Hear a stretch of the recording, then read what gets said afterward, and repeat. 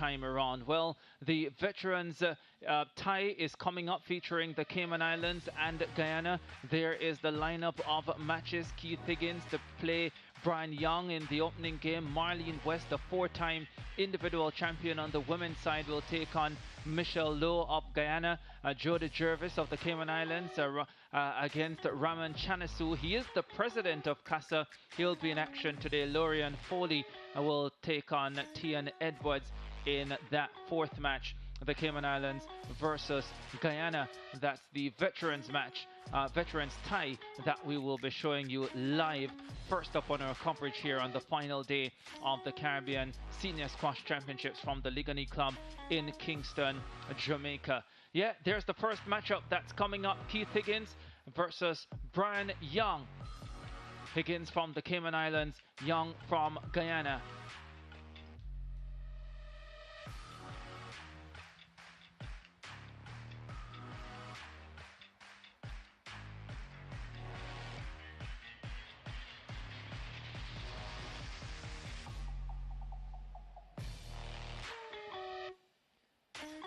Keith Higgins getting ready for his matchup. And Joy, what are we to expect from this one? So, a little trivia about Brian. Brian is actually living in Jamaica and plays at the club regularly, so he may have a little bit of home court advantage here. But these are two good players. Keith, who you see here, is very fit. He runs hard. He runs a lot, so we can expect him to really to try and extend the games as much as possible. Brian is a little more experienced, I think, and will likely be looking to use his shots and keep Keith being the only one running in the match. Brian Young.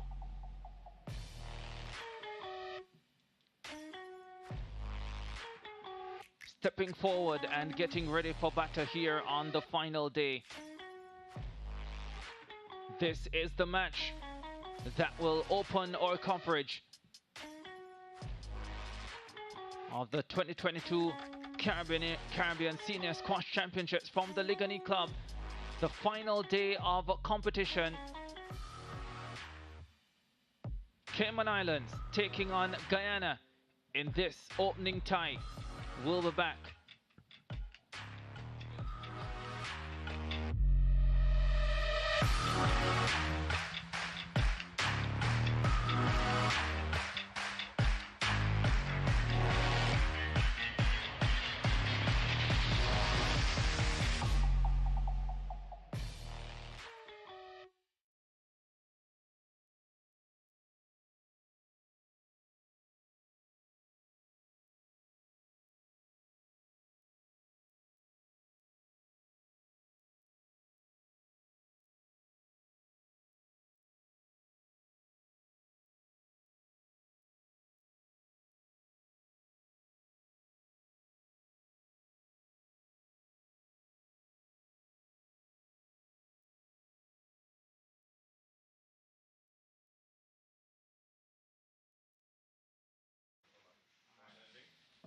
Yeah, you still want water, Gerard?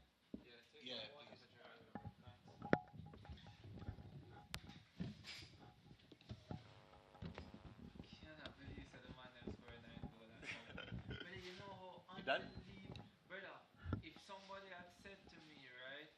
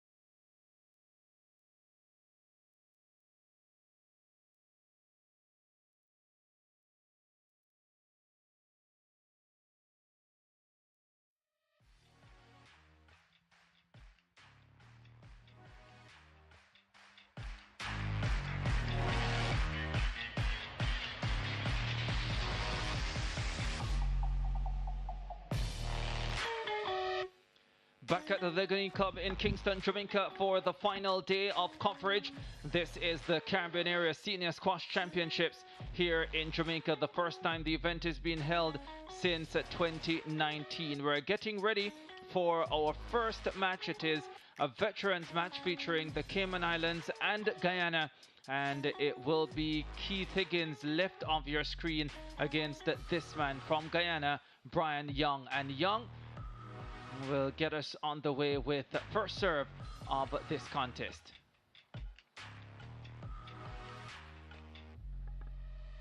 Yeah, I'm sure there'll be some nerves here, Ricardo. These guys are playing on camera for the first time in their lives, probably. Live on SportsMax.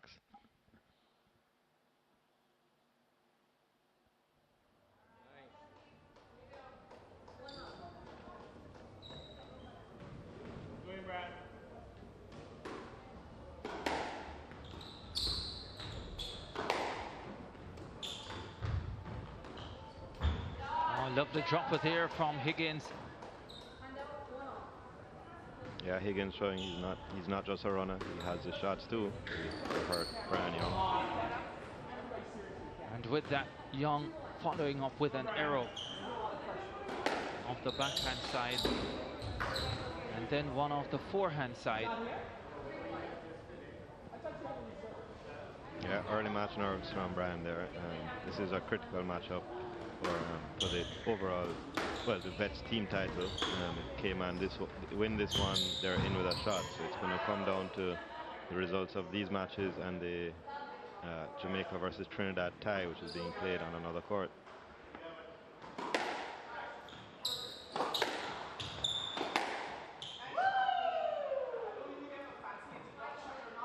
And Higgins with another good winner and is out to a quick 5-1 lead here. He'll be feeling confidence, and another error from Young.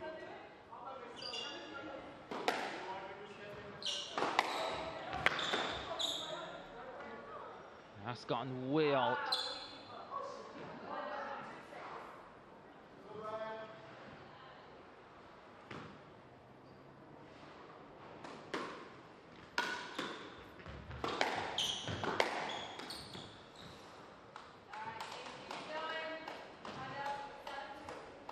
Yeah, Young may also be feeling the effects of a long week of squash here. As we said, it takes a toll on the body, and it has an effect on not just your legs, but your entire body. You feel a little weaker. It's harder to get around on the shots. You did play him earlier this week, Joey. That's Keith Higgins. Yeah, I played him, and as I said, he does run a lot. But I think he's not as experienced, maybe. So I drew on my reserves. I've been playing this sport for many years, playing in the Caribbean Championship, and came out with a win, fortunately. Yeah, pretty comfortable win. 11-1, 11-4, 11-2. He's had a tough week, Keith Higgins, and did lose to Peter Drury in his opening match. And no, that's not the football commentator, Peter Drury.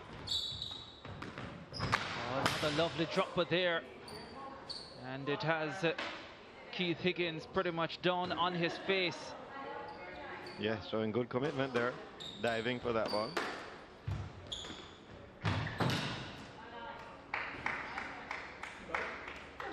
He got a walkover victory against John Holly from Trinidad and Tobago, and then that defeat to Joey.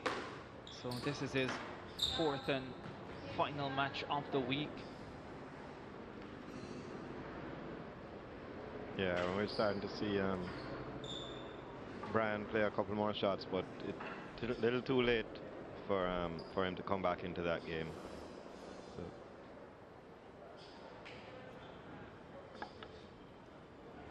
So that closes the opening game then of this veterans contest, and it's Higgins who comes away and takes the 1-game-to-love lead.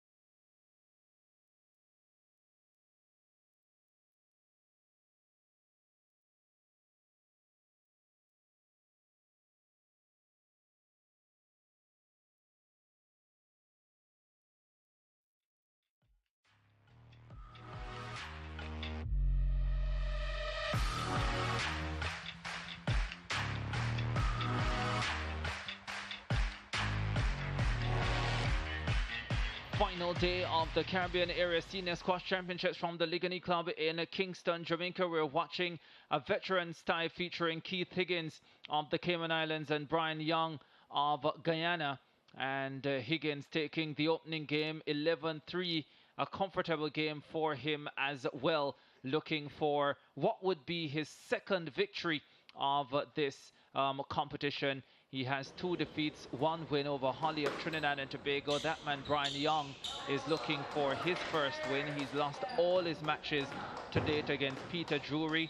He lost against John Holly, and he also lost against my co-commentator, Joel Levy. So he's seeking his first win, and at this stage, it's looking like an uphill battle. Yeah, he came out really slowly in that first game. As you see him bending over there, I'm wondering if the number of matches is starting to affect him. Luckily for Keith, I think he had 1 walkover, so he's played 1 match less, I believe. So definitely looking fresh. Oh yeah, and still able to run like that, showing some speed moving forward. Just have a look at this. Oh, that's a wonderful get. Yeah, it was a good drop shot from Brian, but you know he kind of expected that. He didn't expect Keith to get there at all. Keith really showing how fit and fast he is, and forcing another error there from Brian.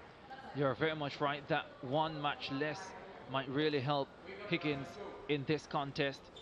That walkover over Holly, that's the only win he has in this competition. So if he did go on to win this, or whoever goes on to win this, will be having essentially their first victory on court.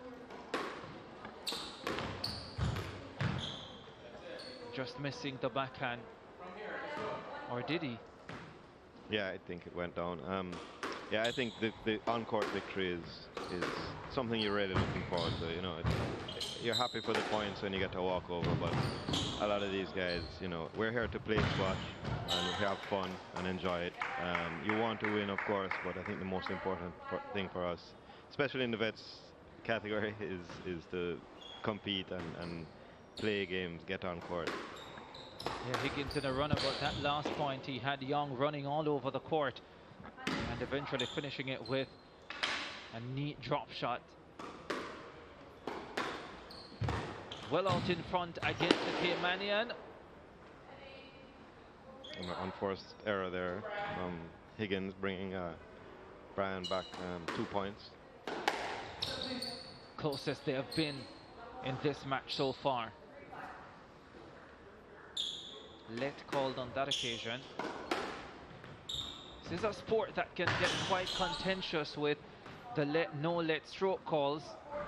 And in a couple of the big matches, watched a contest between Chris Binney and Julian Jervis in the team competition earlier this week, and there was a theme in that one, Jervis versus Cumberbatch as well. So a little of it with Binney against Cumberbatch. So when the top men get out there, it can get contentious. Yeah, you won't see it so much with the veterans, but with the top men, what you see is the ball gets very hot, so it's a lot more bouncy.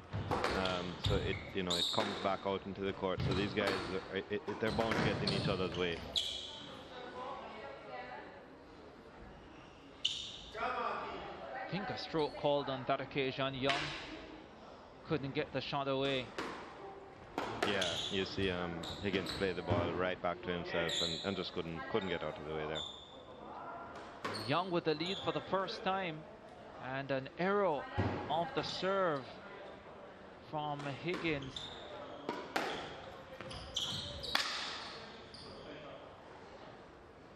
And at this level, you see a few more errors, don't you? Yeah, absolutely.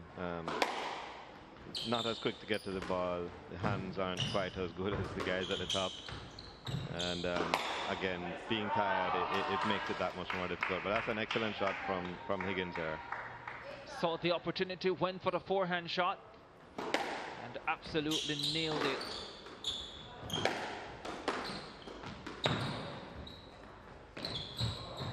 Missed it.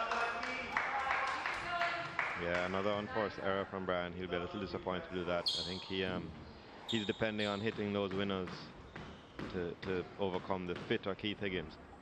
He's still full of running, Keith Higgins, and you can see that Brian Young is struggling here. Yeah, he's doubled over. And in my match with Keith, even though the score it sounded like a really comfortable match, he was running all the way to the end. He never gave up. He's a runner, all right. Game ball for a 2-game-to-love lead.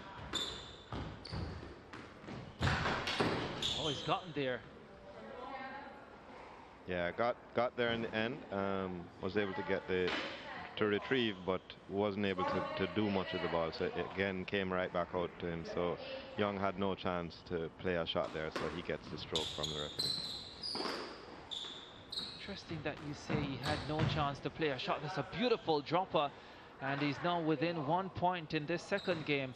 A third game ball coming up.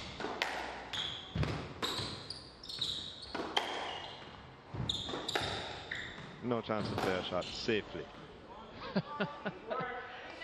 Very much in danger of hitting his opponent there. I'll take that.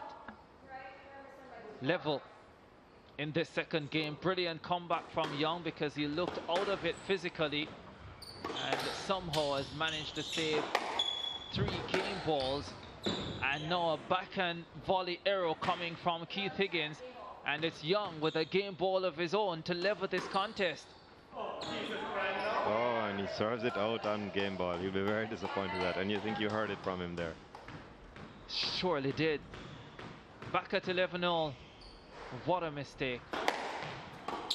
The crucial moment of the match is when you want to focus and dial in. Oh, beautiful.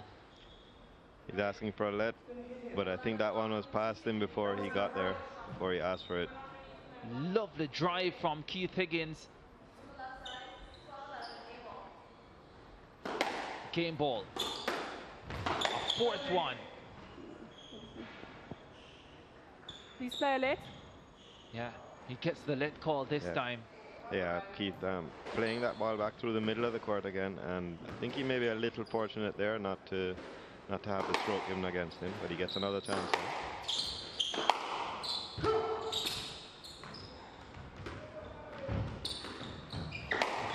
Oh, what a drive. Yes, gets it. Brilliantly done.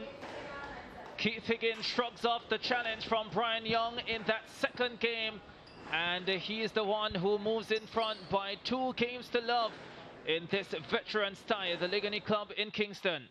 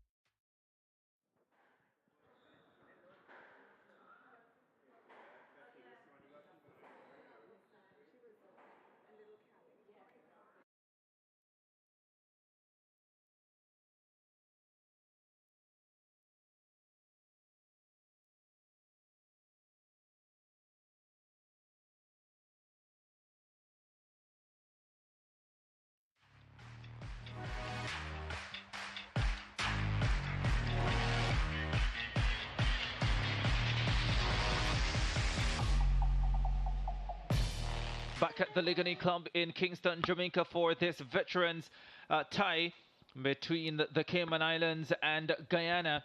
This is the opening match of that tie. The man there you're looking at, Keith Higgins, leading by 2 games to love over Brian Young. And we're getting ready for the third game. But that second game, Joey, got a little close, but Higgins was able to shrug off that challenge. Yeah, we saw Brian Young looking a lot more relaxed and playing his shots, the shots we know he can play, running Keith Higgins around.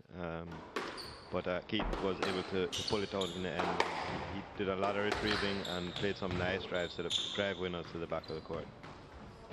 Brian Young made a massive mistake. Oh, what a shot. Yeah, that one hit the nick, what we call the nick. It's the corner between the sidewall and the floor, and sometimes when it does that, it just rolls out, so you really have no chance of getting it. Yeah, Young definitely had no chance. But Young made a critical mistake at game ball when he served the ball out. Not up. Not up. Not up. Yeah, close call there, but Higgins very sportingly indicating to the referee that he did not pick it up before it bounced twice. 1-1 in the third game. Oh, he gets that. Nice. There might have been a little bit of frame in the frame of the racket, but it worked out well for him. What do you call that? A backhand volley drive? Volley drop. I think Binny would have been proud of that one. Oh yeah, definitely. He is so fast.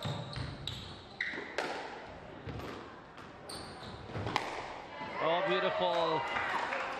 Excellent work. Excellent work. Gets to that shot from Brian and drives it right back down the line. Very accurate, very powerful.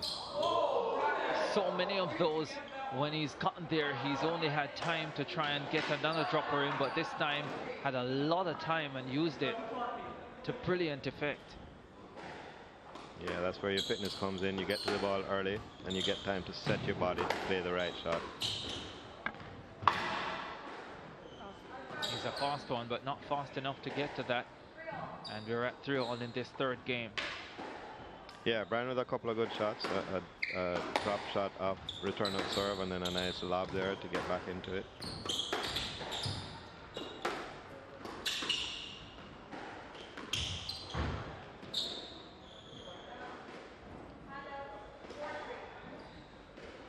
The one thing you learn. Oh, that was easy. Young didn't even bother to move. Yeah, sometimes you realize you can't get back into a point. Just give it up, especially at this stage. And opening up a 3-point advantage now, Brian Young, as he looks to close out this match in straight games. Oh yeah, he's realizing that his opponent doesn't have much running left. And he's saying to him, if you're going to have a chance in this, you will have to run. And I think he's pretty much out of gas. Yeah, Higgins smelling blood here. He's going for the kill. He's getting back to the box quickly and starting to serve quickly, not giving Brian a chance to rest.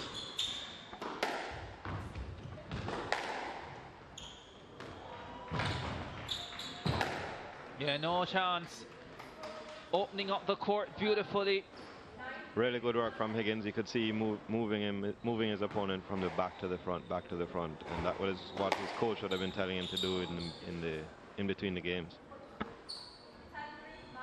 He's completely out of gas now, and that's an expensive commodity these days. Don't suspect that he'll be able to refuel. And that's it. Easy does it for Keith Higgins of the Cayman Islands. He comes through this opening match of the tie, veterans tie against Guyana, taking that final game 11-3. And a really good performance from Higgins, full of running from the start of the match. Young physically unable to stay with him. And in the final analysis, he just didn't have enough in those closing stages. And Keith Higgins able to come away with a comfortable victory in straights.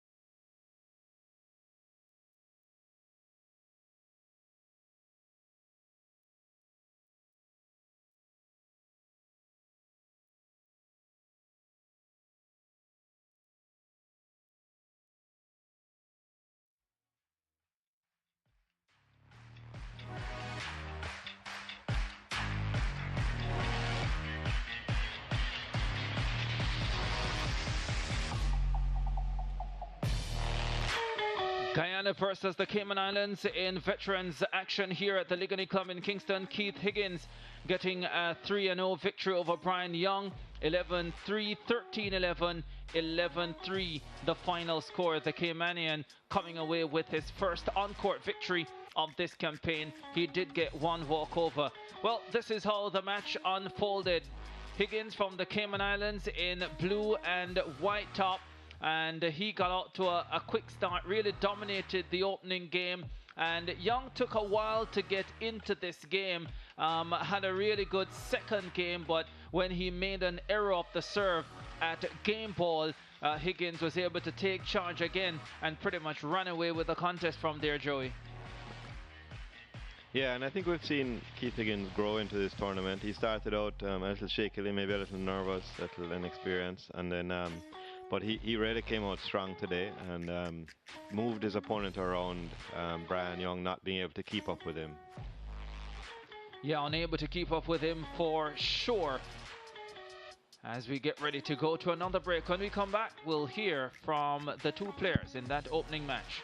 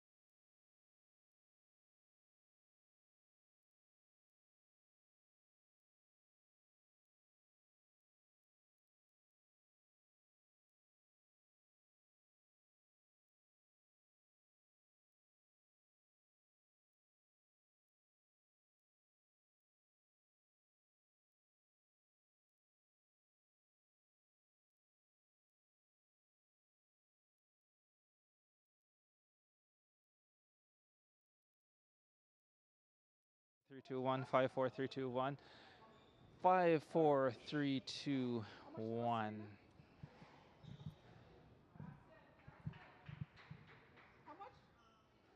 Hey Joey, you see if you let me win, what would have happened for you?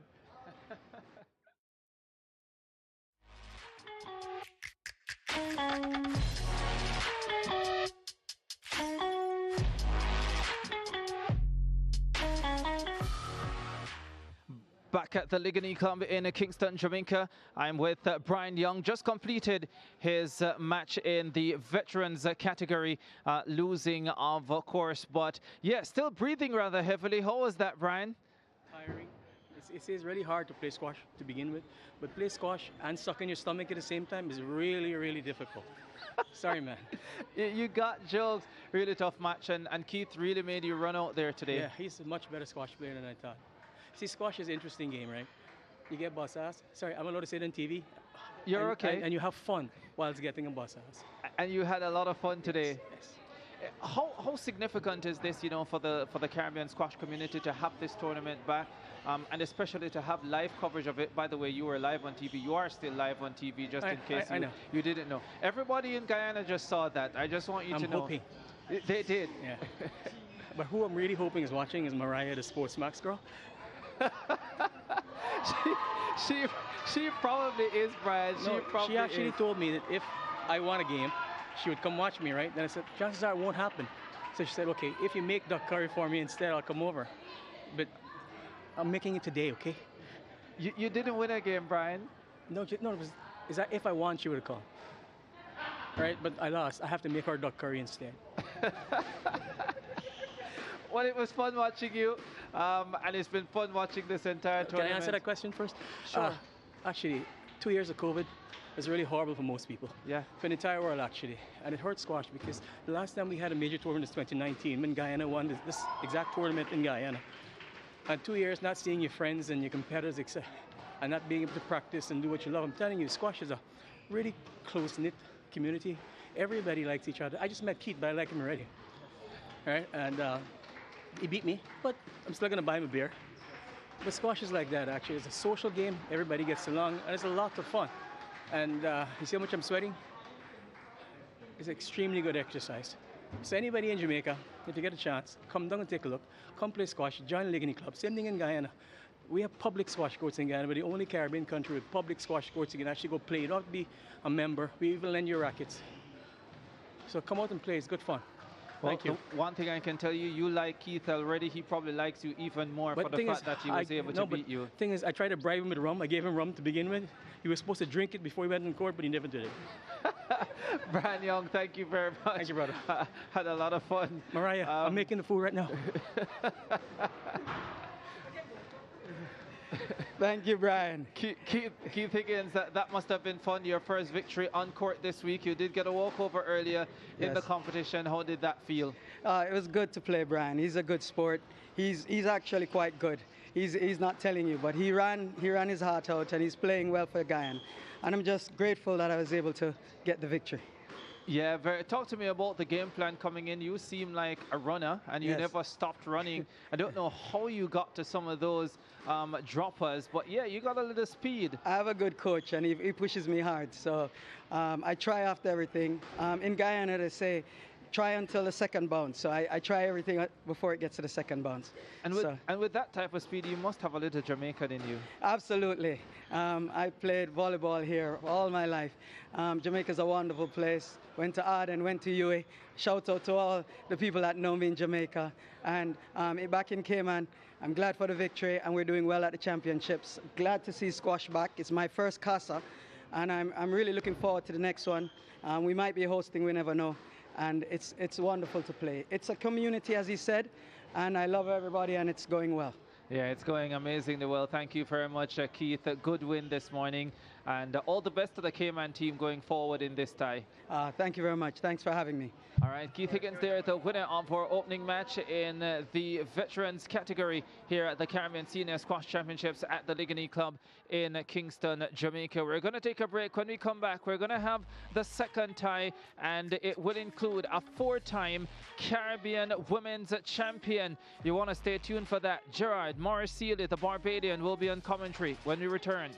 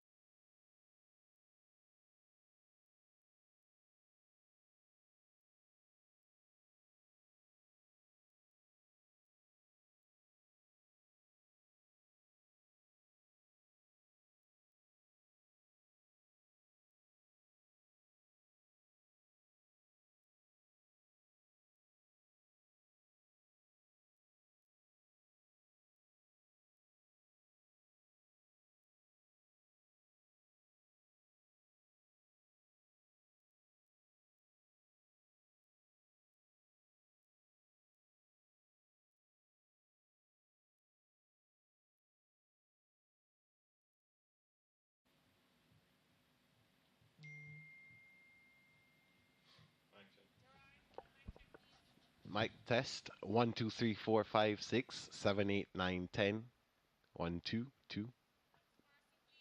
Mic test, Joe. Mic check 1 2.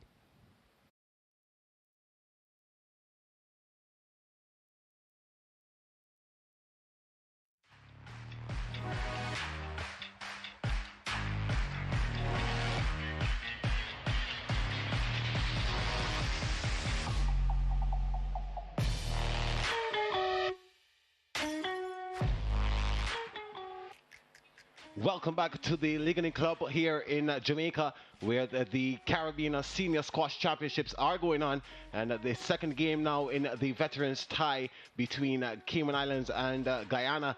The women will be in action now. Marlene West, the four-time champion, she will be up against Michelle Lowe of Guyana, and it should be an interesting game, one that is lined up to be very entertaining for you, and you have to stay tuned for this one. I'm Gerard Morrison. Joining me is Joey. He's still with me. Joey, what are you looking forward to in this game? Well, Marlene West, very, very strong, very well decorated player. I think she's the favorite here. Yeah, so we have Michelle Lowe there on your screen. What type of play can we expect from Michelle? She hasn't won a game this week yet. This could be the first, we don't know. But what do we expect from Michelle? Yeah, I haven't seen a lot of Michelle play this week, but you know, I think she's up against it here. She's up against a many-time Caribbean champion, Marlene West, who I think if she maybe didn't have her knee trouble, could still be challenging the senior woman for the title. You know, she's that good. She really is a cut above. Yeah, so we'll see what Michelle can bring to the game, to the court, and she'll be awaiting her chance to walk on as well. But Marlene West, I saw her when she was warming up. She kind of had a lot of strapping on her right leg. What is that okay? Is her knee okay? Yeah, I think she has a kind of long-term knee injury, but that's why she tends to play the doubles more now, and the veterans, which is a little less stress, a little less movement on the knee. Yeah, Marlene West, she is definitely one that we should watch. She is Jamaican born. She's on your screen, Jamaican born, representing Jamaica in waters, polo and swimming as well. So she's a very talented person. On loan to Cayman, we like to say. Yeah, her and I and Karen Anderson, who's our president of our association, played a lot of squash coming up together in juniors and into the seniors. She's a top player, I believe, you know, and she picked up the sport late. She was a swimmer and a water polo player first. Yeah. When I say late, relatively late, as in, you know, probably in her teens, rather than as a 10, 11-year-old like some of us. And we immediately knew she was a star in the making, and she proved it. She won multiple national championships and Caribbean championships for Jamaica and Cayman.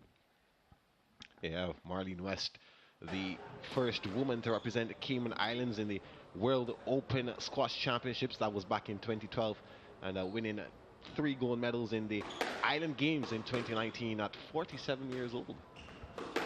Incredible stuff. It's like the Marlene Ate of squash. Yeah, that's right. And she's coming up against Michelle Lowe of Guyana. Guyana, a very strong squash team in the Caribbean. Guyana, what makes Guyana so good at squash, Joey? That is a good question. We're still trying to find out. But no, they have a strong program. They have excellent coaches there, and they have a strong program, and they take it very seriously. They're well organized, and they always come strong, especially in the women's, but in all aspects. You can see this year they had the top 4 women in the semifinals. All right. So we will take a break right now, and when we come back, we'll have the first serve for you. Don't go anywhere.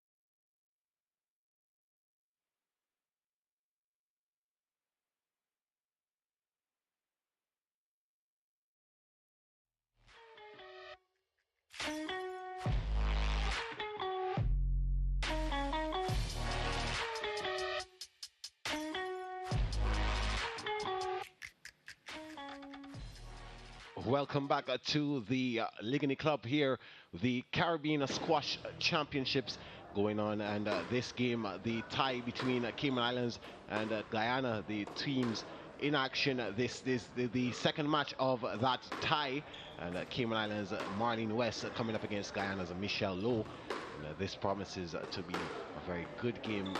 Marlene West, the four-time champion, Michelle still on the hunt for a title, and maybe she can win a game this week. Close off here in up on a high against Marlene. Joey Levy is by my side. Joey, warm-ups, crucial part of squash.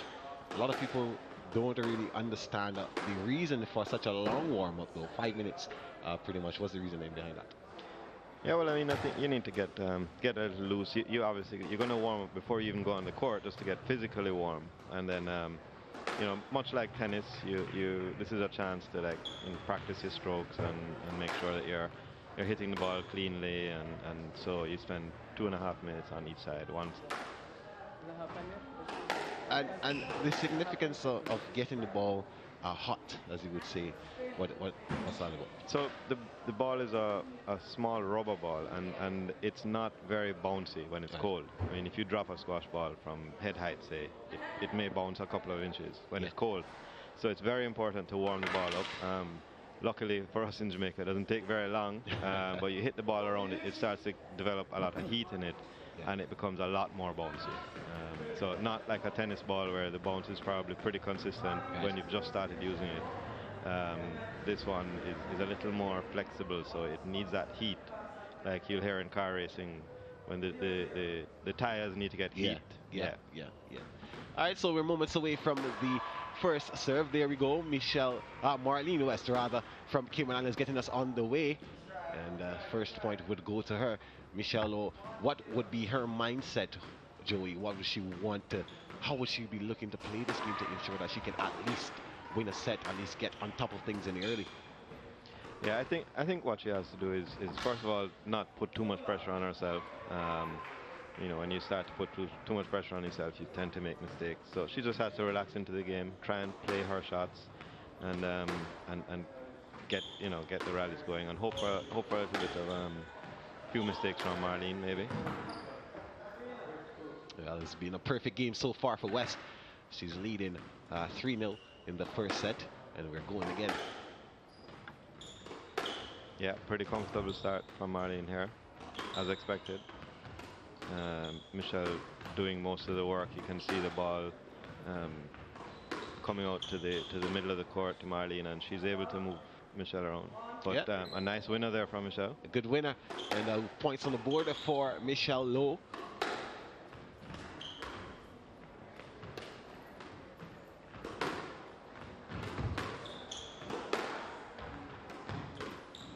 As you can see, Marlene not as mobile due to that injury, but still picking her shots wisely, trying to get Michelle running from side to side and picking up some easy winners.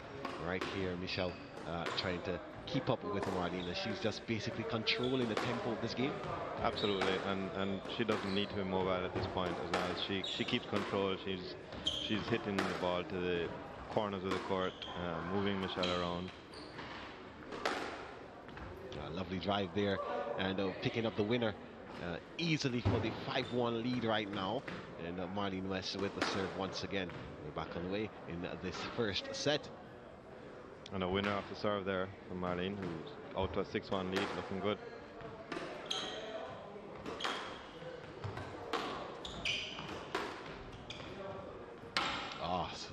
Mistake there by Michelle, and giving Marlene, who doesn't have that much work to do so far in this game, just easy like a Sunday morning, as we say in Barbados.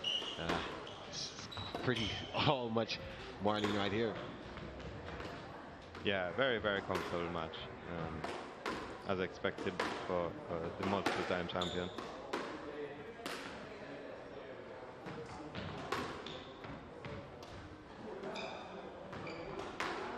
Ball is out. Ball is out. This game being closely watched by Brian Young. Brian off the court into the referee's position, and Brian would have been in that first game, losing to Higgins in straight sets, but a man of good spirits. And also apparently a fan of Mariah as well. Yeah, I missed the interview. I heard it was quite entertaining. It definitely was. But he was just waiting for that opportunity. Yeah, there he is. Brian Young on your screen, the man on the left. And this game pretty much in control by Marlene West. 9-1, comfortably taking charge. Yeah, we saw a shot of the Cayman coach on the sidelines not too long ago. I don't think he'll have too much to do. One of his easier days here.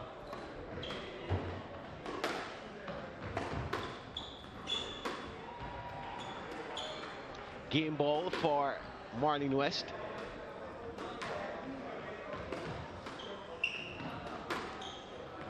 At times it's almost like a training drill, and you see the winner there from Marlene. So the first set, 11-1, Marlene West. Michelle Lowe has some work to do in the second and third sets, but we'll see what happens when we come back. Don't go anywhere.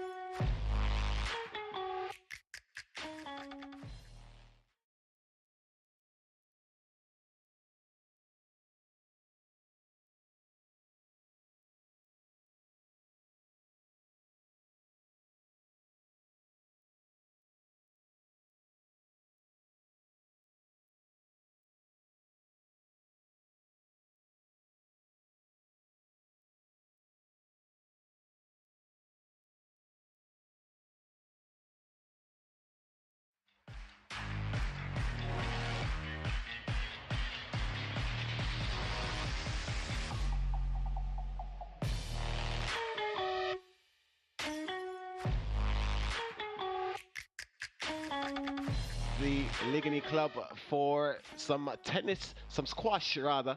Marlene West taking the first set in this game 2 of the veterans tie between the Cayman Islands and Guyana. Michelle Lowe trailing 11-1, and it was a pretty easy first set for Marlene, Joey. Yeah, as we were saying in the break, it's almost like a practice session for Marlene. She's in complete control. Her opponent unable to move her off the tee there, the center of the court where you always want to, as a player you always want to be. So Marlene just moving her into the back corners and keeping the rally under control. If you were Michelle's coach, Joey, what would you say there after that demolition job in the first set? If I knew what to tell Michelle right now, I think I would. I think, just relax and enjoy the match, and I think she has to maybe try and move Marlene off the tee some more. She's a little too comfortable there. If she can put a little more power in her shots and get them down the side walls into the back corners and just get Marlene moving and see, test that knee that you can see is very, very heavily strapped up there. Yeah. It looks like we're underway for the second set. Marlene West leading 1-0 in the sets, 1-0, and picks up the first point, does Michelle Lowe, and she must be pretty happy about that, Joey. Yeah, good start. Played a nice cross-court drop shot, which Marlene couldn't get to. And that's what we were just talking about, making her move, test that knee, test that leg, see if she can get to those drop shots, open up the court a little bit, and get her moving. Yeah, that's the key. Unfortunately there, the return of serve straight back to Marlene, who was able to put it back into the back corner, and a tough one for Michelle.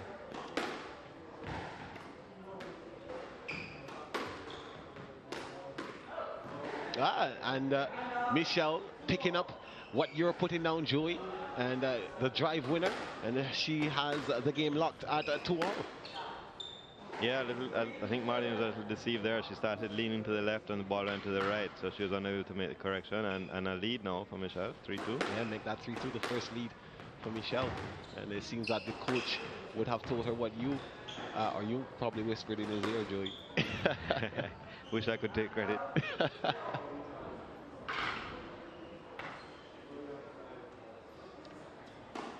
Game all tied up at 3 apiece now, and Michelle Lowe with the winner there. A hard drive, and Marlene really can't get to that one. Yeah, she gets back that 1 point lead, and she'll be looking for a couple of more here. Oh no, and she serves out. Serves unfortunate. out. Really can't afford to make those kinds of mistakes when you're playing against a rather superior, in terms of accolades, player. You have to ensure that when you're on top, you stay on top. Yeah, absolutely. You almost have to play the perfect game, and hope that.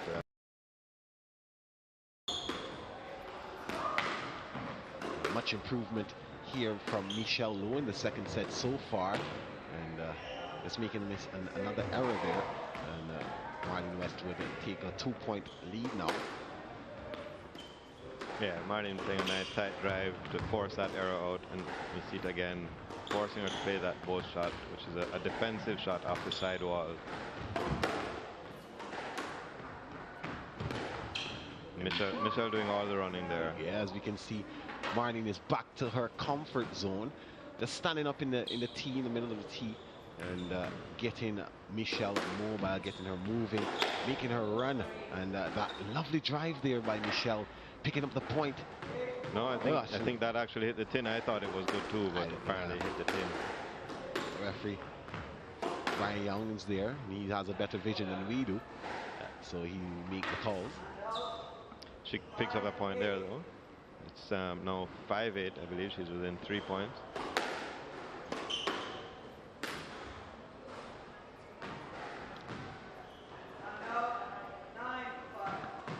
Yeah, Marlene's power and accuracy just proving a little too much for Michelle here.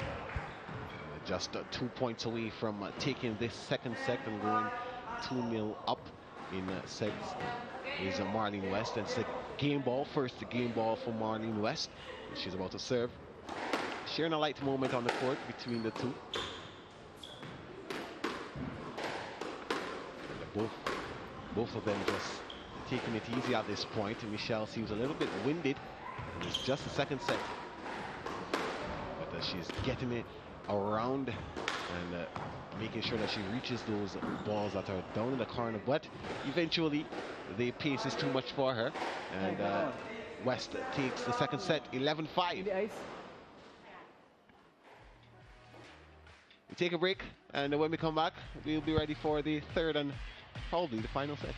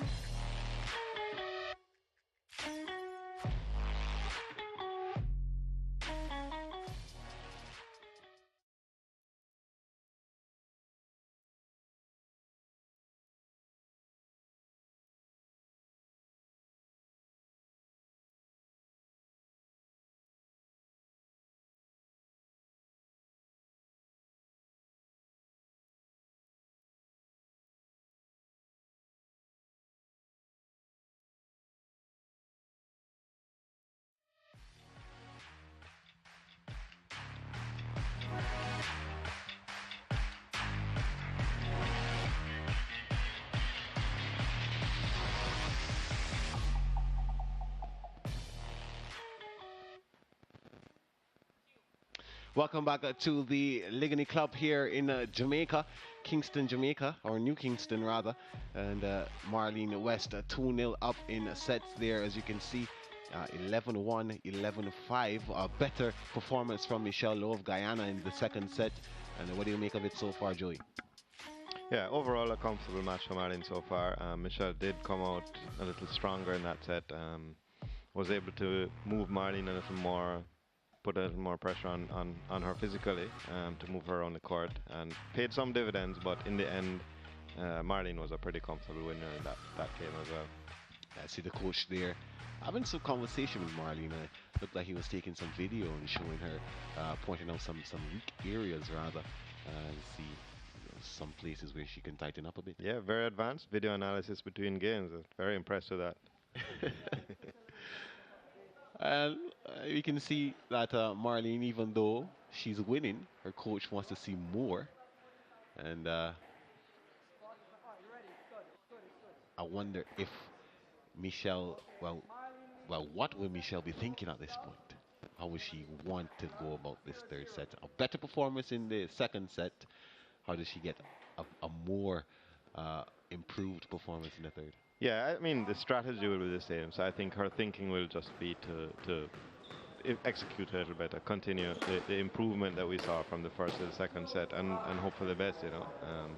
Again, she's a heavy underdog, but she'll be looking to put in as good a performance as she can. Dropping the first 2 points quite quickly, and I think she's a little bit tired, is Michelle, at this point. But she's basically the only one on the court moving, and a drop shot there, but Marlene is able to get to it, and she wins the point easily. Yeah, I think, yeah, you can see physically Michelle might be wearing down a little bit. Again, it's a long week, especially for us over 50-year-old players. And you were so fortunate today to get a walkover, so you don't have to go through that. Yeah, sometimes the winner is the one who's less injured in this category. For other players though, Joey, at your age and a little bit younger, probably a little bit older as well, how do you take care of your body? What diet do you take? What do you cut down on? What do you take more of? How do you keep yourself fit? I mean, I'll talk about the top players.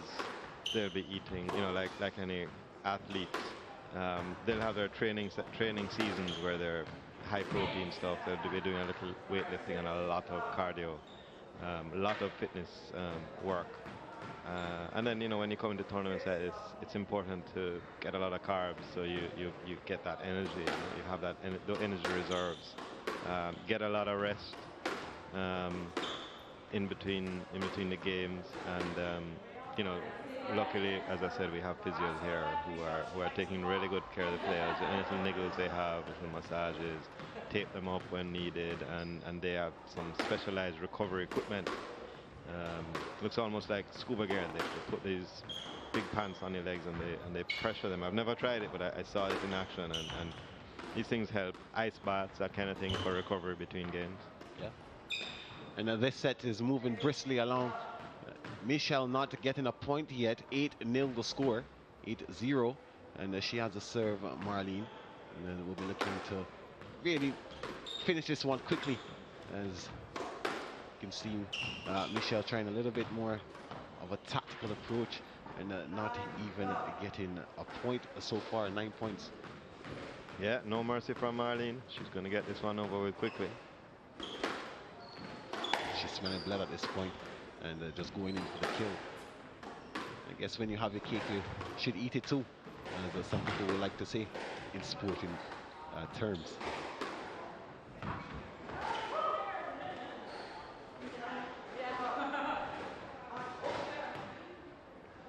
Match point to Marlene here. Game ball, match point rather, and let's go and see how this one is easily gone to Marlene West. 3-0 straight sets win for the 4-time CASA champion, and light work for her, and not having to put too much pressure on that right leg that is heavily strapped.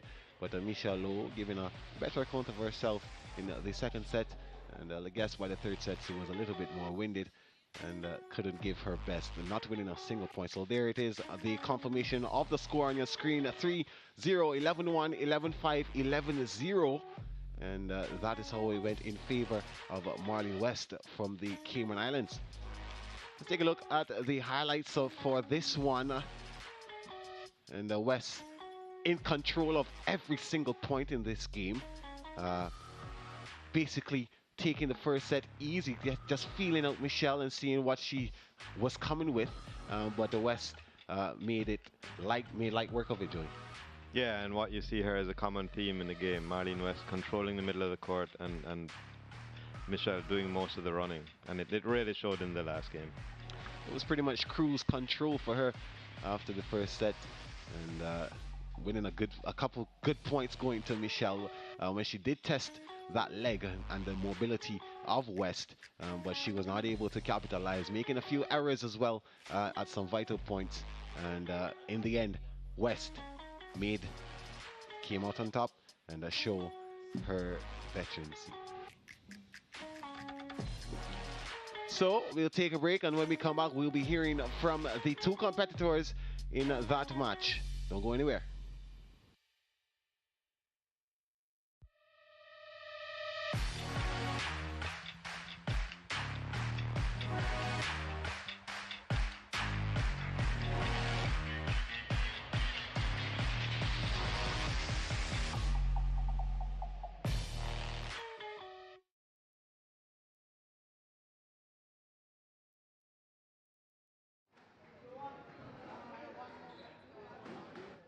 My one moment, my 15 minutes of fame.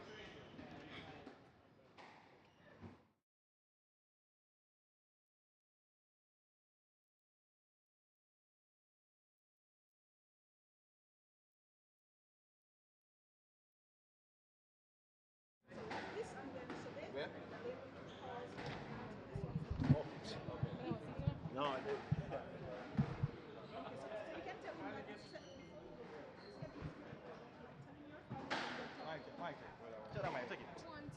I'm not hearing anything in this. You on? 5, 6, 5, 4, 3, 2, 1. Test.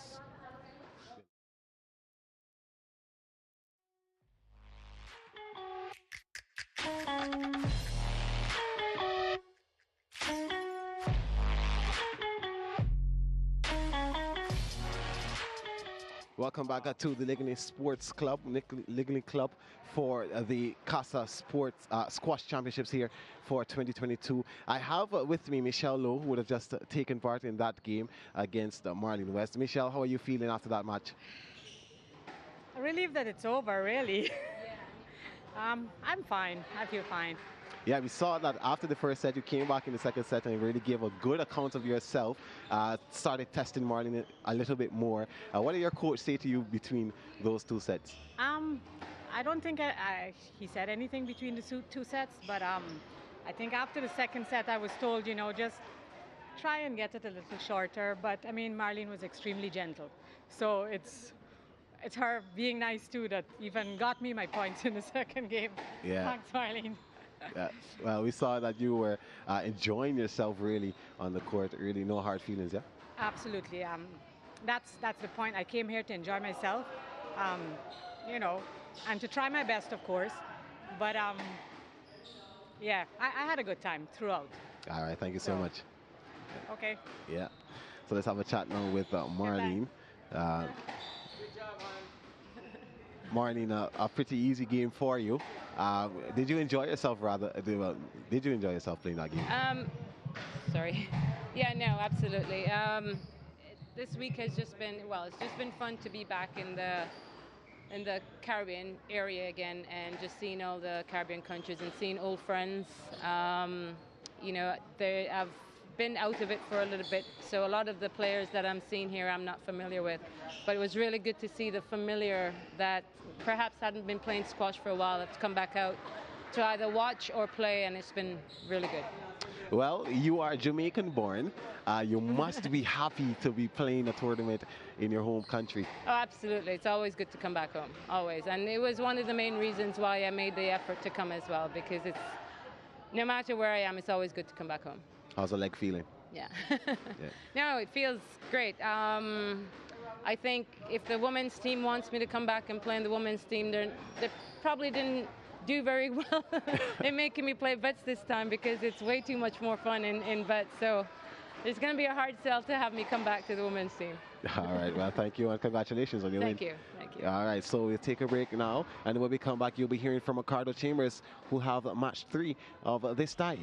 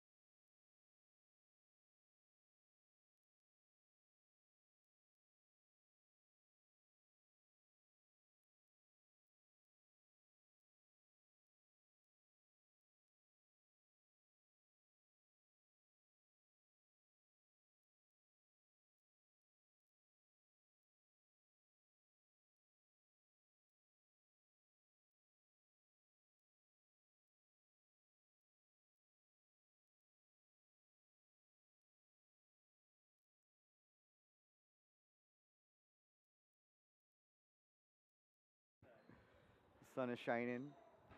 Thank you, SportsMax, for yeah.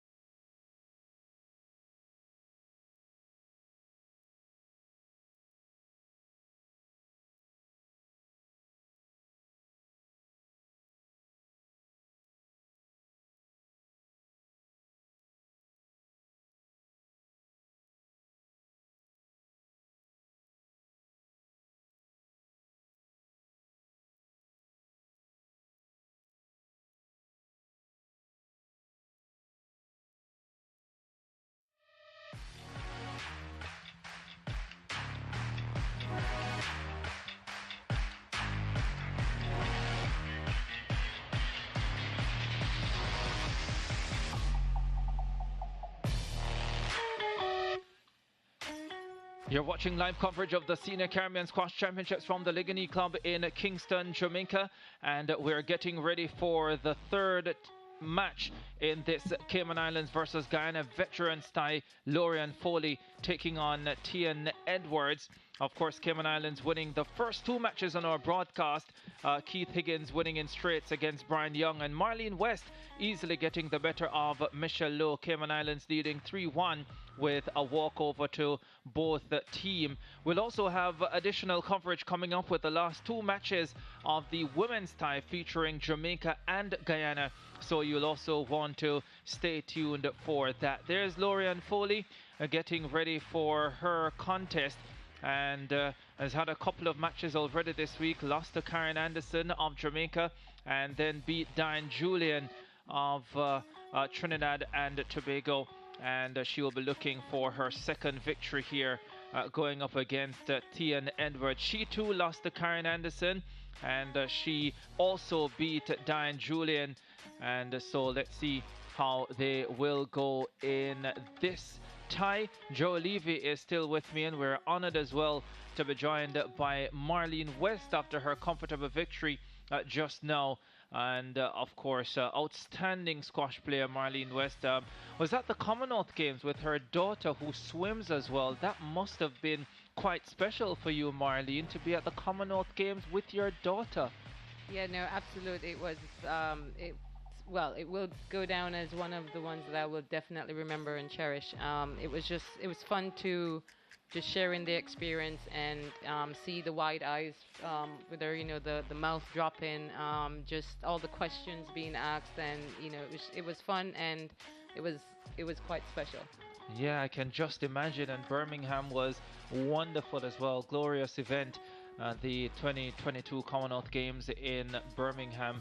Had an opportunity to go to so many of the different venues, and also just to experience the British support. It's the best set of supporters I've encountered anywhere in the world. Those in Birmingham, it was absolutely wonderful. Yeah, no, absolutely. I didn't appreciate how much of a melting pot Birmingham was in terms of the well, Caribbean culture and just all over the world as well. And it's in terms of support and, you know, the fans and everybody just being open and wanting you there. You felt very welcomed.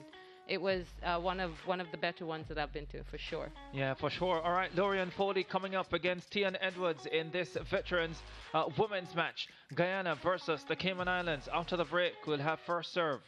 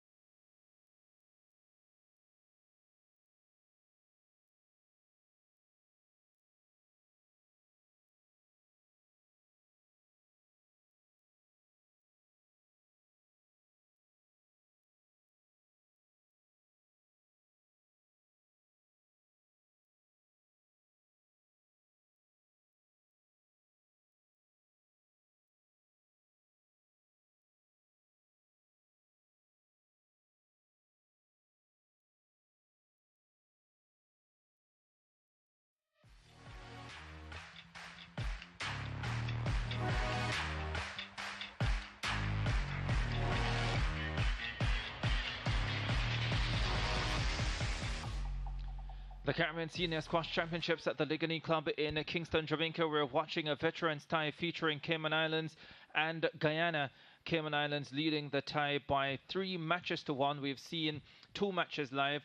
There were a couple of walkovers as well. So this is the final match in the series. We'll also have additional coverage for you on your home of champions, because we'll be showing you the last 2 matches in the Jamaica versus Guyana women's tie. And remember, later on as well, we will have the Jamaica versus Guyana men's tie to close our broadcast as we get ready for this match. I'm still alongside Joe Levy and Marlene West as we get ready for this one. And we were talking about the Commonwealth Games before we went to the break, and Marlene brought up something quite interesting, that there were 7 squash players who had the honor of carrying the flag at the opening ceremony at the Commonwealth Games. Marlene, of course, one of those, 2 from the Caribbean.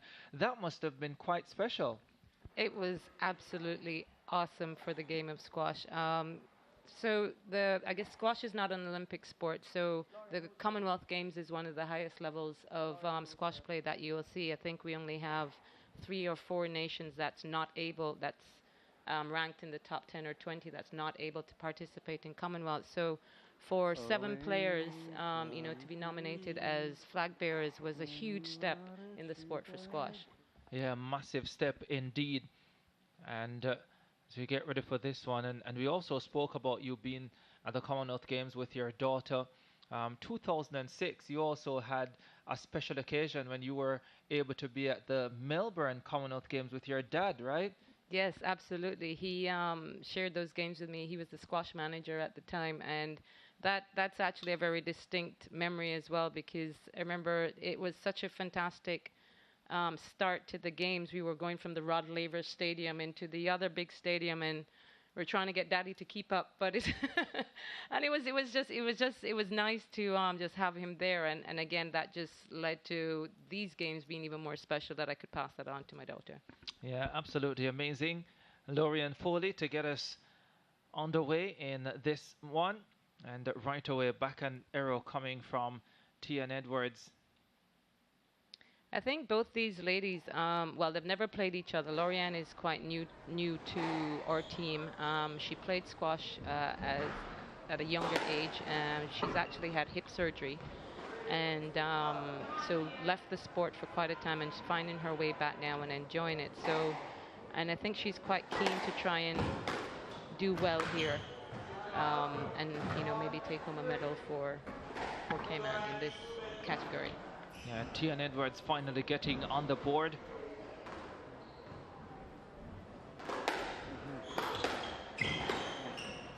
Well, they're spanking the ball all right. Yeah, a lot of power in this game so far. Which is always good to see, especially in the women's sport. I think Tian had a rough start with Jamaica's Karen Anderson there. I think Karen just kept her moving, and that might have just been a little bit too much for her. But these ladies here, I think they're going to be equally matched. So it's going to be an interesting game. Who can keep the nerves on the check at first? Yeah, Tian lost that match to Karen Anderson, 11-1, 11-1, 11-0. I guess that's what you get when you're playing a former Caribbean women's champion. Of course, Karen winning the title in 2007. I think it was right here in Kingston. Yes, I remember that very well. I don't think I played the individual. I did not play the individual event that year. I just played team, and it was heartwarming to see her win, because I know it was a goal of hers for a very long time. For sure.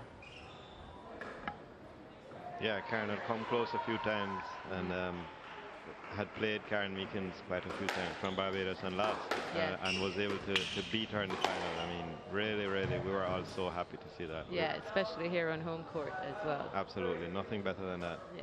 Yeah, and in that period, finals tend to be the Achilles heel for Meekins. I think has lost 7 Caribbean Championship finals, which is a whole lot. But it speaks a lot to her consistency to be able to continuously get there. Did eventually win 3. But my goodness me. It's hard sometimes, and we say it's an Achilles heel of hers, but she came up against really tough players, so it was tough. Yeah. It's like Venus Williams in tennis. She's lost as many Grand Slam finals as she's won. For sure, but you know, it speaks to the quality of play that you have. You know, it's not going to be just a given and easy ride. So, but you know, as you said, she stayed at it and eventually got through herself. Yeah, Foley running away with this opening game, and these points are really quick. They're just seeing ball and hammering ball. Yes, very. I like that analogy. Yes, she hits the ball really well, really strong. You can tell that she has played the sport. Yeah. Yeah, very little defense in this match so far, and it's Foley who comes away with the opening game, 11-3.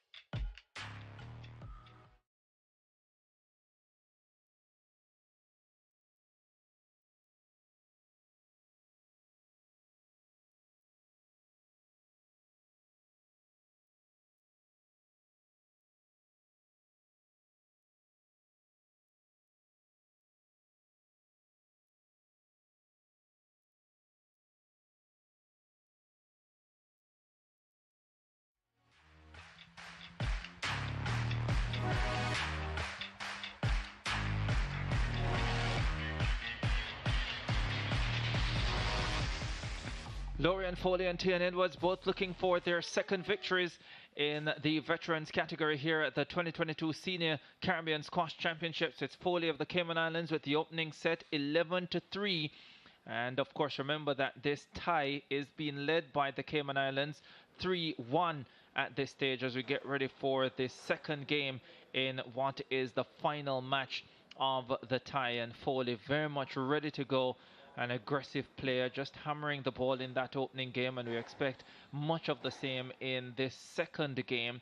And you have to wonder if Edwards has the defense that will be required to stop the power of Laurie and Foley at this stage. You know, another favorite, or one of the sports that I do, is CrossFit, and Lorianne just reminds me of Tia Claire Toomey at the moment, who is the reigning champion of CrossFit. You know, she's just pacing like a lion, raring to go. Is there any sport you don't do, Marlene? There's cricket. Oh, look at that. Tian's going to need to dig something out special here to get back into this game. Oh, was that good? It's hard to tell from here, but oh no, maybe it wasn't. Otherwise, it would have been a good shot.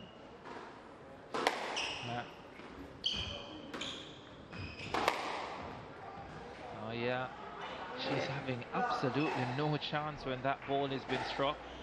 Yeah, I think she might be intimidated by the pace that and the intensity that Lorianne is playing that ball at. But I think if she can settle and try to control the ball a little, I think she can get back in there. Yeah, and it for sure will be difficult if you haven't played the sport for a long time to get used to the ball bouncing off the back wall as well. And especially at this age when probably the movement is not as good as it would be for a 25-year-old. Good shot. I think sometimes that works in your favor because these courts are quite lively and it is warm out there. Having just came off the court myself, even though I didn't do a lot of movement, you know, you're still sweating, the heat's still there. So even though the ball is moving fast, if you can recognize that it will come off the back wall, you do have more time than you think you do sometimes.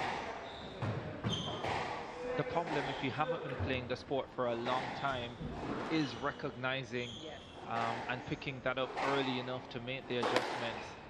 Hopefully that's where your coaching comes in between. But it's, as you say, if you haven't been playing for a long time, it's the the ability to make that adjustment. Much of the same in this second game. Lorianne Foley not folding at all, and she is opening up those arms with every opportunity she gets, and it's 8-2.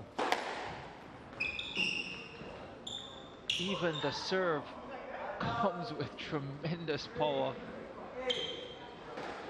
Yeah, it's just completely overpowering Tian, but she was able to get a nice drop shot there from the back of the court. Off of the back wall.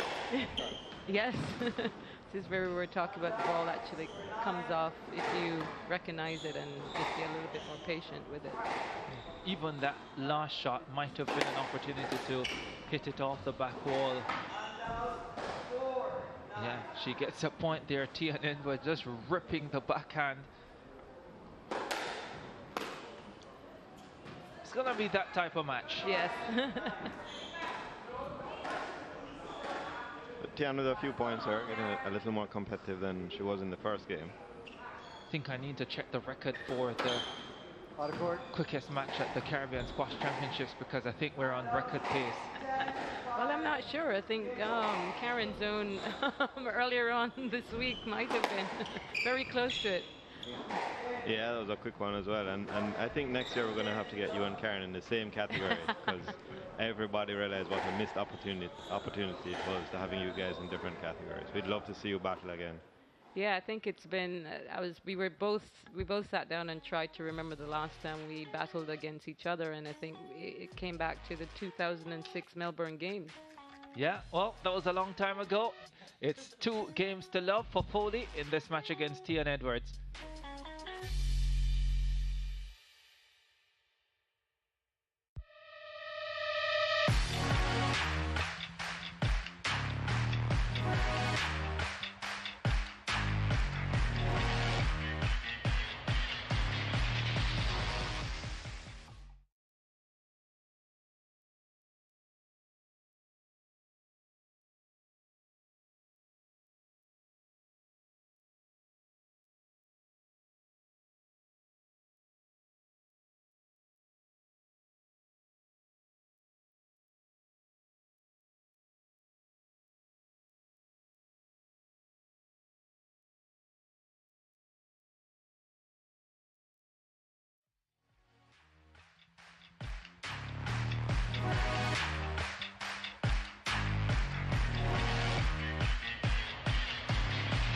We're back as quickly as the second set ended in this Veterans Contest 2022 Senior Caribbean Squash Championships at the Ligony Club. Lorian Foley of the Cayman Islands leading by 2 games to love, 11-3, 11-5, and she will be looking to close it out now. And if she gets this victory, which by all indications it looks as if she will, it will be a 4-1 victory for the Cayman Islands in this veterans tie. We'll have additional coverage for you on your home of champions. The women's tie featuring Jamaica and Guyana will be moved to this show court, well, at least what's left of it, and we'll be able to show you the remaining matches. Foley starting off serving in this 3rd and final game, and it's much of the same from what we saw in the first 2 sets. Yeah, I think she's obviously, she's gotten the first 2 games, so, her confidence level should be up there quite a bit now, and she's just going to keep attacking.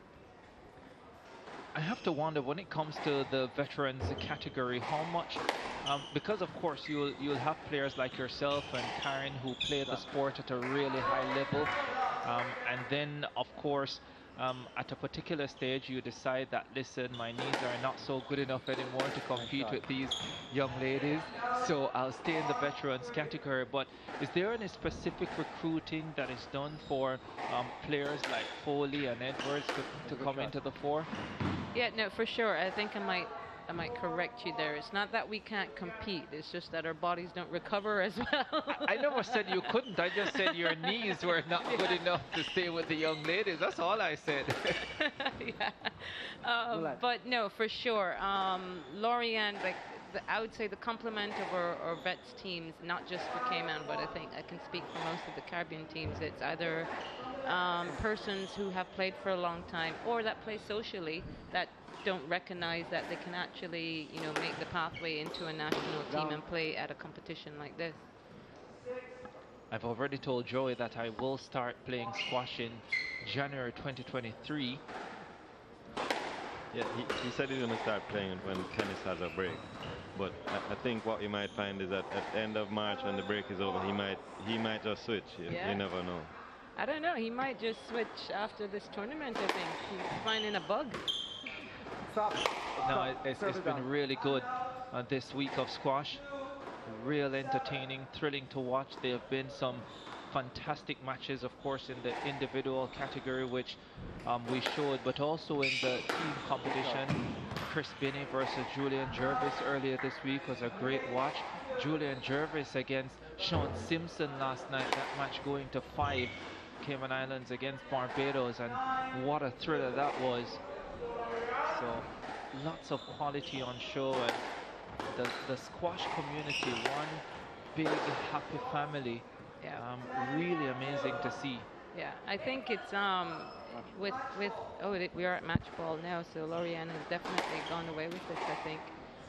But to speak to your point, I think the squash fans get a double header because not just quality matches in the individual rounds, but what you tend to find is that those that make it to the finals in the individual round have to face off with each other again in the team event. So they get double the price for their money. Yeah, for sure. That's that from this veteran section. And it's a victory for Lorian Foley of the Cayman Islands, winning in straights. And, well, the power too much for Tian Edwards of Guyana. Cameron Stafford doing photography duties at the end of that contest. The outstanding Caymanian. 11-3, 11-5, 11-2 the final score. That one was never in doubt. Lorian Foley with an amazing victory. Well, the highlights will be as quick as the match. That much I can tell you. The points were not very long. I don't think we had a rally beyond 6 shots. It was that type of a match. Pure power, very little to no defending. And it was Foley who was coming out on top more often than not. Yes, for sure. I think the power of her shots, kind of threw Diane off, and Diane just couldn't control them. So she was always attacking, I would say. Yeah, she definitely was at that lovely backhand release. And there she goes again. And yeah, a forehand to finish it off. Yeah, Lorianne is one of those tenacity players that she'll just keep going. She doesn't, she'll almost, for want of a better analogy, when you're down, she'll kick you when you're down too. Well, she certainly did that here this afternoon in Kingston. The Cayman Islands securing victory in this tie by 4 matches to 1. And we come back, we'll get an opportunity to hear from Edwards and Foley.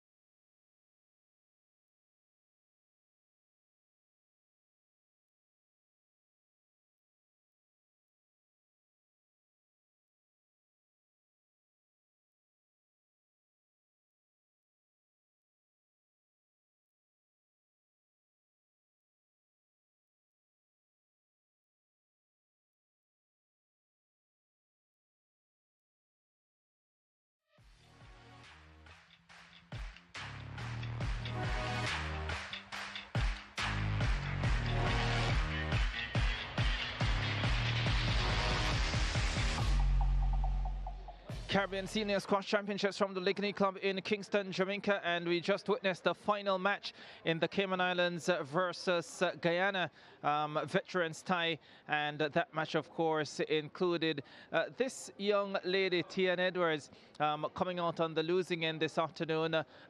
Tian, talk to me about that match against Foley. Her power seems to have gotten the better of you. Yes, it really did. It really did. Yeah, talk to me about the match. I mean, what was the game plan going in, and how well do you feel you executed? The game plan was just to do what we were training to do and just have fun in the court. Yeah, and certainly looks as if you have fun. You had fun. Talk to me about, I mean, being able to compete at an event like this. Did you ever dream that one day you could be representing your country at any sport and much less squash? No. So this is like a dream come true right now. You know, being able to represent Guyana at this level, yeah. Yeah, absolutely wonderful. Well done. Congratulations. I'm sure you had a lot of fun this week, and that's what it's all about. Yes. All right, Tian Edwards there from Guyana, and losing here this afternoon to Darian Foley. Hi, how are you doing? I'm good, thank you. Oh, you must be good. You were hammering forehands and backhands, and you were hitting winners all over the squash court today. Talk to me about your performance. You must be really happy. I was happy. I think, you know, you can't take anything for granted in squash, so you just got to make the winner. Because as you see, like if I messed up, she was in there with the points, so I had to go hard. Yeah, you know, Marlene West said you're that type of player who will kick the other player when they're down. Well, I don't know that. I just love hitting the ball, so if I have an opportunity to hit it hard, I'm going to. Yeah, you certainly did that. I mean, what does this mean to you, to be able to compete at the Caribbean Squash Championships for your country? I never thought I would be able to play squash again because I had a hip replacement about 10 years ago. And I actually stopped playing squash about 21 years ago. So I didn't even think I'd ever get back on court. And to be here at CASA is like amazing. I can't even believe it. Yeah, it's amazing, and you were amazing out there today. Congratulations. Very good victory, and good victory for the Cayman Islands as well, coming away with a 4-1 win overall. You must be really happy with that as well. We're really happy to represent our country, and the hosts have been amazing, so it's been just a great time overall. Well, as a Jamaican, I'm happy to hear that we have been amazing, and hopefully this event will come back to Jamaica soon, and it won't be as long as the last time, 2007 to now. So we look forward to having you guys again. Congrats on a good win today. Thank you very much. All right, Lorian Foley there from the Cayman Islands, coming away with a victory in her veterans match against Tian Edwards.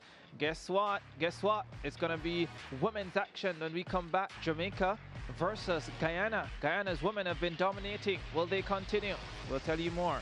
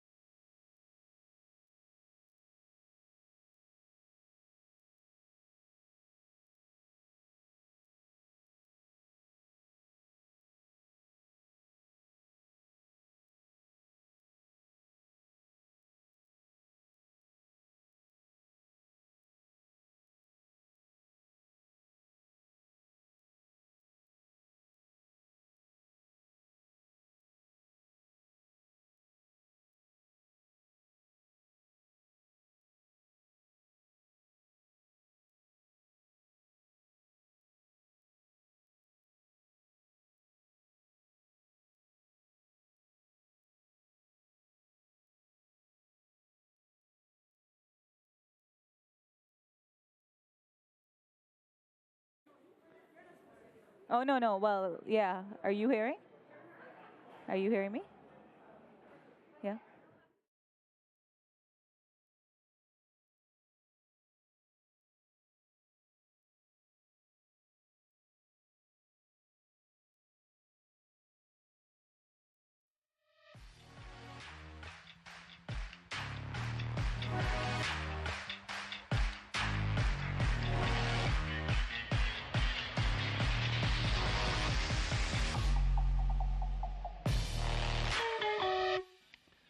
Welcome back to the Lightning Club here in Kingston, Jamaica.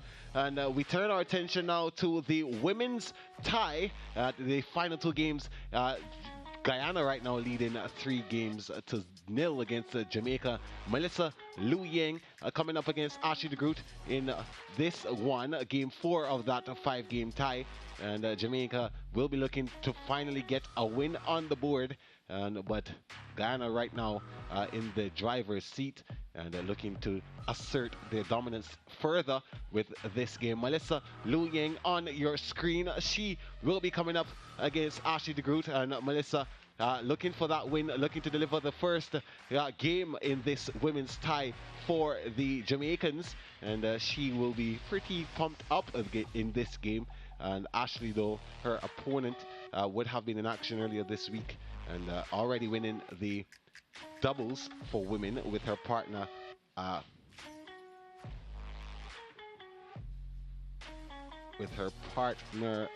Ashley Khalil, who would have come out on top, and Ashley would have taken third game in she beat her partner Akila Wiltshire, her countrywoman. So this is going to be the 4th game of that 5-game tie. Guyana versus Jamaica, the home team. And Marlene West is still with me, as well as Joey Levy, who seem to have made a quick run to come right back. Marlene, you're still here.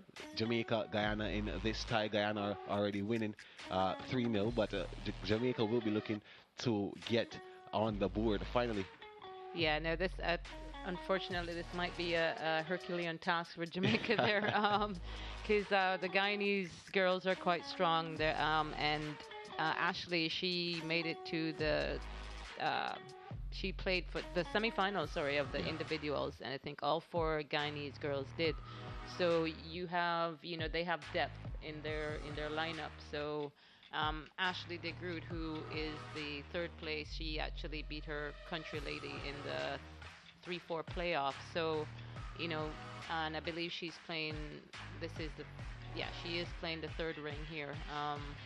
So it's going to be a challenge for Melissa.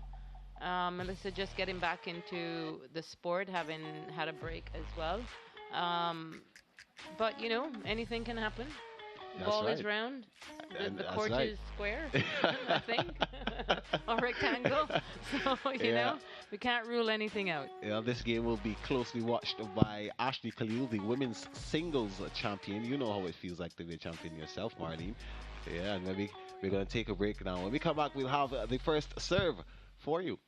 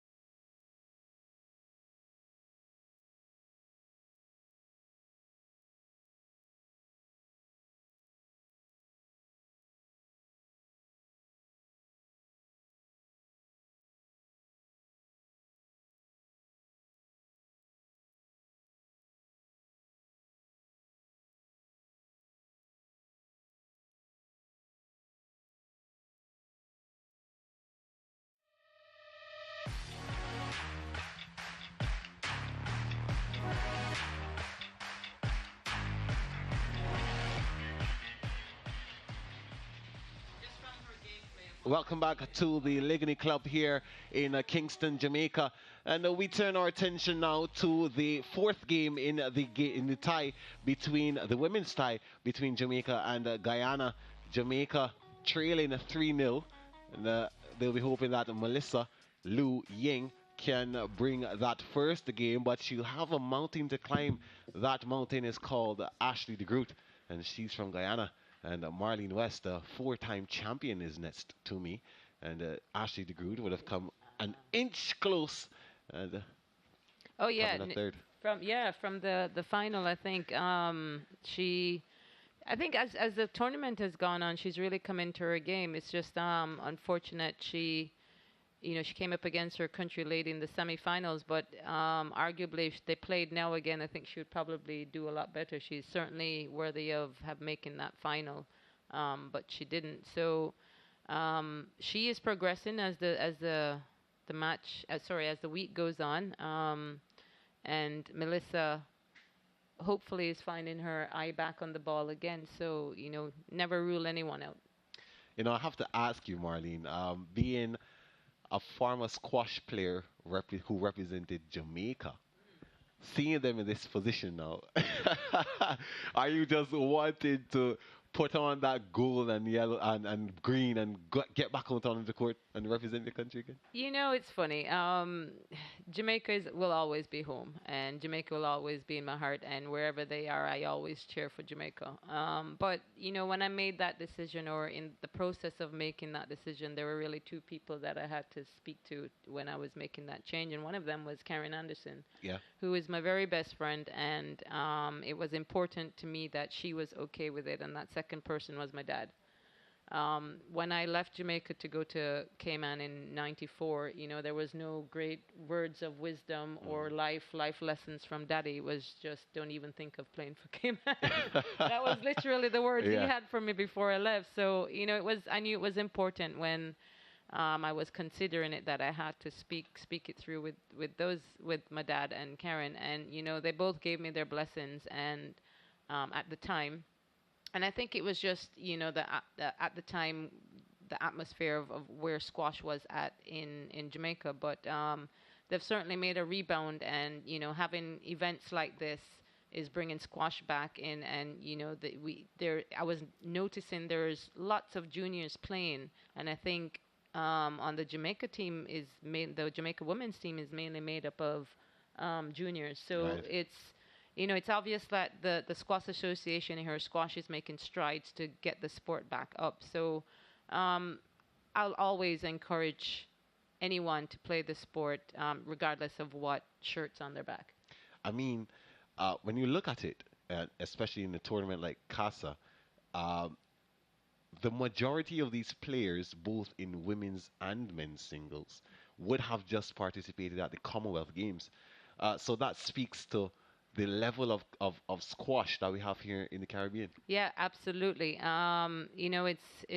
It's unfortunate that we can't get that much more exposure, because a lot of the players that do play at the Commonwealth, they're playing each other all the time. In the Caribbean, it's tough for that travel, I should say, to get that exposure. Yeah.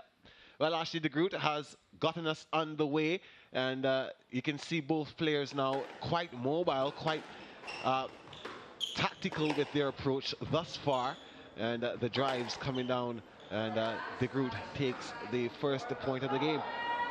Yeah, usually, the first game of every match, it's almost like the dating stage where, each player is feeling out each other, trying to figure out, what's the likes, what's the dislikes. So it is like, it's like a date. And, this is what you're going to see here, I think. I like that analogy, because a lot of ladies nowadays say that the dating game is quite condensed. Well, that's why we play squash. Yeah. I mean, though, when you're playing a game, the first set, like you said, you're just getting to know each other, getting to feel out. When you go in for the attack? Well, as I think now in the dating scene, you can correct me if I'm wrong, but sometimes you do your homework. Yeah. Even though you're still trying to figure out, the likes and dislikes, you do your homework, you do your research.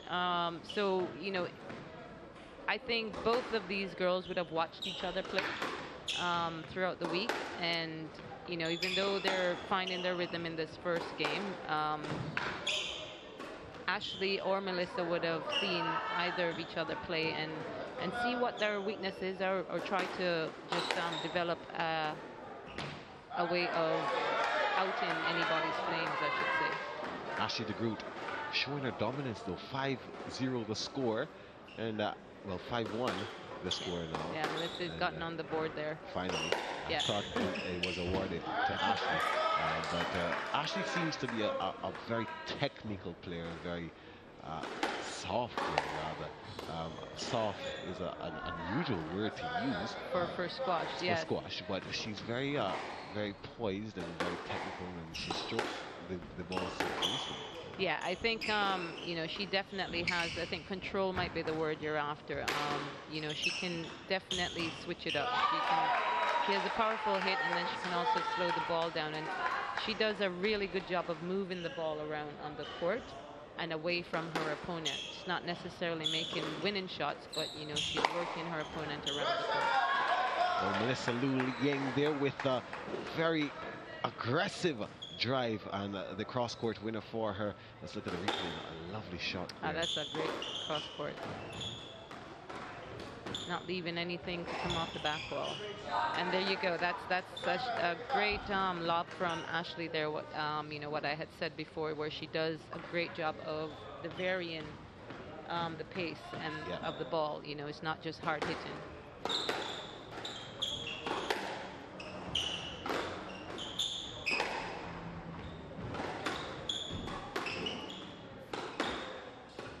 She's just controlling the tempo a little bit here. Long rally here between these two players, and actually going toe-to-toe in this one. And a drop shot there by Ashley de Groot, and she gets the point. A lovely drop shot there, and it goes back to what you were just saying, Marlene. Yeah, you know, she's showing the control. She, I think between the two players, she definitely has a better technique and command of the ball. Yeah, and you can see she's, you know, the diagonal, she's making Melissa run to the back and then to the front and then to the back again. So she's being very tactical and smart right now. 9-4 the score. 5 points clear, and just 2 points away from taking the first set. And Melissa with some work to do, but she seems up to the task. Up to the time, as Vibes Cartel would say. Yeah, no, for sure she's staying in there, you know, and I think she is playing the best that she can right now, just trying to create some openings herself.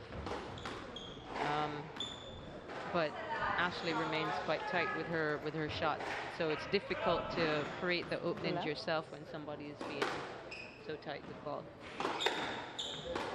Game ball for Ashley de Groot of Guyana in this first set, and she... I think that's it. Yeah, it looks like that's it for the first set. 11-4 the score, and Ashley continuing the Guyanese dominance here in squash at these CASA championships for 2022. The women's tie, of course, you know, Guyana leading 3-0 against the Jamaicans, and when we come back, it will be set number 2.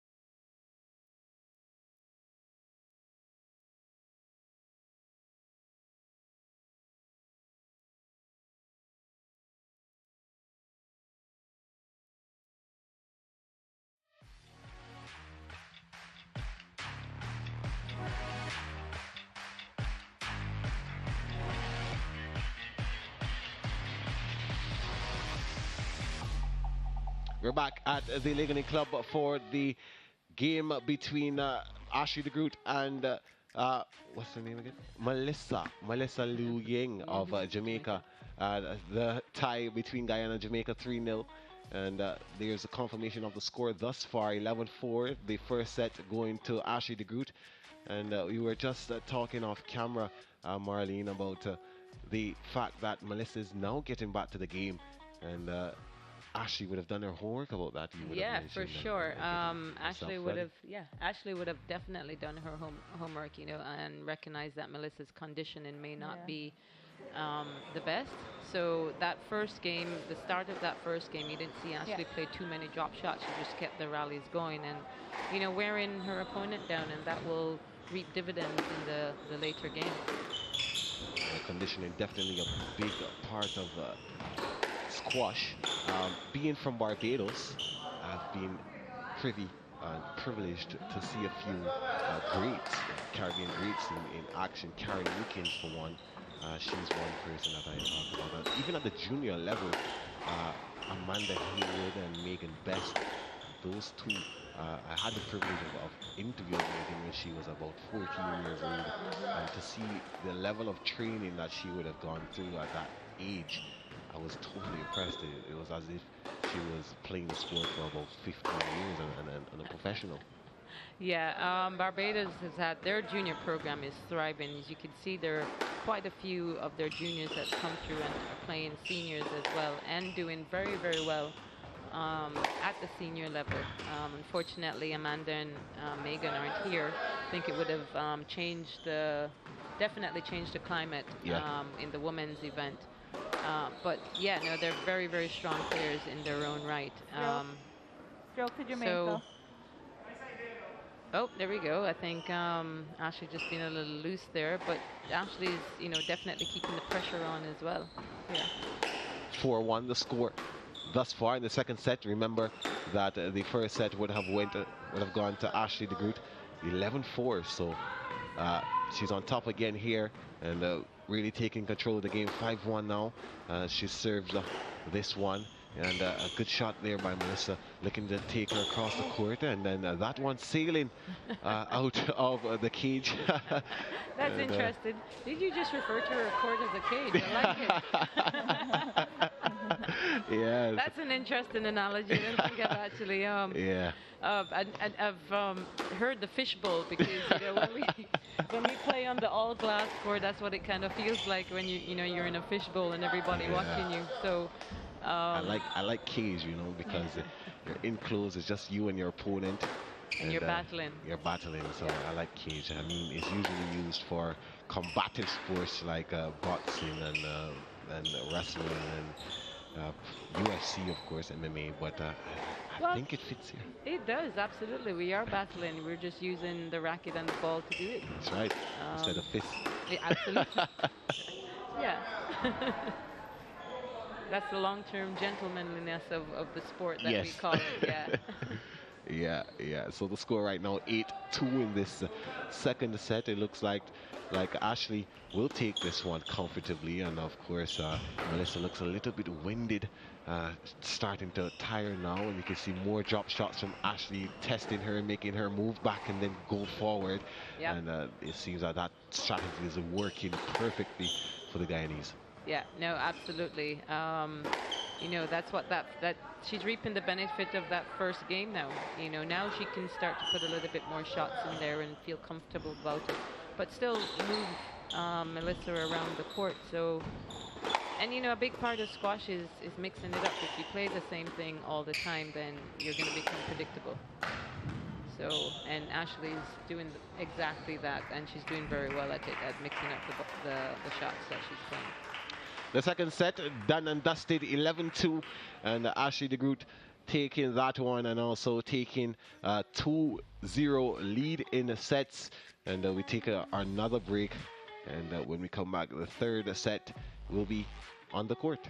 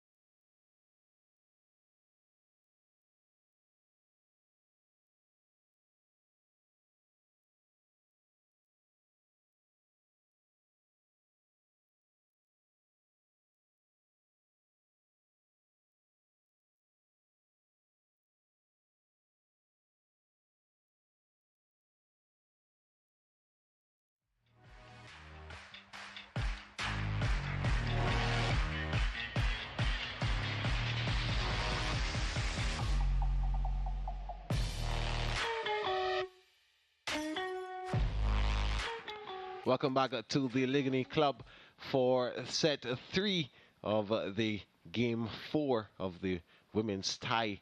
And Melissa Liu Ying trailing 2 sets to 0, as you can see there. And Ashley de Groot firmly in control of this encounter.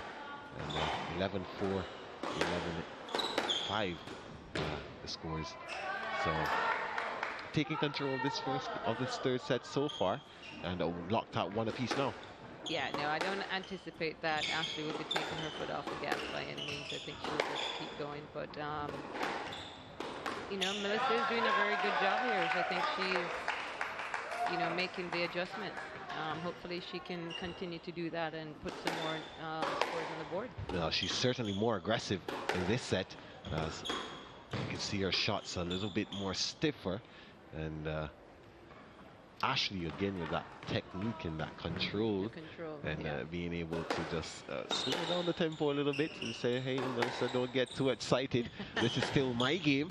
And she has firmly taken control once again. The lob shot and sending her to the back and getting the winner. Very, very in control right there. As you can see, you know, she plays it hard down the line. Melissa is forced to play that post, which sends Ashley to the front of the court, but then Ashley just pops up with a nice lob, which dies in the back. So, you know, she's very much in control of this game. What do you think Melissa's coach would have said to her that made her come out this aggressive in the third set? Volley. She is volleying a lot more, or where she can, and by doing that, it keeps Ashley behind her, because you can tell Melissa is not moving very well to the front of the court. So if you can keep someone behind you, then it diffuses them from moving you to the front of the court a little bit. So I think that's what's made the difference. But volleying also takes a lot out of you. So you know, it's kind of one of those catch-22 things. Yeah, either works in your favor or against you. Yeah. And right now it's working against the Jamaican, as she trails by 4 points, but make that 5 as de Groot goes 7-2 up. And I think we can say that this one is pretty much over, but in squash, anything can happen. It's never over till it's over. It's never over until the fat lady sings, as that is the universal thing. Yeah. So it's never over until that last ball or last call is called. So I've seen, you know, deficits from this. Well, I should say people come back from greater deficits from this. So, but well, there we are. Well, that's it. Yeah. That's gonna happen this time around. It's all over. 11-2 the score in the third and the final set. Ashley de Groot taking the 3-0 win in straight sets, and the 4-0 lead in the tie for the Guyanese. Yeah, I think, as we said at the beginning, the Guyanese ladies are quite strong, and you know, you have 1, 2, 3, 4 that played in the semifinals, so it'd be hard to combat that. As you know, as we go through. Here's a score, and it confirms it. 3-0 to Ashley de Groot, 4, 11-4, 11-2, 11-2, and made it easily, taking this one, and 4-0 for the Guyanese up. And it was a pretty easy match for Ashley de Groot, who would have finished third in the singles, and then now she was looking to capture that team crown now for her country. And she was pretty much in control, pretty much from the start. Yeah, from the get-go, she was definitely in control. I think it was just to maybe get, you know, feel the ball out. I don't know if, no, I think this might be the last match for the ladies of the tournament. So, you know, it's ending with a bang for the Guyanese team. Yeah, well, she wanted to get a good start for the Jamaicans, Melissa, but had a good few moments in these games, some bright moments. In the third set, she came out a little bit more aggressive, but in the end, it was all about Ashley de Groot and the Guyanese taking this one and giving her team the 4-0 advantage in the tie. So we'll take a break, and when we come back, we'll be listening to the two competitors in that game, Ashley and Melissa.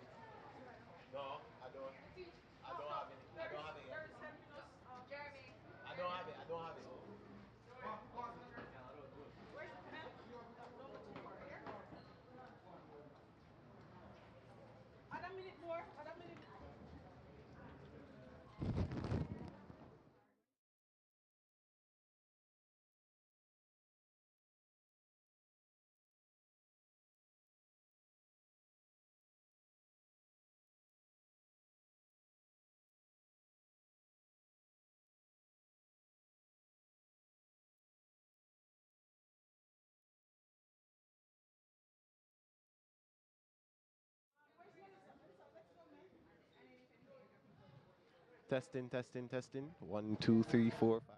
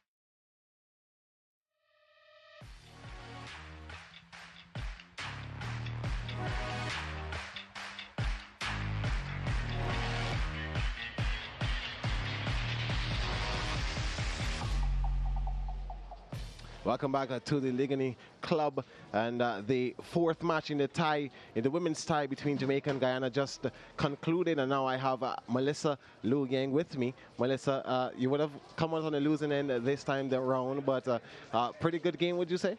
No, it was a good game. Ashley played really well. I was trying to be as competitive as I could be, but she proved to be the better player.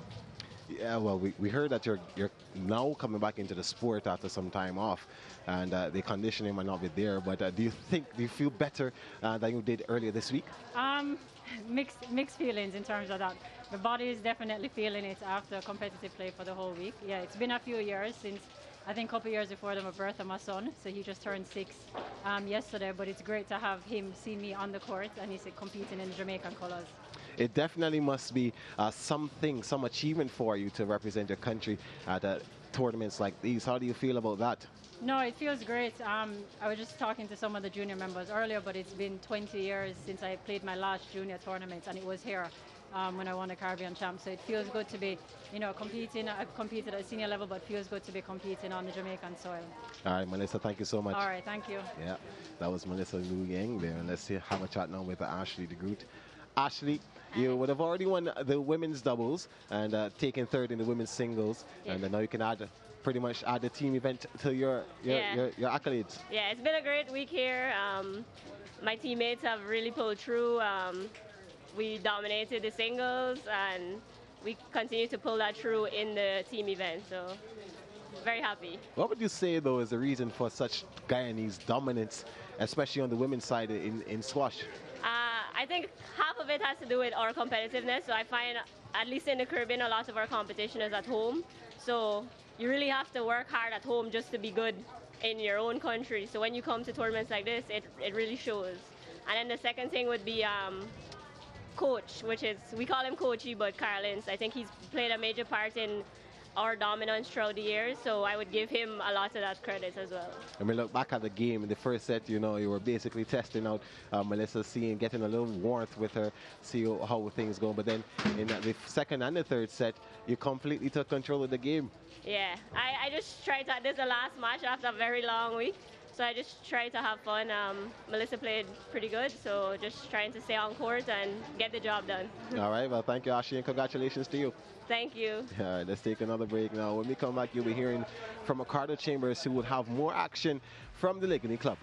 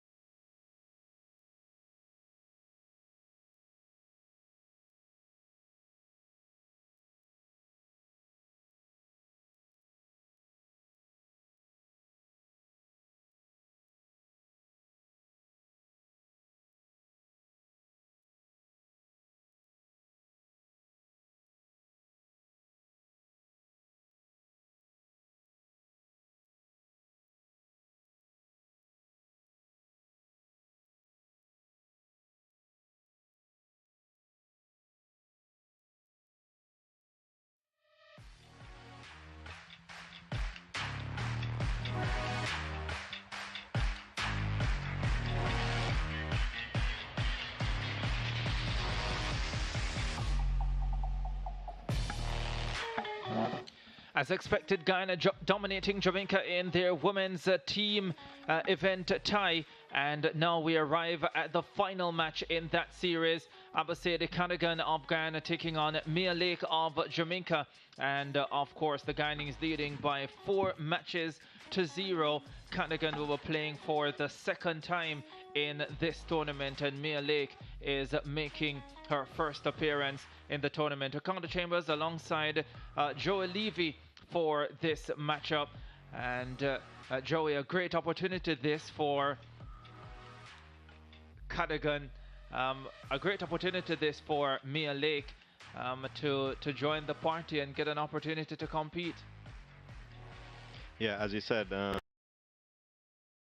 they had all four ladies in the individual finals. They're a very strong ladies team and have been for a few years, quite dominant. Yeah, there is Mia Lake getting ready for her opportunity. We're also joined by Tajay Lumley for this matchup. And the players getting ready to make their way onto the court for what is the final women's match of the competition, I think it is. So after a full week of competition, and we have come down to this last one. Mia Lake all smiles as she makes her entry for this matchup. Yeah, she's playing her first team match of the tournament, coming in for Natalie Borland, who was rested. Yeah, I also think that Mia is pretty excited for this match. I also think it could be Abba's first match as well for Guyana. I mean, what better way to put her into play today in the finals? Yeah, she did play in the individual competition, losing to Savannah Thompson. Gets her first team appearance, and the Guyanese is so strong, so dominant on the women's side this entire tournament. All four semi-finalists in the individual event from Guyana.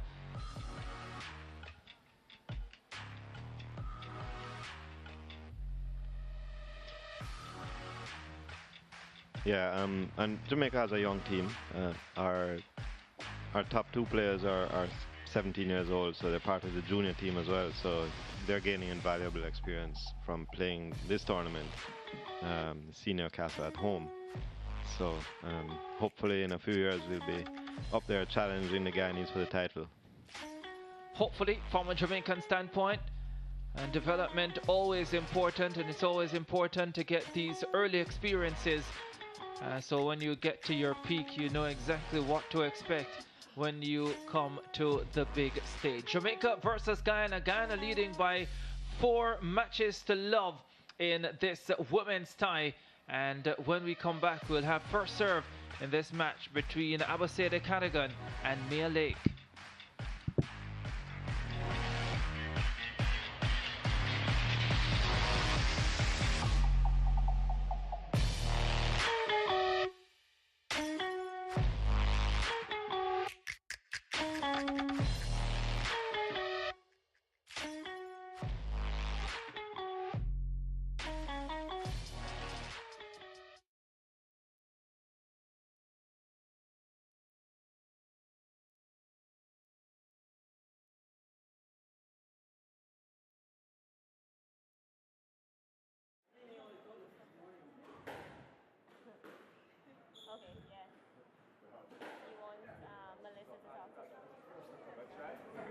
Hello?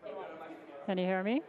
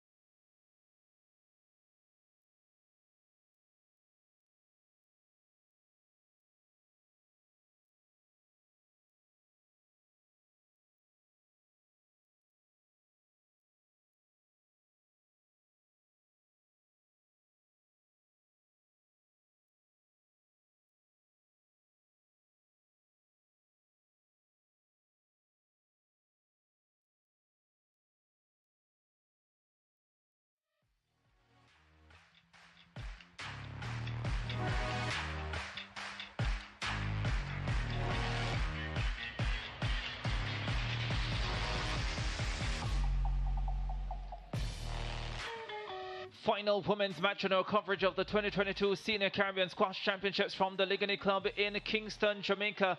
It is Awasede Carrigan of Guyana taking on Mia Lake of Jamaica. And yeah, there you have it.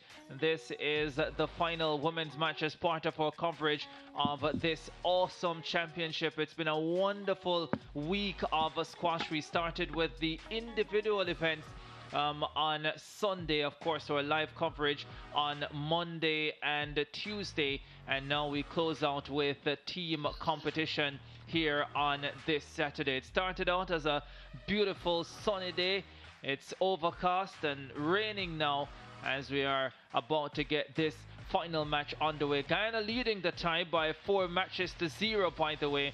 Ricardo Chambers alongside Joe Levy and Tajay Lumley. I guess you could refer to them as national players. One a veteran, the other very much part of Jamaica's men's team, looking to make a push on this final day. Yeah, so I'm interested to see how Mia plays. As I said, her first match in the tournament, she didn't play in the individuals, so she'll be anxious to get going. She should be well rested and ready to take it to her opponent. Yeah, and as Ricardo said, you know, it started out very hot this morning, and now we had a little bit of rain. So I'm interested to see how both girls manage how they manage the heat and just take it a match at a time, a game at a time, and see how the match finishes. Yeah, let's see how this one will unfold. Awasede Carrigan and Mia Lake. Carrigan of Guyana, Mia Lake of Jamaica for this final match.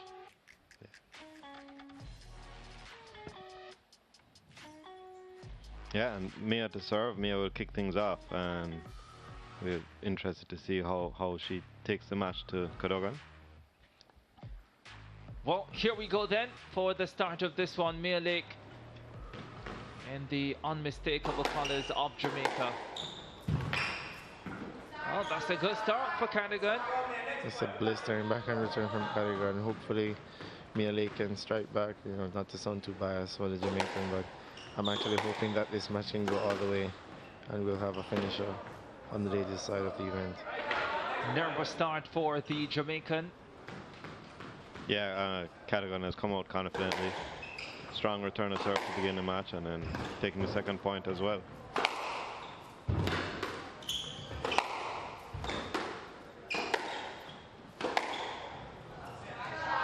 Mia hitting big in that rally, but once she was put on the pressure, unable to respond.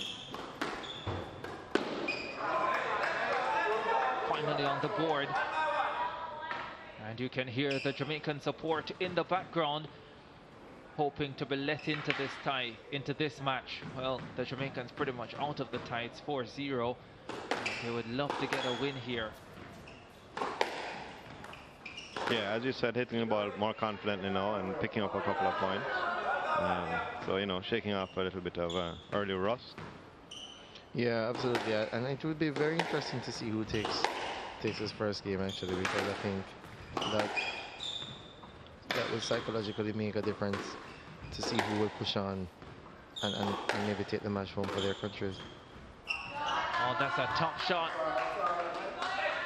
Yeah, a nice boast from Cadogan there. Often a boast can be a defensive shot, but if used well, it can be. You can make winners out of it too. Yeah, Marlene West earlier this week spoke about Sean Simpson as well. Just how effective the boast can be, especially in the women's game. Absolutely. You know, I find that a lot of players these days maybe not go for the outright winner of the boast, but also it can be a very effective working shot. But also, persons will go for it as a winner and get a 3-wall boast, and it wins the point, you know. And if you play it well, it as Marlene said, you know, it can be very effective, I'm sure. Close going in the opening game.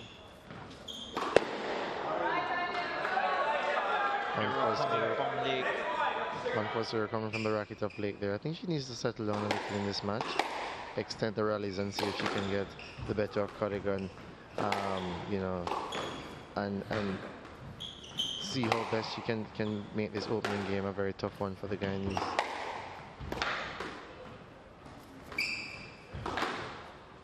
I love the ball striking from Mia Lake in that rally.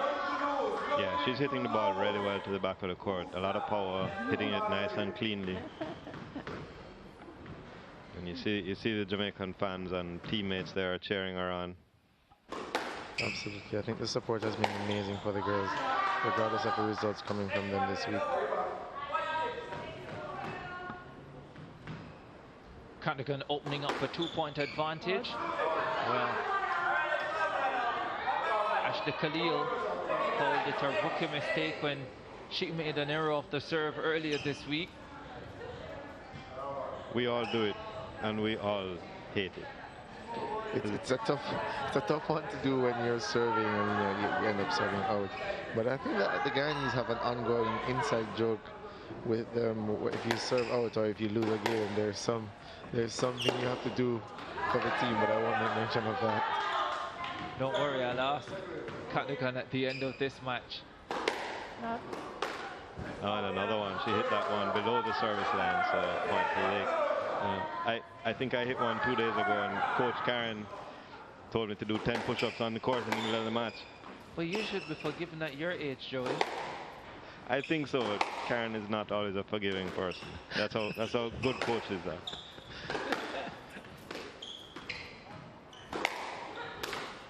Yeah, strong hitting again.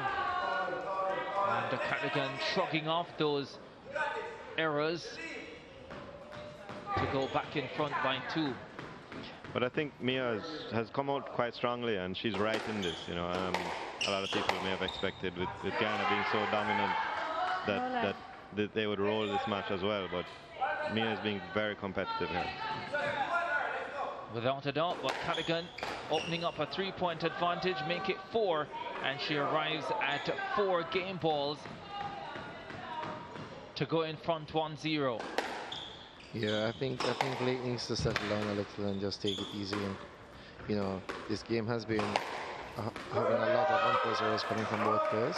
So I think once they settle down a little, maybe in the second game they'll find their range and bring the best out of each other. Yeah, when your instinct is to crush the ball, it can be so difficult to hold back. And sometimes you just make the wrong decision as to which shot to go after. And a good effort in that opening game from the Jamaican Mia Lake, but once again, it's the Guyanese, and it's Abasede Cadigan who has the opening game 11-7. She was tested, no doubt about it, had a couple of errors on serve, but she was able to recover from that, and she comes through to take the first and leads by a game to love.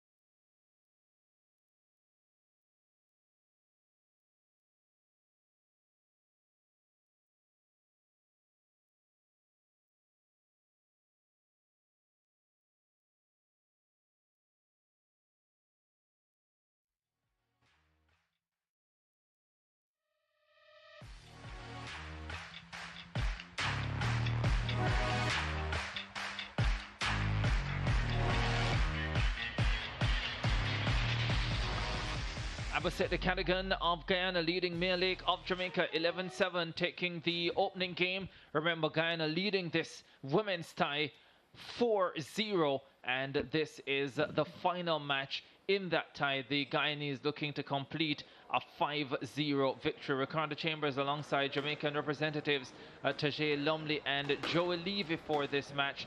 And gentlemen, what does Mia Lake need to do to get back into this encounter?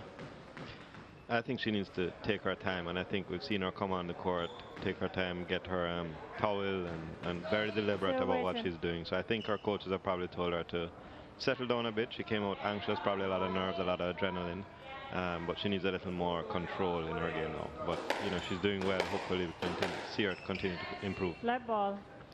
Yeah, and absolutely, as Joey said, you know, taking control, and that includes, you know, making unforced errors, less unforced errors, you know, forcing your opponent in difficult positions on the court, and just taking it one rally at a time, and you know, adding a little bit more structure as well.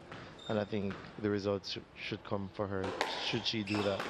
But also, you have to expect that the Guyanese will be on the toes of Lake to make sure that she's keeping her on her back leg and see how much she can attack the young Jamaican.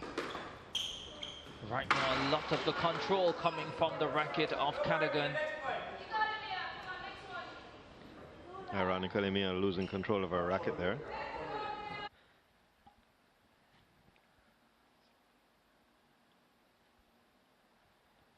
Yeah, you can see that that ball was tight to the back wall, and as Mia tried to play it, her racket hit the wall and she lost.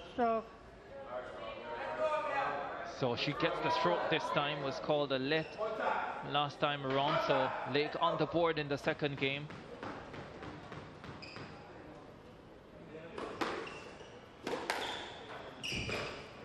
Yeah, but I also don't want to see Lake, like, you know, striving off the unforced errors from Cadogan. You know, I would love to see her go out there and structure her own rallies. If she does force the error from Cadogan, then fine. But you want more rallies like those, like, you know, just like that. She's hitting to the back of the court, she's setting up the points and gaining her points, you know, by not getting unforced errors or cheap points from Cadogan. And a cheap point there as she serves down.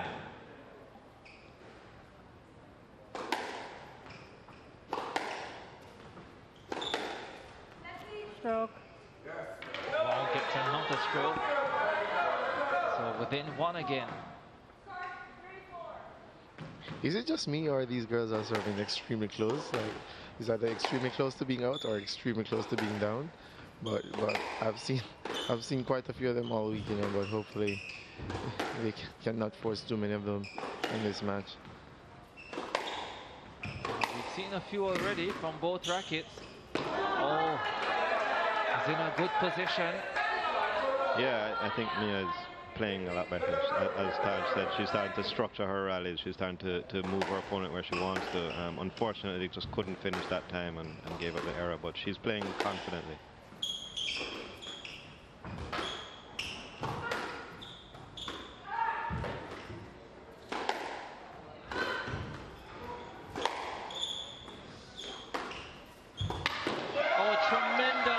Recovery from Mia Lake, and that will bring the house down, and rightly so. And yeah, it's the opposite that time. Abasede played an excellent rally, fully in control, had Mia on strings all over the court, but she made some incredible gets and got the error out of Abasede at the end. Yeah, and that's what it takes sometimes, you know, just to stake in the rallies. Sometimes it's going to be just you out there trying to get back the ball, just put it back on the front wall and see if you can just get your opponent to play one extra shot. And Mia just did exactly that. No wonder she needed her towel after that rally. And so often you see a player surviving a long rally or going through a long rally, and it is followed up with an unforced error. Yeah, a little disappointing for her, but you know, she's back in this 5-6. She's only a point behind. She needs to cut out her, but they both will be thinking, if I can just stop unforced errors, I'll win this match pretty easily. Cadogan has given away a few uncharacteristic ones. Almost as if she loses complete focus at points in the match. Yeah, you know, I think Mia also knows within herself that, hey, I need to not have too many perfect patches in matches, you know, so that she can stay out of the focus 1 point at a time, you know, stay within a 2-point range, if not one, and see if she can just not make any unforced errors and win big points, you know. I think that will make the difference in this match. Yeah, Abasede getting a let there. I think Mia might have been a little fortunate, but the point eventually goes to Abasede there with a good return of serve down the line, tight to the sidewall.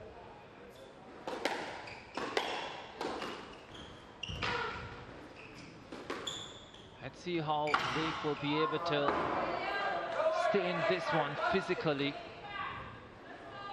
because she is being stretched here.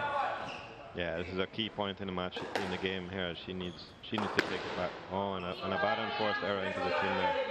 She hasn't been the same since that long rally at 6-5. Absolutely, and you know, if you make mention of that long rally at 6-5, and that makes a difference in the match. You know, you just need one good rally, and it could take the breath out of your opponent, and you'll get unforced errors from all over. I love the deep shot to the back wall just there.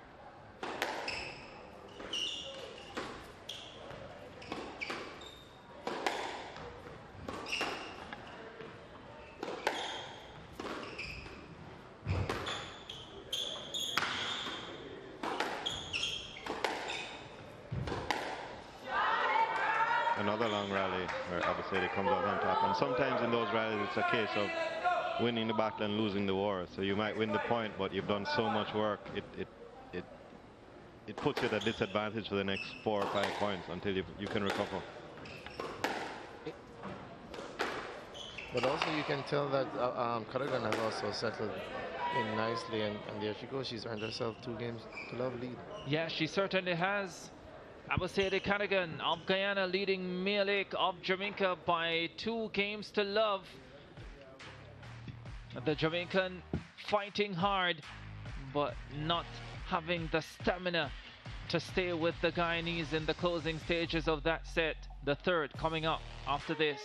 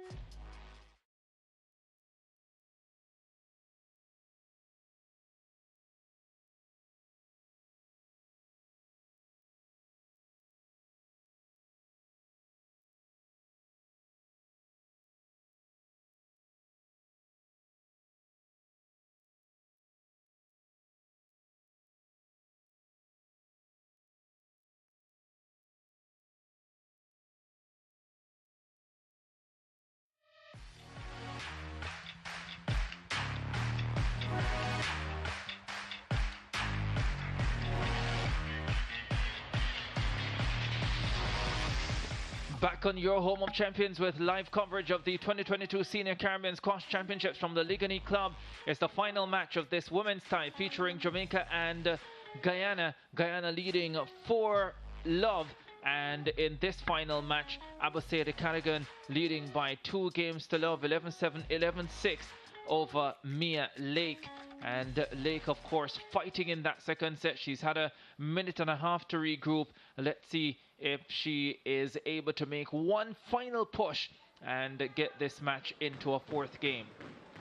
Yeah, and I think what we saw from Abasede in the second half of the second game was that she cut out her unforced errors. And so didn't give the opponent any cheap points. And that paid off for her. So it's been interesting to see who can continue that into this game. We spoke about fitness, and we spoke about how that point at 6-5 might have taken so much out of the Jamaican in the second game. And it's part of the reason why in these racket sports it's important, I guess generally in sports, it's extremely important to ensure that your strokes are correct and so on. But the fitness component is so often underestimated. Yeah, absolutely. And I think the young Guyanese is also extremely fit. Maybe most of us probably wouldn't know, but also Abba plays hockey.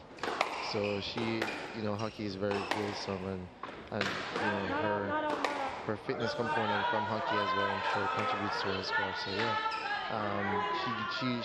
she would be the one coming out on the longer rallies, you know, on top. So, and I'm sure she probably feels it, but not as bad as maybe Luke is feeling it out there. Melee coming up with 2 important points here to take the lead in the third. Every point being cheered by her Jamaican fans. The Guyanese very much in the audience as well. Nothing close to the biggest crowd we've seen for matches at the Caribbean Championships this week. There are some cracking matches, of course, on finals night in the men's singles when Chris Binney played. Terrific crowd for Cumberbatch against Jervis. Sean Simpson and Jervis last night as well. Oh, that was a cracker of a 5-setter. Yeah, it was, and I think, you know, people are doing Saturday morning chores, and the crowd will start to trickle in as the feature match comes up, the men's, what's in effect a final between Jamaica and Guyana. Even though it is a round-robin tournament, the winner of this match this afternoon at 2 will decide the championship for the men. For sure, we look forward to that. Will be a cracker. Cadogan in front. Yeah, I think Lake has gotten like 2 very fortunate hits so far in this game that I thought, you know, is keeping her in the match. Well, in this game for certain. Julian Morrison of the men's team, who is acting as Mia's coach there, urging her on.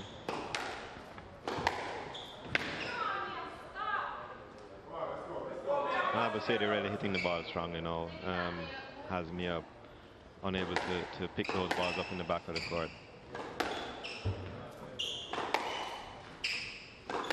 Yeah, I think I was using her confidence right now to just steamroll her way through. But, you know, there goes Mia getting a stroke, and let's see what the young Jamaican can do with this.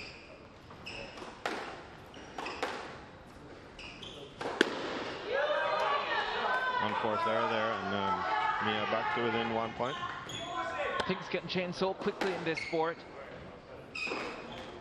Absolutely, and as you said, there he goes. In less than 2 seconds, Bose goes in and Cadogan is back with a 2-point lead. She's shown a lot of composure in this match, Cadogan. I think she feels like the better player. And so even when Lake has tested her and come close, she has just regrouped. Yeah, she's played the important points well. Just, you know, whenever Mia gets close and if she gets to within a point, Abasede finds that extra bit of quality. Seen many of those droppers from her in this encounter, and that one forces the error from the Jamaican. Yeah, and you know, if you look at it, you know, Abasede is not doing much, you know, anything fancy or anything, you know, playery. She's just playing simple, straight across, and moving the ball nicely around the court, and you know, it's rewarding because she's getting the unforced errors from Lake. Yeah, once again she goes to the towel, the Jamaican. Mia Lake, tough match for her. Abasede Cadogan now 2 points away from victory. Yeah, towels on the court are a new thing in squash. With the social distancing and COVID guidelines, players can no longer wipe their hands on walls. So the players are using it as an opportunity to take a moment and gather themselves, but not working out for her this time. Match ball here for the Guyanese. Lake throwing herself at the ball, but it's not enough. The Guyanese Abasede Cadogan comes through with victory in straights. Guyana sweeps Jamaica in this women's team contest. Their dominance of the tournament on the women's side finished off in style by this young lady, Abasede Cadogan. Guyana, Guyanese dominance in the land of wood and water in women's squash.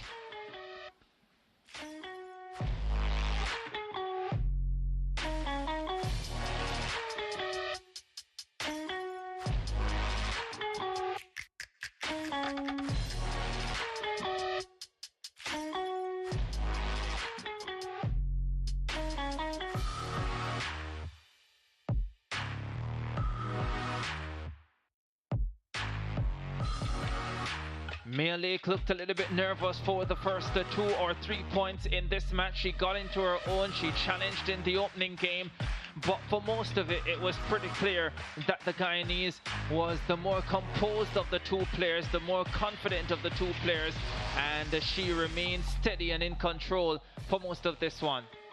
Yeah, Abasede was a stronger player for the most part. Mia had her moments where she challenged, but just not quite consistent enough. And in the end, a pretty comfortable win for Abasede. Yeah, Mia Lake finishing face down as the Guyanese dominate the women's category here at the 2022 Caribbean Senior Squash Championships at the Ligani Club in Kingston, Jamaica.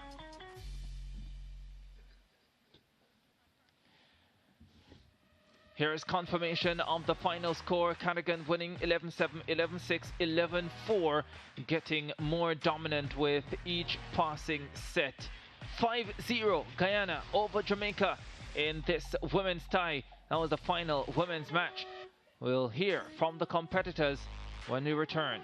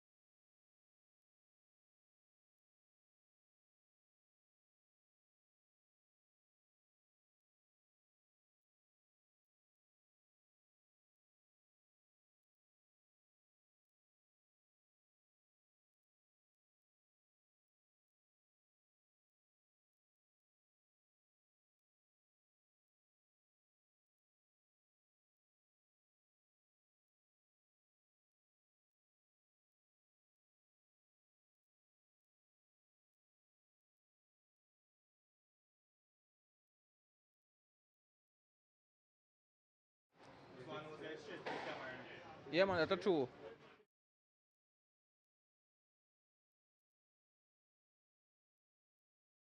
Microphone check 345, microphone check 345, microphone check 345, microphone check 345, microphone check 345, microphone check 345, microphone check 345. I want it.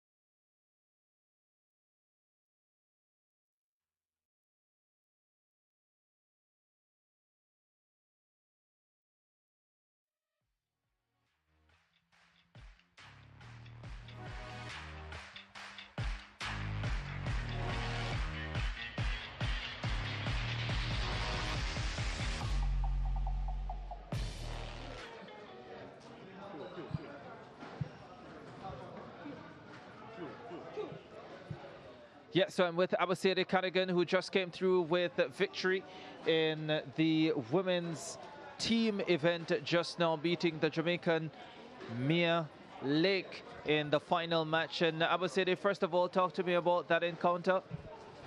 It was a good match. I thought she played well, but obviously I knew how to execute my shots and perform them well, and I came out victorious. Yeah, of course, she came out all guns blazing, really hitting the ball hard. What was the game plan for you? Well, I didn't really have a game plan, but my aim was just to go out there, play my shots, try to get my shots tight. Well, that was the game plan, try to get tight shots, enjoy the game mostly. And how important was it for you to get that victory and give Guyana the 5-0 victory in the tie? Well, it was great. Even though my team already won, I still feel proud to bring it to 5-0, that we won 5-0. So that was great. I feel very proud of myself and my teammates. And you're confusing our viewers a little bit by wearing that Jamaican shirt. Tell me the story behind that. Well, this is the only shirt I had in my bag. Well, there you go. That's a good one. And I was told as well that apparently if any of the Guyanese female players, if you lose a game, that there is something you have to do. Well, I have 2 shots tonight because I served out twice. Yes, so, 2 shots. All right, enjoy. And all the best getting back to Guyana. Thank you. Congratulations on the victory. I must say, coming through with the win over Mia Lake, the Jamaican, getting her first taste of the championship this week. Mia, talk to me about that performance, first opportunity to get out there and compete. What was it like?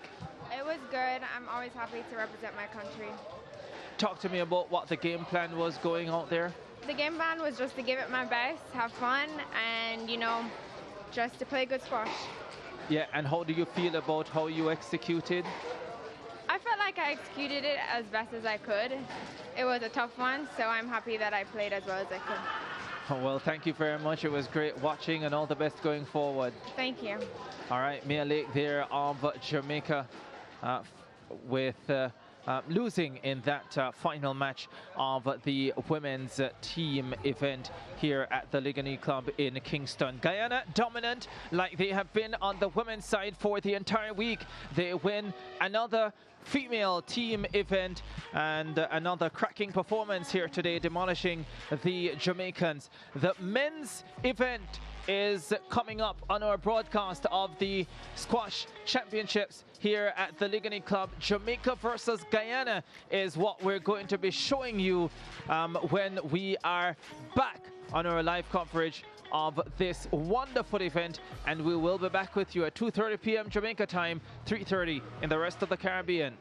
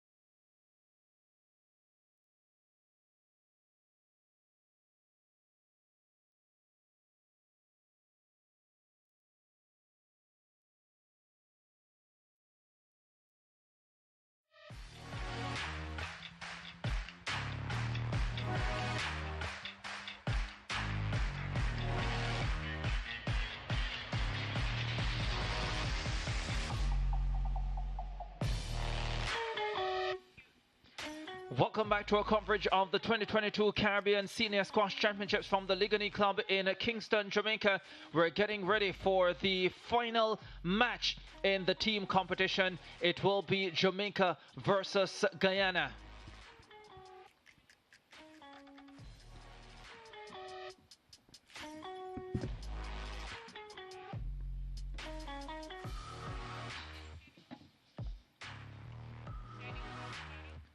Well, these are the matchups we're expecting to see. Julian Morrison of Jamaica versus Alex Arjun of Guyana. That should be a very good one.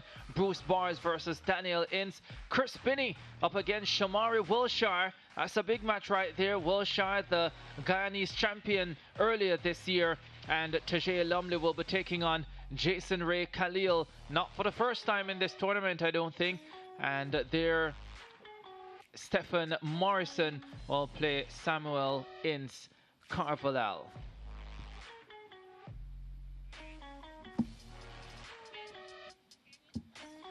Let's have a look at the points standings now. Yeah, this is the women's division. Guyana champions again. 4 matches, 4 wins.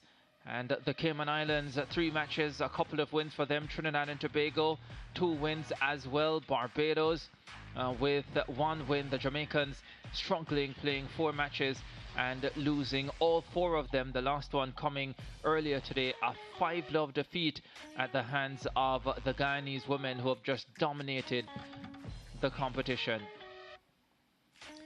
Veterans, Trinidad and Tobago, 3 matches, 2 wins, 1 defeat. Jamaica, same. Cayman Islands, same. Looking at a 3-way tie there, with Guyana failing to win any of the veterans matches. But yeah, Trinidad and Tobago, Jamaica and the Cayman Islands all on 2 points. And the men's team event coming into today's final day, Jamaica and Guyana top of the table, ahead of the Cayman Islands, Barbados and Trinidad and Tobago. What that means is that this match coming up, Jamaica versus Guyana, is to decide the winner of the men's team championship. So it's a really big one, and there are a couple of matches in this tie that you feel will be critical.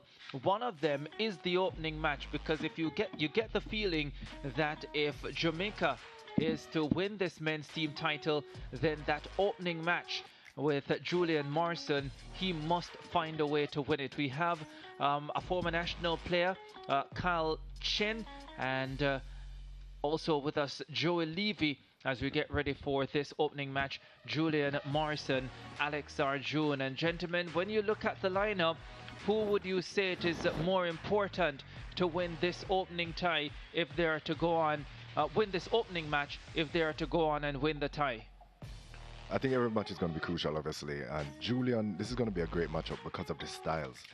Very interesting contrast of styles. We have Alex Arjun, who is a steady player, never tired, constantly running, constantly moving the ball to the backcourt and move it around. And we have a high risk, high reward shot player like Julian Morrison, who goes for the kills and has some beautiful fancy shots that he plays. And like I said, high risk, high reward, but Julian never stops running, never stops trying, never stops fighting. So it's going to be a brilliant matchup. Yeah, there is Julian Morrison of Jamaica getting ready for this tie. Fell out in the quarterfinals of the individual event. Gets another opportunity here, does Julian Morrison, to prove what he is capable of doing.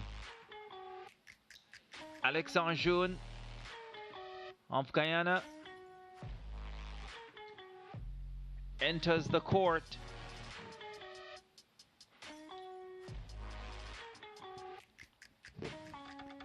A semi-finalist in the individual event, losing to the outstanding Jamaican Chris Binney. And here is Julian Morrison, a quarter-finalist in the individual event. Yeah, Julian had a tough 5-setter last night. He lost, but he played really well, so it could help his confidence, but he'll be tired today. And Alex had a rest last night, so that could have an impact on the match today. And it's interesting because strategically, when Guyana won their match and they were 3-love up yesterday, they decided to rest 2 of their players. Jamaica could have done the same, but they decided to move on and play. And like Joey says, we'll see what happens. Yeah, we'll definitely see what happens in this first match of the final tie on the men's side here at the 2022 Caribbean Senior Squash Championships at the Ligani Club. Jamaica versus Guyana.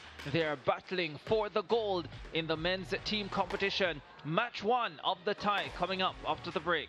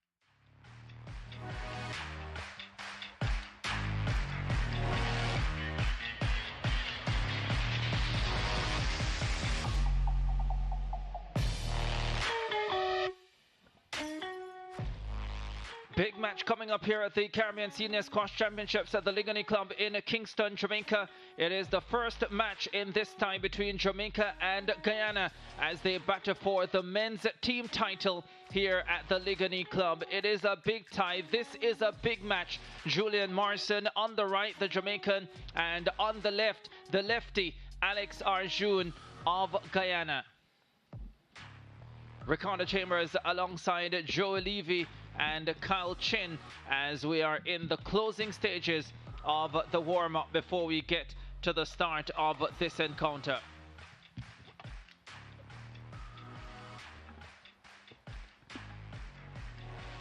Yeah, I'm super excited to see this, and for the casual viewers out there, you're going to notice how easy it looks, and when you have good players on the court, it's always going to look easy. These guys are moving fast, and what makes squash so difficult is the turning. It's unlike any other racket sport in the way that we turn last minute and the way we're able to turn our opponents because of the walls. Right now, just remember, the only walls that really matter is the ball getting to the front wall and then one bounce before returning the ball. So we don't really care how many times it hits the side walls as long as it gets to the front wall before touching the ground.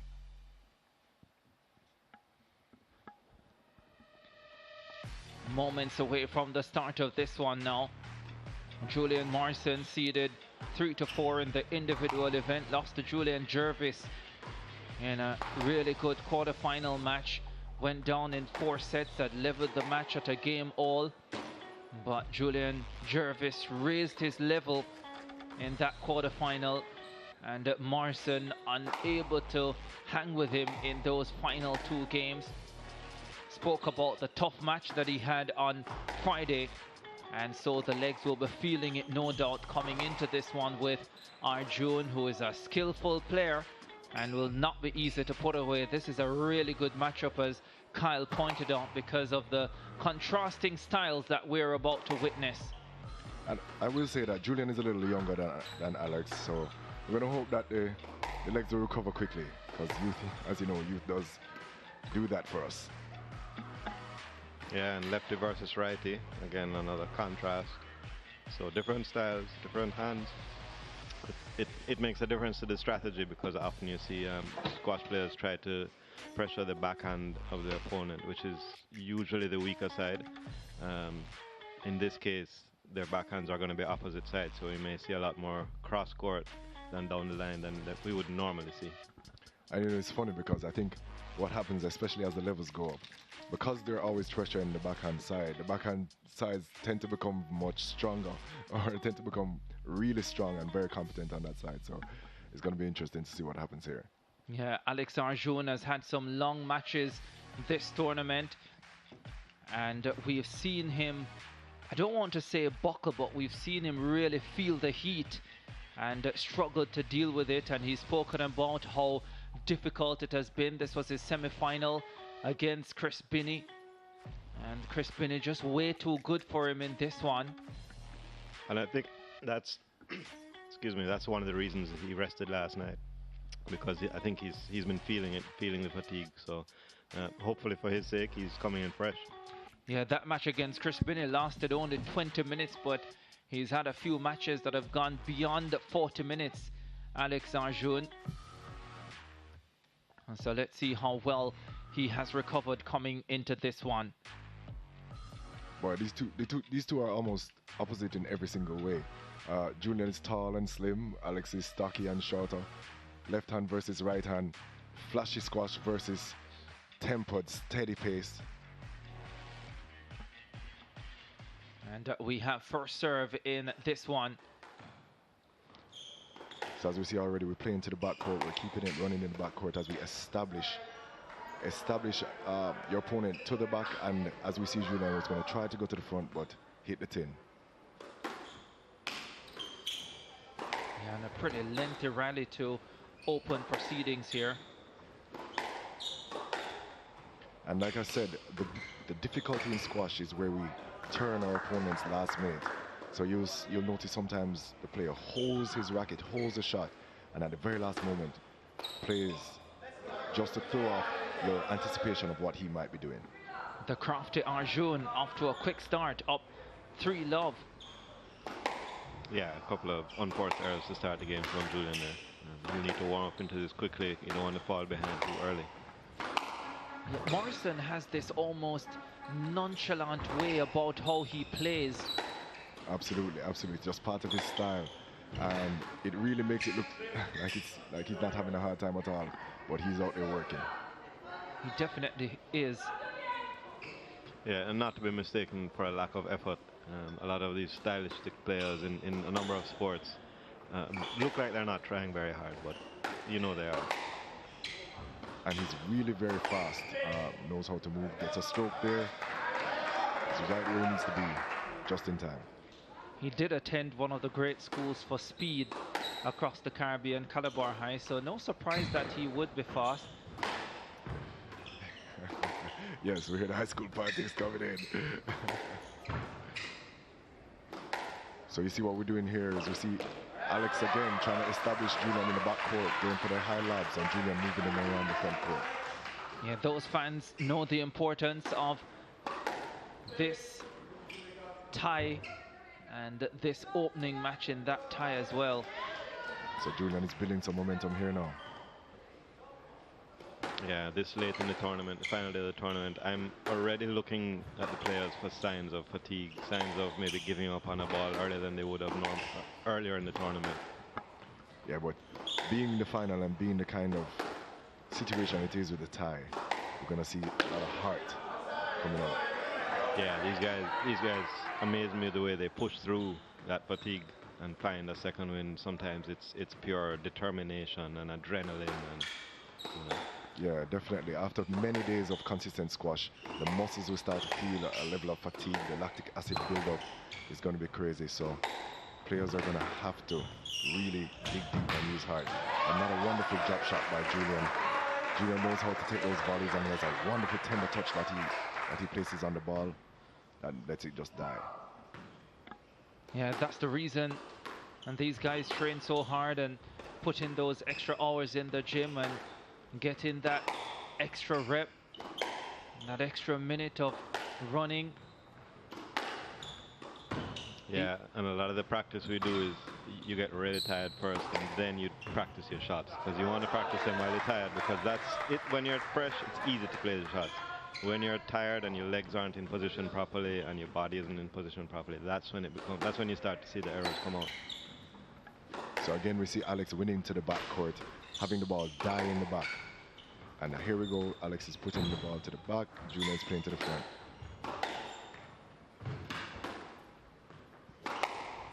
Once we establish a player, or we force a player to stay in a certain part of the court, that's when you want to change and move the ball up front. That was definitely a double bounce that was not called. Yeah, I thought so, but point didn't count in the end. Another excellent drop shot from Julian. He really is good into the front right of the court. So both players giving as much as they're getting in this opening game. 5-all. I would like to see Julian serve better.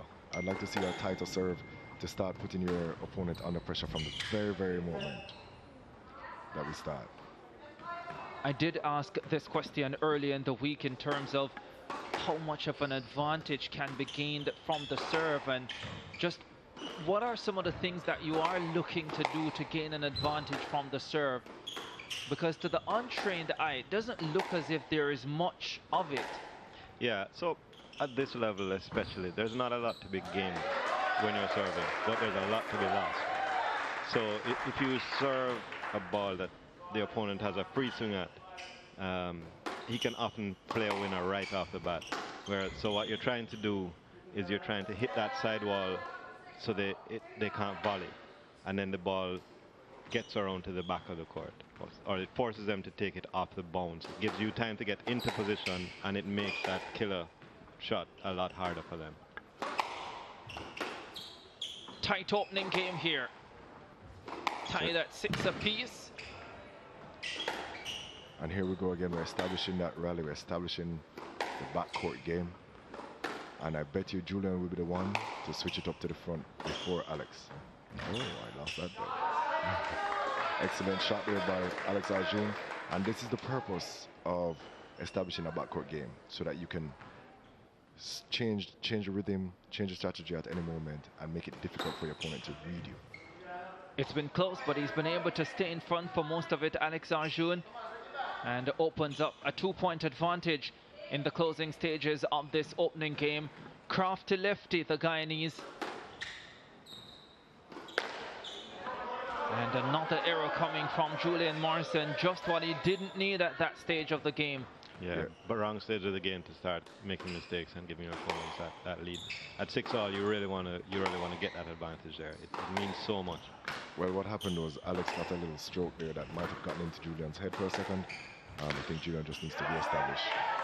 It's gonna be difficult now. Arjun putting on the pressure, sensing that his opponent has probably lost focus just a little bit. And he's taking full advantage. 4 game balls coming up for the Guyanese, and needs only 1 to close out the game. Alex Arjun from 6-all in the opening game races to an 11-6 victory, and the Guyanese in front in this opening match of this all-crucial Jamaica versus Guyana tie at the Ligani Club in Kingston.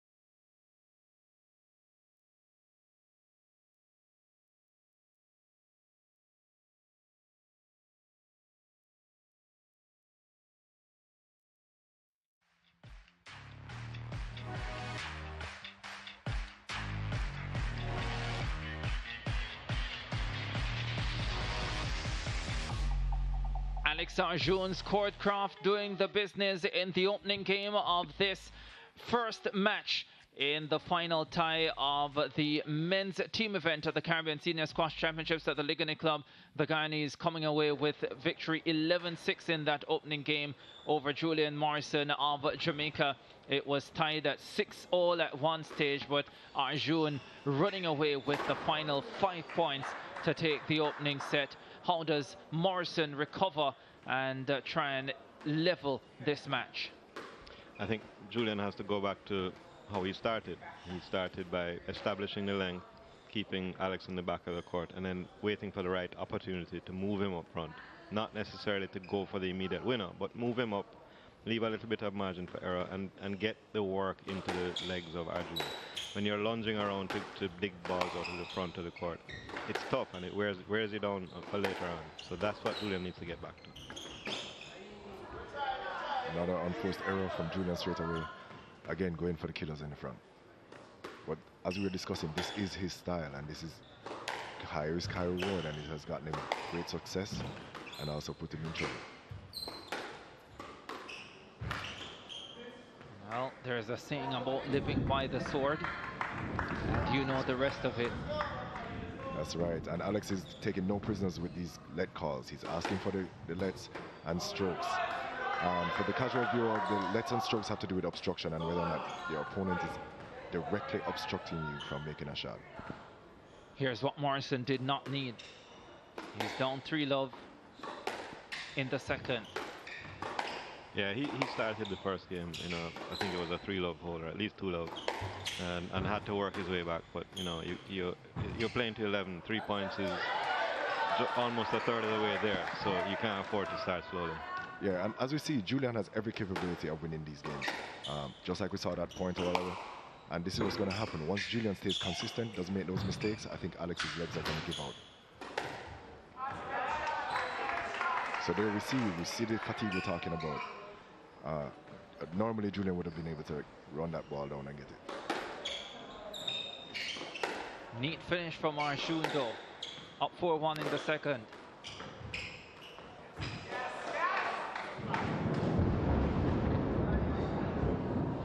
Alex is playing good squash here.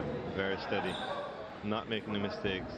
And that's Alex's game. He's steady. He's mentally very strong. If you notice that 6-all in the first game, he was not going to give Julian any points at that point.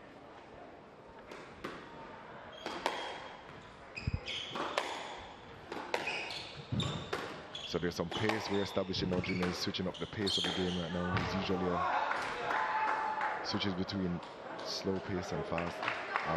Enjoys quite a bit the slow lobs and things like that. It's just the consistency, but when you have big hitters, you expect unforced errors. You saw the point before. It looked like a winner from Julian, but he pointed out that the ball actually hit the top of the red line. So very, very sporting of Julian there.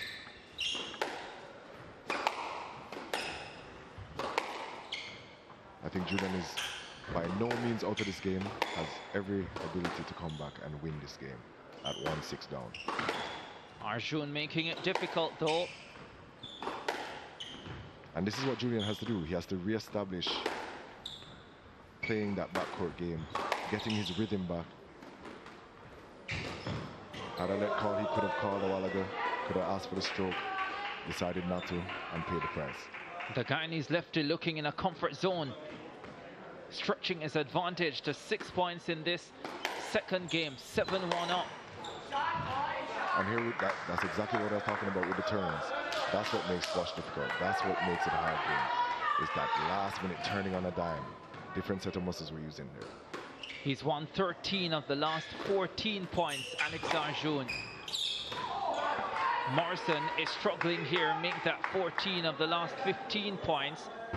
Yeah, Alex is definitely in his comfort zone now. He's striking the ball hard to the back, and Julian is struggling to move. I think the long 5-setter he played last night is showing. But this is good squash from Alex because he's not giving Julian the opportunity to use his weapon.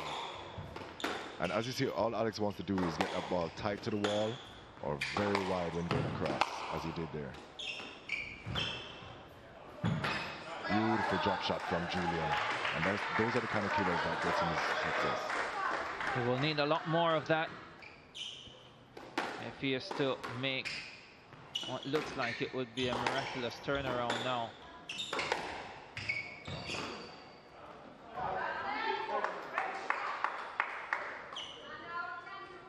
Julian questioning a call there, questioning if the ball was down. Game ball for Alex Arjun.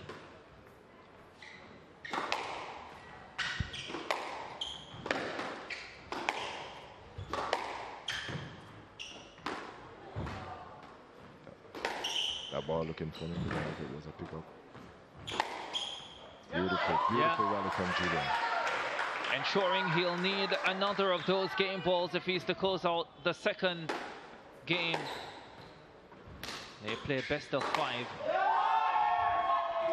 And Alex Arjun gets the job done. 11-3 in the second. It was 11-6 in the first. But he has really dominated this contest from 6-all in the opening game. And now he has the lead by 2 games to love and 1 set away from giving Guyana the 1-0 lead in this tie against hosts Jamaica as they battle essentially for the men's team championship title.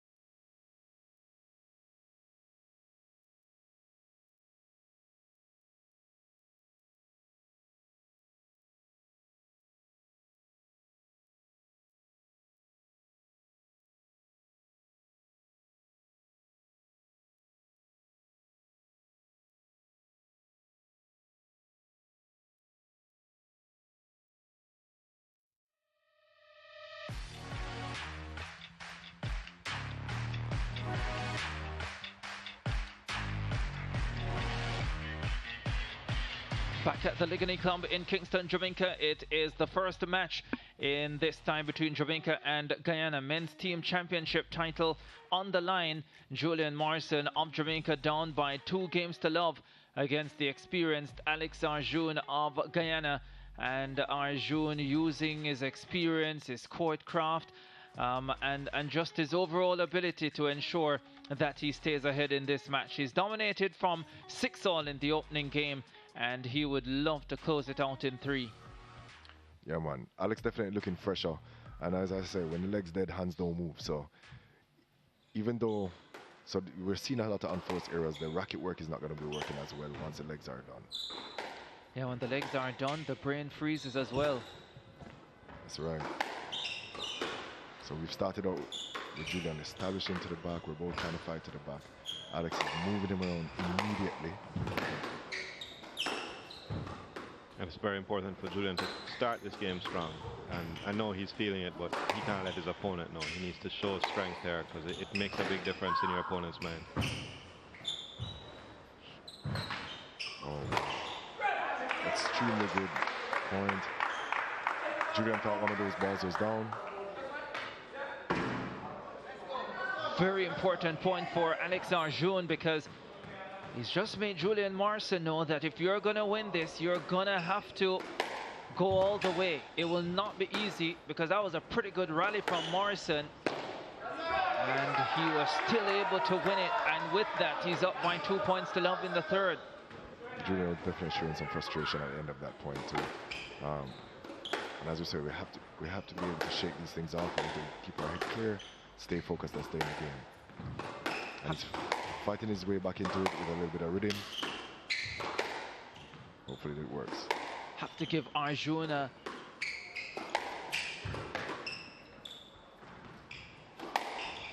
yeah, a lot of credit to Arjun. He has done what he needed to do.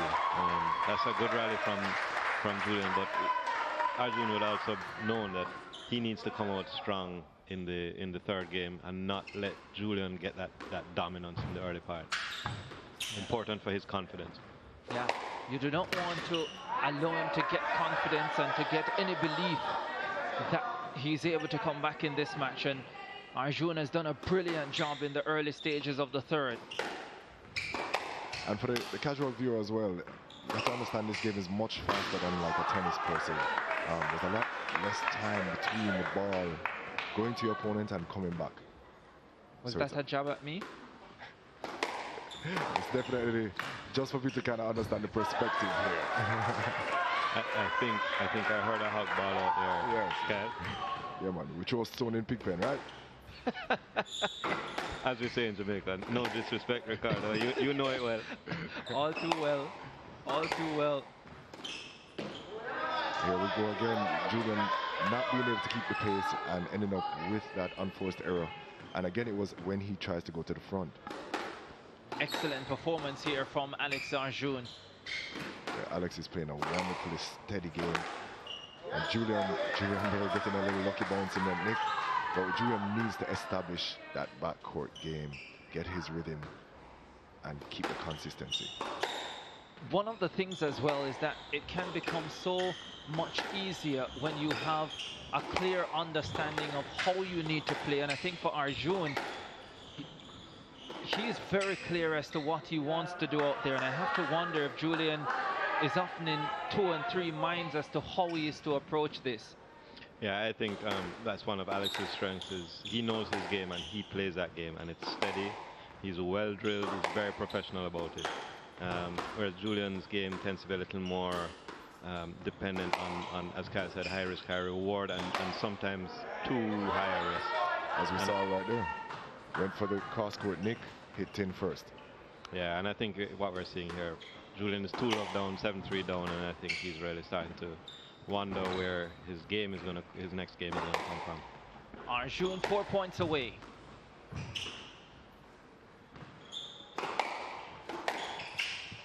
I think on a different day, I think Julian takes this match, but when the two of them are fresh. But as you see, the fitter man, the fresher man is dominating. Things can turn quickly, and Morrison does have a point to close the gap to 3. Yeah, 3 points off, and you know, there's still a chance. There's no doubt about that. He has the ability. It's gonna depend on him to be pretty much error free from here on in, because it's unlikely that Alex is going to give him 3 points. That's right, and it does make a difference when your opponent isn't making mistakes. It's about the consistency, makes you work for every point. Another beautiful shot there from Alex. Yeah, Arjun doing what he does best. Now, the casual viewer might wonder how we judge the bounce on the back court. It's going to depend on the velocity of the ball, the spin that's put on the ball when the opponent strikes it. So it does make it tricky, but that's from experience. Just lots of game, lots of drilling that you learn these things. Yeah, I saw the couple of the veteran women struggle with that this morning. Long, steady rally here. Wonderful drop shot. Julian gets it. And then we have that long line killer from Alex. Yeah, Julian's under constant pressure here from Alex. Absolutely relentless. 2 points away now, the Guyanese. I think this has been a really good performance, because this was a match. And that stroke is going to take him to match ball. Yeah, on the face of it, you would have said this could be a really close one. Absolutely, absolutely. But we do see the tournament factors coming into play. These guys have played a lot of squash over the last few days, and we're seeing it taking a toll. Julian has another opportunity to come up and break this game. Let's see what he does. Down 5-10 the Jamaican. Match ball for Alex Arjun. And what is happening here is that it's raining heavily, and I think there might be a leak.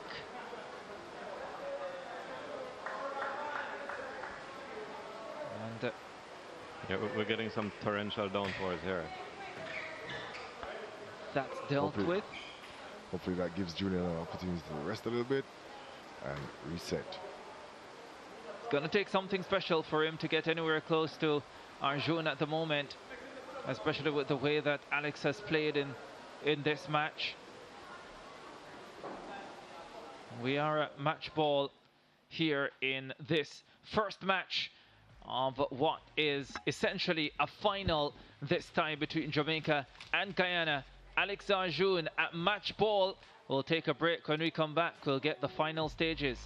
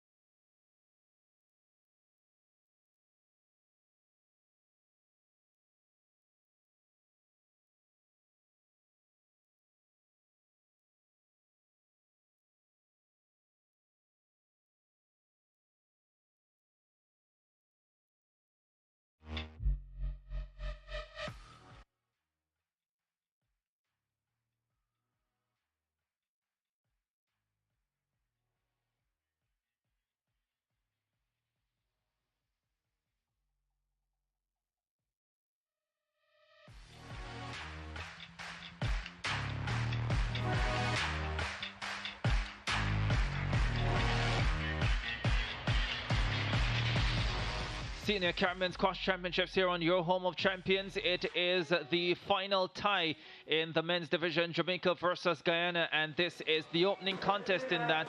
Alex Arjun, the lefty in the white on the right, leading by 2 games to love. He's at match ball before we were interrupted by some water on the court. Heavy downpour here at the Ligani Club. And this is match ball number 2 for Arjun. Let's see if he can close it out. Yes, he can. But a beautiful backhand drive. And the Guyanese puts in an expert performance to win in straights over the Jamaican number 2, Julian Morrison. Yeah, excellent job by Julian. Really just very experienced game. Played steady, consistent squash. Went for the killers when he needed to go for the killers. Put the ball in the back of the court to establish a position on the tee, and a dominant position on the tee. And it paid off in the end. He was able to run Julian into the ground. And Julian's legs just weren't there for this match. 11-6, 11-3, 11-5, the final score for Alex Arjun of Guyana over Julian Morrison of Jamaica.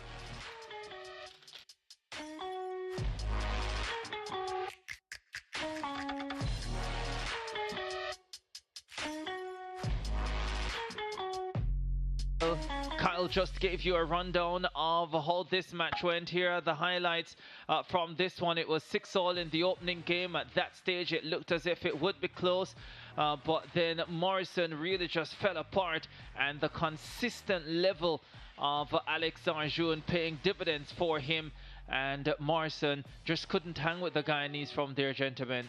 Yeah, sometimes you know from that first game that you're not going to last, and I think that's what we saw from Julian.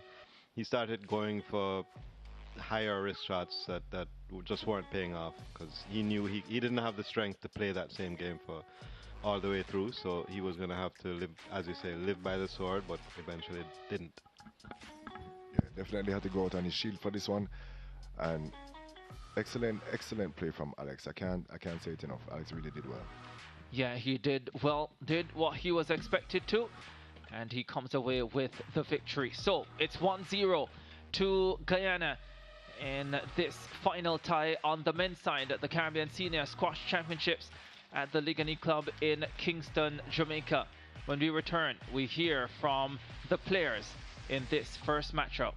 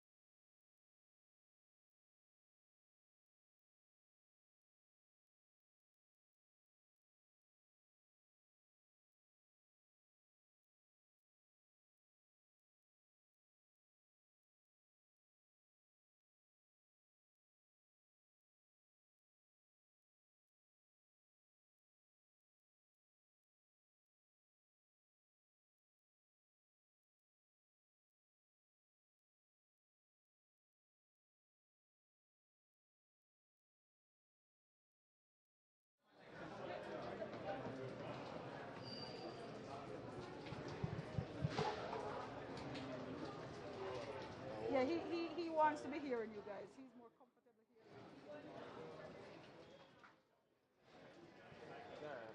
One.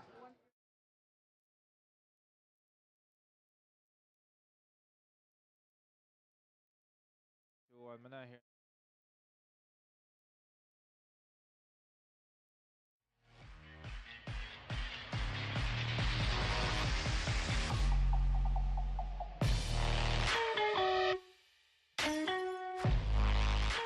Well, we're back at the Ligani Club in Kingston, Jamaica. We just witnessed the opening match in the Jamaica versus Guyana tie. Essentially a final here as they battle for the men's team championship, and we're with Julian Morrison.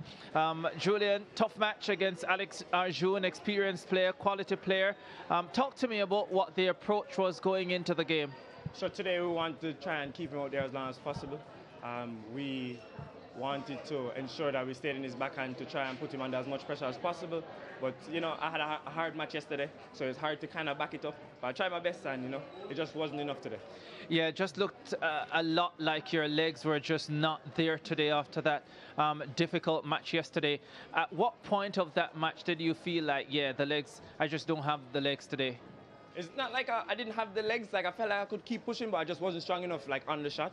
You know, you have to lunge and try and come out to the shot. I touched slower. So it resulted in more strokes, lets, and just me not being able to clear fast enough and then run hard enough into the shot to take advantage of the opportunities.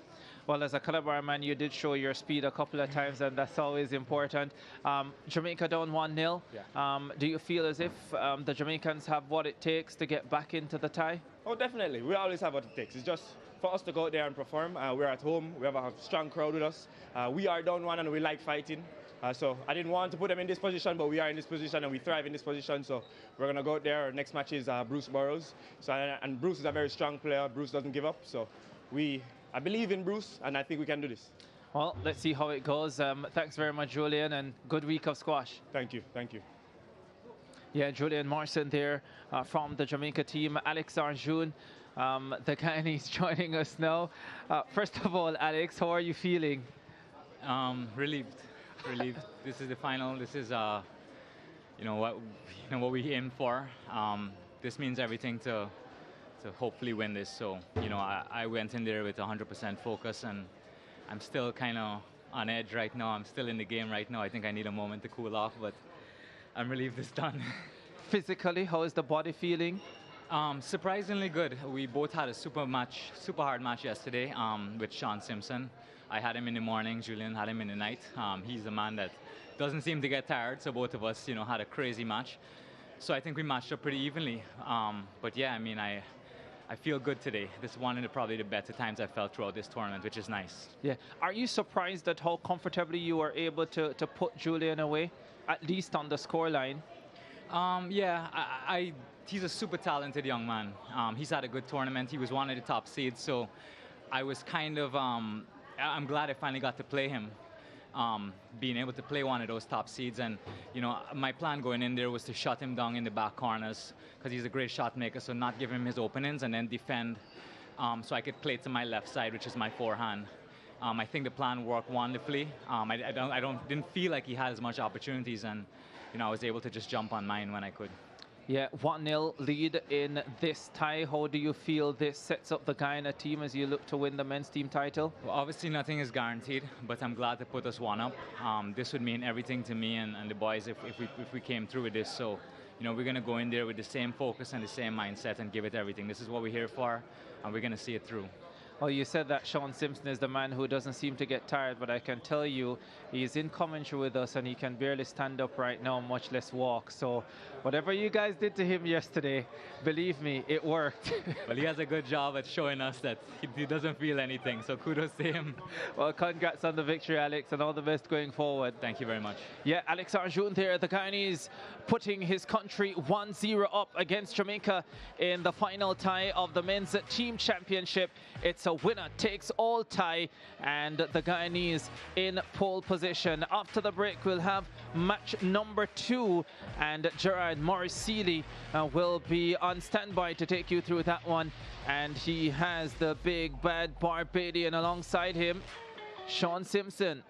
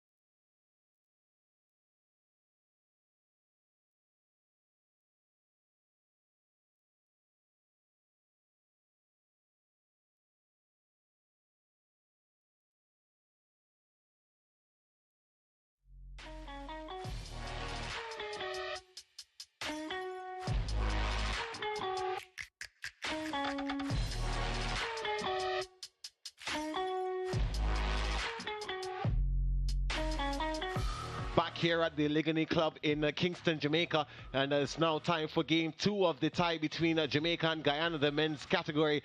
Bruce Burrows of Jamaica taking on Daniel Ince. My name is Gerard Morrison, and I'm so happy to be joined by my countrymate, Sean Simpson. Sean, we would have played volleyball against each other, and now we're sharing the commentary bots, and I want you to give me a preview of this game. Hey Gerard, thanks for having me today. I think this is going to be, it could be potentially a great match. Coming off the heels of that match just now with Alex Arjun and Junior Morrison. Bruce is an experienced competitor at squash in the Caribbean level with a never-do attitude on the court. You see sometimes Bruce will be bending over and still, as we see him on the screen. Yeah, that's Bruce there. He doesn't give up. He's just like his dad, Wayne Burrows, who is a former Caribbean champion as well. So he has that within him, and I think today will definitely be a great matchup with him and Daniel Ince. And just got word that Bruce will be joining us in commentary, and let's take a look at the Guyanese now.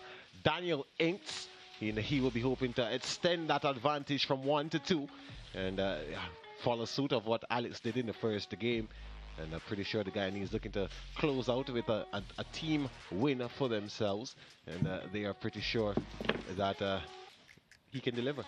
Yeah, this is Daniel's first senior CASA. His grandfather is a legendary Carl Ince out of Guyana. He's the coach of the junior national team for a number of years. Been very much the integral part of that junior program, and a number of the athletes you see here at the Senior Caribbean Championships. So his grandson being here and participating in his first Caribbean Championships, I think he's going to be pretty much in tune with what the team's expectations are, and that is to retain the men's team's title.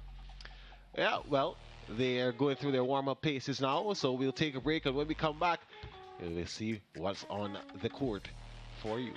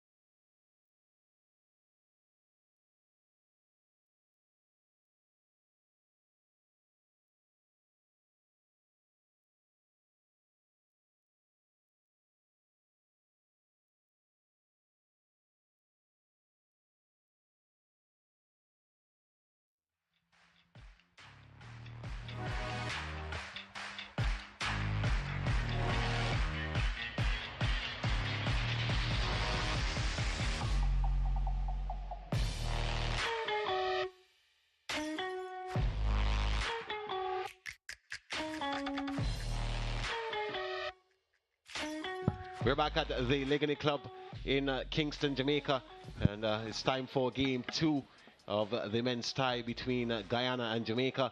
The Jamaicans trailing 1-0 in games, but they'll be hoping that they can get back a game courtesy of Bruce Burrows, while Daniel Ince would be hoping that he can extend that advantage to 2-0. And I'm joined by Sean Simpson once again, and Bruce Levy has tagged in as well, and he'll be bringing us some analysis along with Sean, and I'll be taking you through the paces of the game, and they'll be doing all the colorful stuff.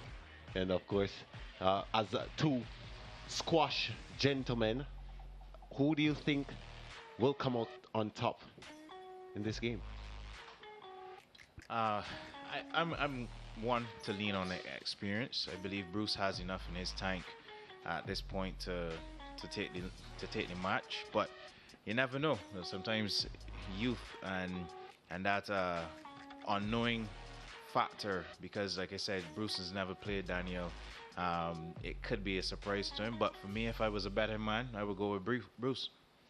What about you?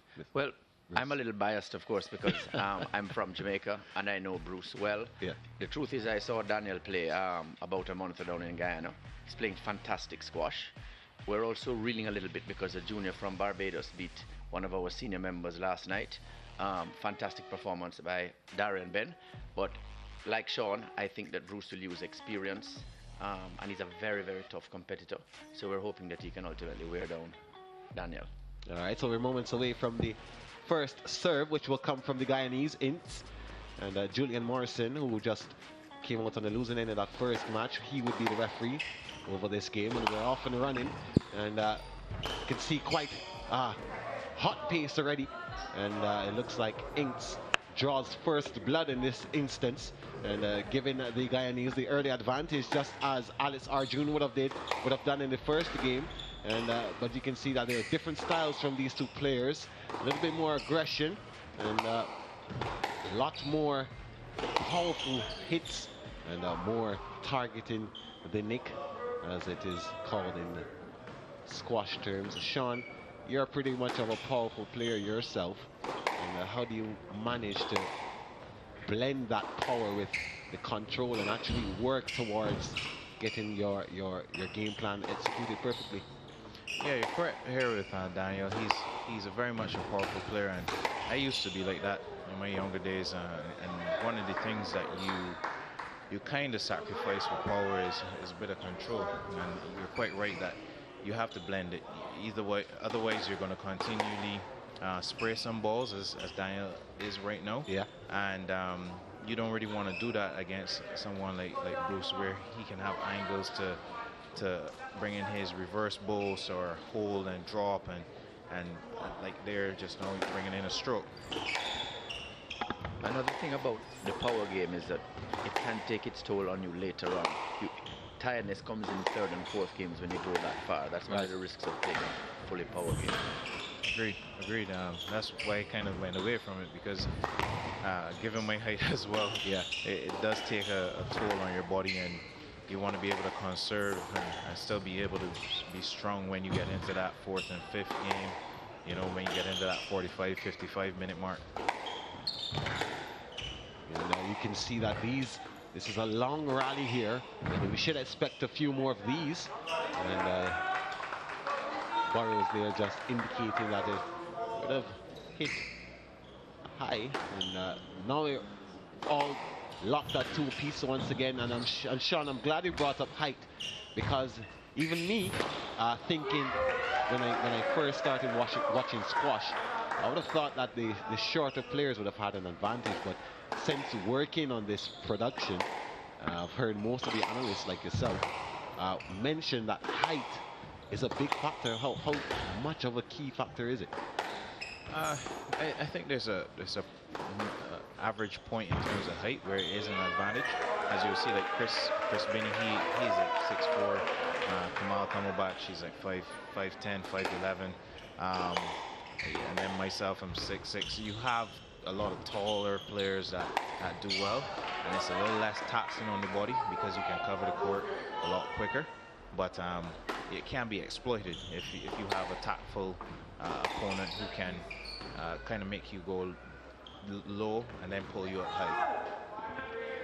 So it looks like the referee stopped the contest for a minute and a point awarded to Bruce Burrows. Jamaica firmly in control, 5-3, 2-point advantage. And let's see the judges' rulings here. And Ince not happy with that call at all. I think he doesn't think that he was obstructing Burrows there, but the referee rules otherwise. 6-3 is the score right now, and it's a pretty hot match. Jamaica in the firm control. 3 points is much of an advantage when you are going to just 11. And you can see that the heat is on in the court. I wonder how hot is it? The rain came to cool it off a little bit early. Well, it was humid a little bit earlier today, but now we had some rainfall, and it looks like the court is being heated up once again by these two players. Bruce, you've seen Bruce play before. What type of player is he? And how is he going to go about this game, especially now when Jamaica are slightly at a disadvantage and trailing to get this win in the tie? Well, one of the things you can guarantee yourself with Bruce Burrows is that he is going to give you 100% from start to finish. He has won many matches. He's unrelenting. He applies himself through every point. He never gives up. And often, as matches drag on, it starts to wear down the opponent, both physically and mentally. And I think that's his strategy, going to be his strategy here. Well, it's working so far, because he definitely has the advantage. 4 points now, 9-5 the score. And it looks like Bruce should take this first set, but his squash, of course, you know, it can turn around in the blink of an eye. And Ince will have some work to do in order to get there and take control of this match. Yeah, Bruce has withstood the barrage, as we saw in the first few points, the pace that Daniel was coming out with, and he just started to impose his own game, you know, mixing up, taking nice mid-tempo drives down the wall, putting in the reverse bowls, tossing a few in the air, and inviting Daniel to make a few errors.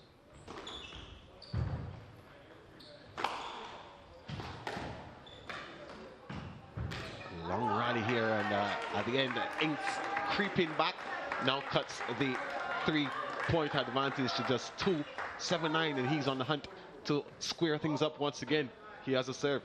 Yeah, that was a great rally by Daniel. He kept the pressure up, didn't give Bruce much to work with, just kept hunting, and Bruce was retrieving, but great shot there to get that point, but unforced error, trying to go too low on the front wall. He needs to just make sure that he applies himself, especially when you're down 2 points, and giving Bruce a game ball here. First game ball for Bruce Burrows of Jamaica, and Burrows should capitalize, and he closes out the first set. 11-7 the score.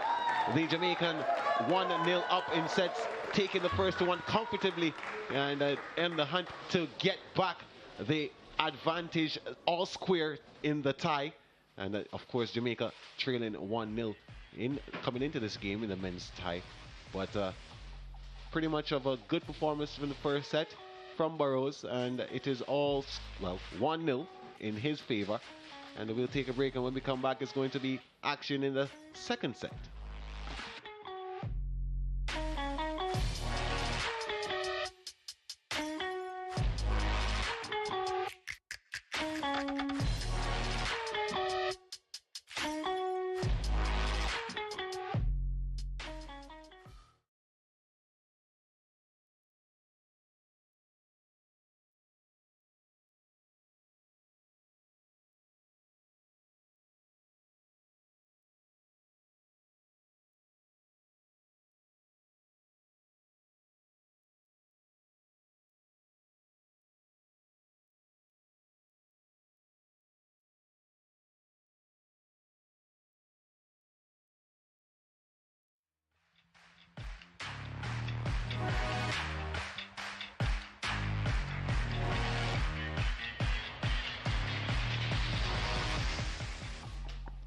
Welcome back to the Ligony Club here in Kingston, Jamaica.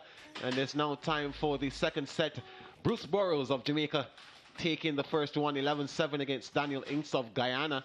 And now we look to see how the charge is going to be in the second set as the two men get ready to go about their business once again. And what do you think, gentlemen, the coaches would have told each of these players when it was break time? I think what Bruce coach would have told him is just continue to frustrate Daniel with your returns and just mixing out the pace. Don't give him too much to work with in terms of keeping that ball nice and deep and then taking it in short. I think what Daniel's coaches would have been saying is, listen, you need to probably mix it up a bit more, be a bit more patient, and try to work Bruce a bit more to see if you can wear him down physically, which is a hard task, but no one is Iron Man, you know. I also think that Daniel's coach will have said to watch out for the unforced errors, because 3 or 4 unforced errors a match against an experienced player tends to work against you. We just saw another unforced error there by Ince, giving Burrows the upper hand in this in the second set. And Ince would have taken the first point in the first game, but instead now that honor goes to Bruce Burrows. And Burrows are looking to control this game, and he is. And another unforced error there by Ince. And he must be getting into his head now, and that could be the downfall of a lot of players. And the way he started to overthink a little bit too much. He just needs to calm down and get back into his rhythm and hopefully take control of this game once again. Agreed. You just need to shake off those. I had a couple of unforced errors against Julian last night in a couple of my games, and you just need to shake it off, reset, and know that it's still early days if it's too low, but you definitely cannot afford to make any more errors. This game is relentless, and you just have to be patient. And sometimes the step up from junior squash to senior squash is quite challenging for the juniors, and that's why you see them making a lot of unforced errors, because it's just a higher pace for a longer period of time that they're not used to. So it sometimes draws them into more unforced errors than perhaps they're used to playing when they're playing at a junior level. Two lovely drop shots there, producing the 4-point advantage for Burrows. And Ince probably in a spot of bother here now. The score creeps up to 4-0. And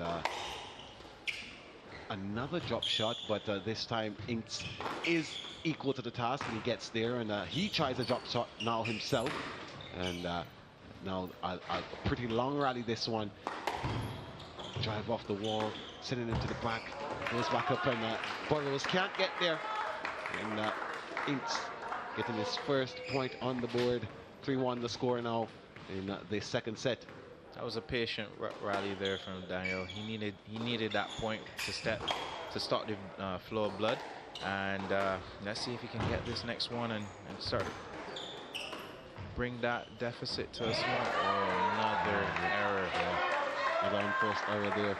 So 5-1 now, and it looks like Burrows is fully in command of this one, and he's just seemingly more in a bit of control over his temperament and over his technique right now.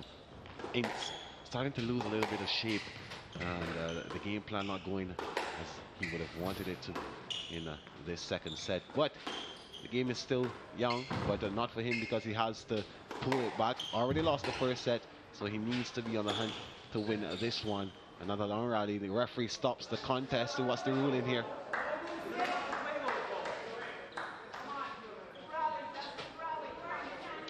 Looks like the point went to Burrows. I think this may be a let.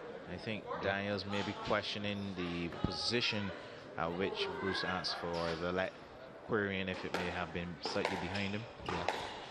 So let the call, and we're off and running again. And that one is a stroke.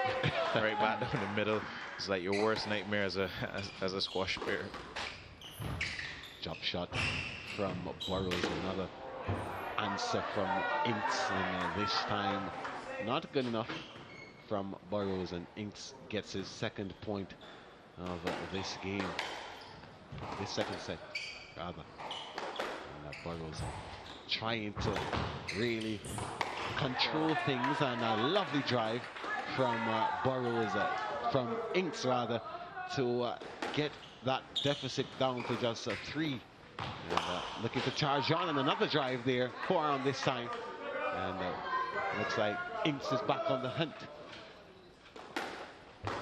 Yeah, Daniel got 2 good points there. He definitely needed that. But Bruce has responded in kind. You see both of them are trying to hold just a little bit on their shots, and you know, just changing direction ever so slightly.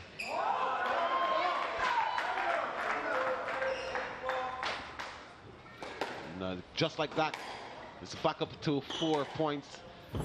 The advantage for Burrows. Ince with some work to do again. And at this time, Burrows is just taking it easy, standing in the middle of the tee, and just dictating how the game goes from here. Bruce, you must be a happy man. Yes, I'm feeling reasonably confident now. One of Bruce's style of play is to ensure that his opponent always plays one more shot, you know, and again it gets both frustrating and tiring.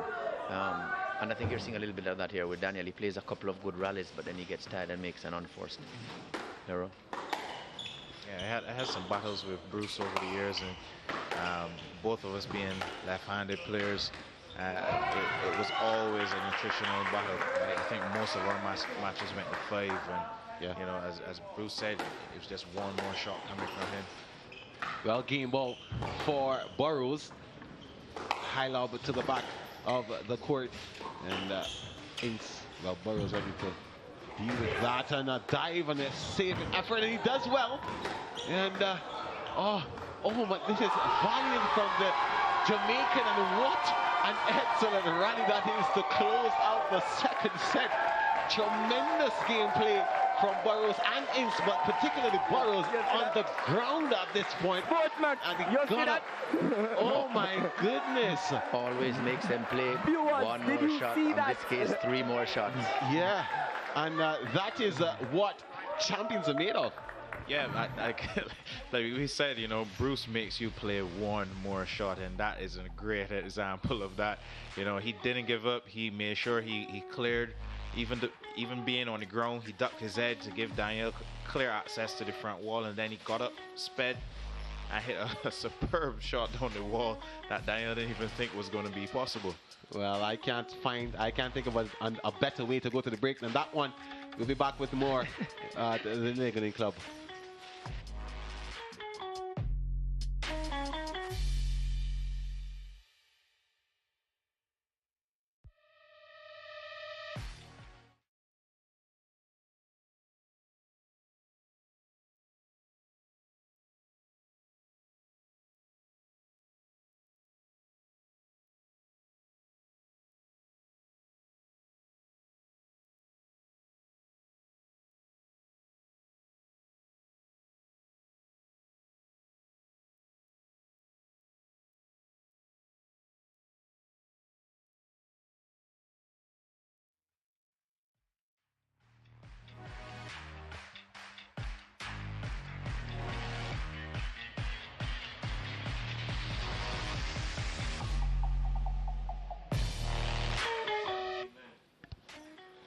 Yeah, we're back here at the Lightning Club getting ready for the 3rd set of this game 2 in the men's tie. Jamaica versus Guyana. Bruce Burrows rather leading at 2-0 at this point. 11-7, 11-5. Daniel Ince with some work to do from Guyana. And let's share some good news, gentlemen. Nicolette Fernandes of Guyana, the cousin of Taylor Fernandes, who would have competed here. She is the Masters champion of the world, beating South Africa's Sioli Waters 11-6, 11-5, 11-5. What a great feat for the Caribbean. That's fantastic news. We're actually very proud of Nicolette in the Caribbean. She has gone from strength to strength. I believe she won a gold medal in some championships earlier this year as well. Yeah, that's great for Nicolette, winning the over 35.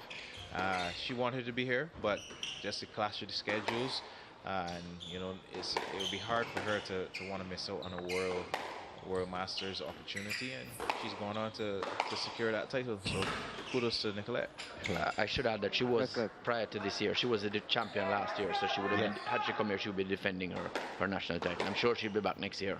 Well, I must say that I wouldn't want to miss the World Masters Championship either, and especially if I was capable of winning it.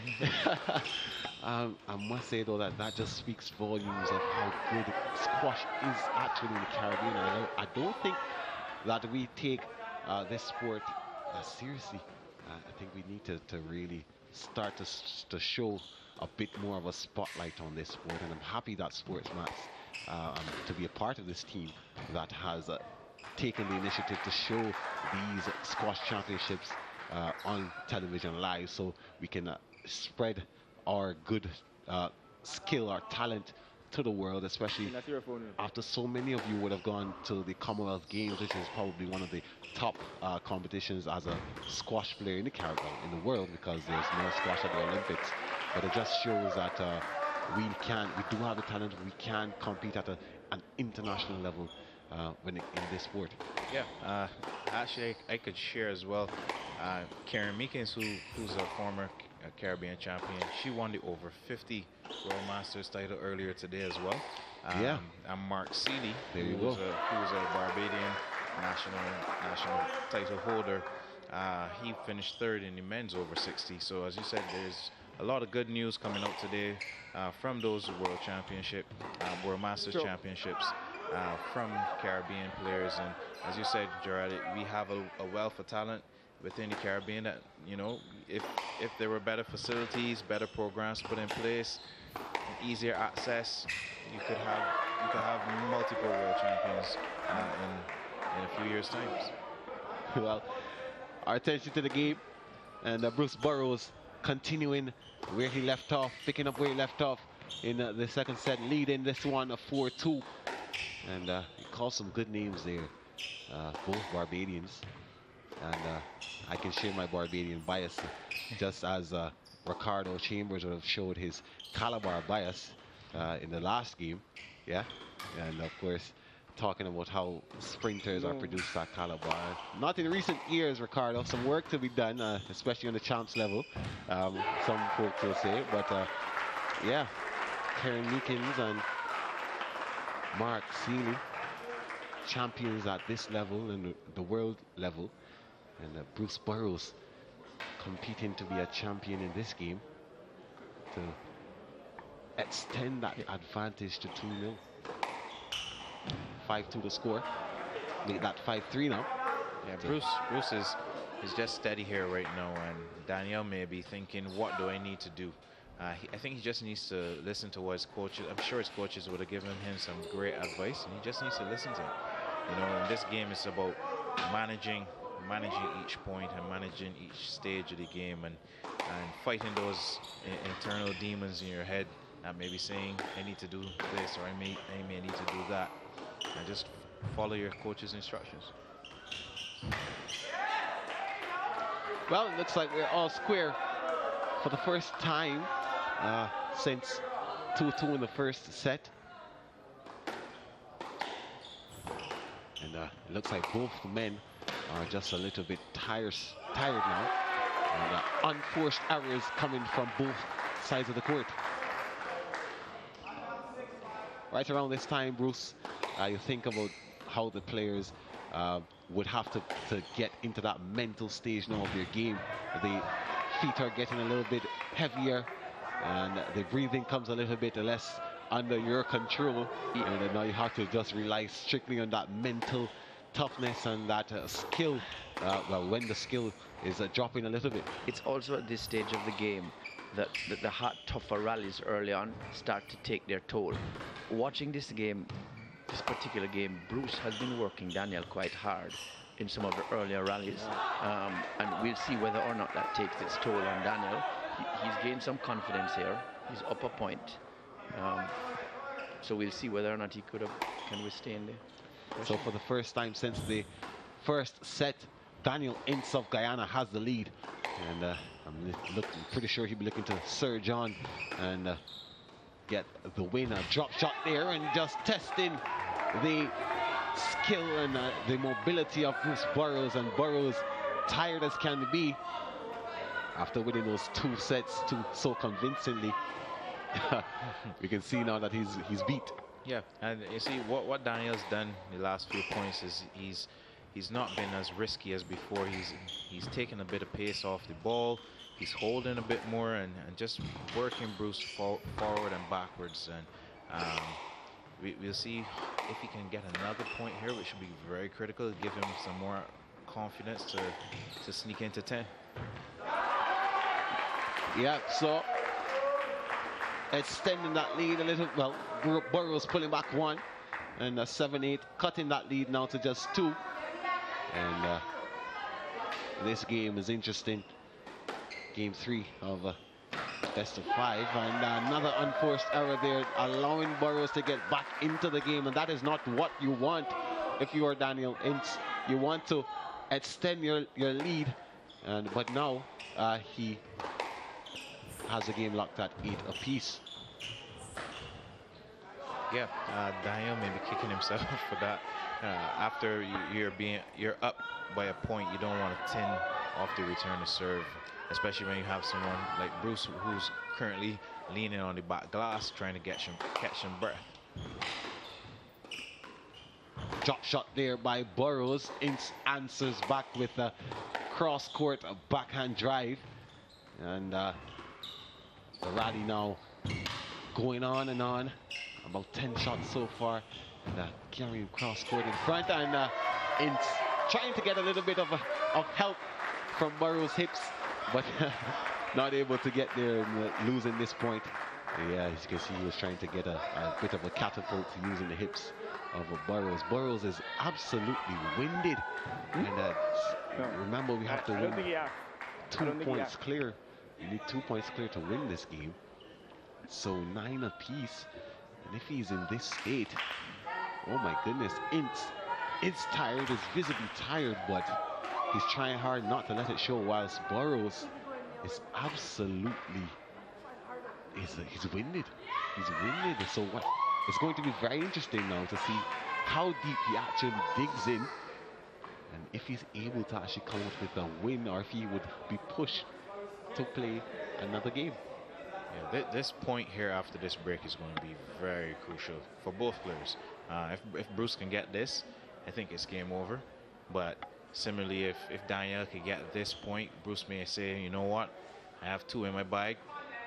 Let me go all out in this next rally and see how it goes. But, you know, everything is here right now set up perfectly for Bruce. He's in the driver's seat, even though it's 9-0, he's in the driver's seat. It'll be interesting to see if Daniel is patient in this rally. It looks like he's patient so far. I find Ince is the type of player who likes to preempt where the ball is going to go, where the shot is going to be made, and he's always caught on one side of the court and the ball is played in the other. And do you think that can be a weakness in his game? You see that as a weakness in his game, Sean? In squash, you try to make an assumption of where your opponent is going to go. Sometimes you get it right, sometimes you don't. And if you're going to take that gamble, it can be a weakness. But I think, as I said, it depends on if you're right or wrong or a gamble. And look, as I said, that was going to be a critical point there. Yeah. And Daniel will feel vindicated to pick up that and pick up a game ball, and hopefully he can close out. But knowing Bruce, and know as Bruce said as well, there's a never die attitude, and even though he may be bending over here now, he will give 100% on this last point. Daniel worked very hard in that rally as well. He actually was very impressive because he stayed with it and worked his way back into it and was able to win the point. But both players are certainly feeling the later rallies in the game. I love how this game is shaped up. Started with Bruce Burrows winning the first 2 sets comfortably. But this 3rd game here, just showing what it takes to win a squash game in straight sets, in straight games. And, we're off and running again. And the drive there by Ince answered back by Burrows, and now a bit of a laid-back game there. They're both playing. Jump shot there. Done by Burrows, and now lobbing it back, pushing into the back wall. And the unforced error there by Ince once again, and causing Burrows to get back into this one and scoring it all at 10 apiece again.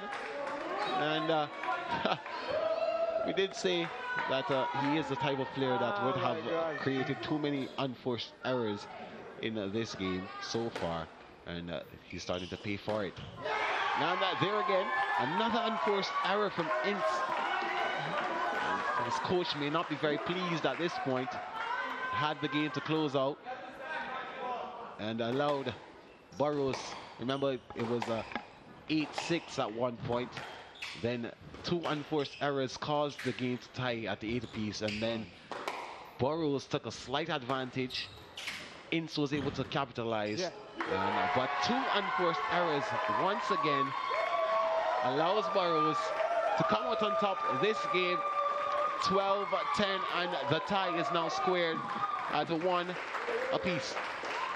Yeah, I think a little experience helped Bruce Burrows get through the last game, but I was extremely impressed with how Daniel fought his way back to give himself a chance in that game. I thought Bruce worked him quite hard in the early parts of the game, so I was very impressed that Daniel was able to fight his way back in to give himself a chance of winning the third game. Yeah, Daniel played an excellent third. I would have loved him to win that game and extend it, but there's a score. There you go, 12-10. Yeah, that 11-7, 11-5, 12-10, 3-0, and straight games. Very valuable point for Jamaica. Very valuable. This squares up everything, and the next match is the big one. Let's take a look at the highlights now, and there was an early advantage for Daniel Ince of Guyana, but Sean, give us your and Bruce, give us your overall analysis of this one.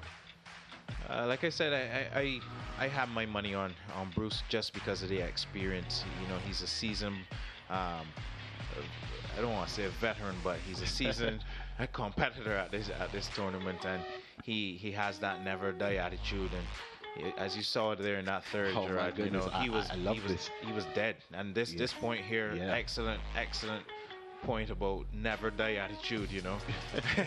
And that's one of the infuriating things about Bruce. When you play him, it's like, are you not going to stop?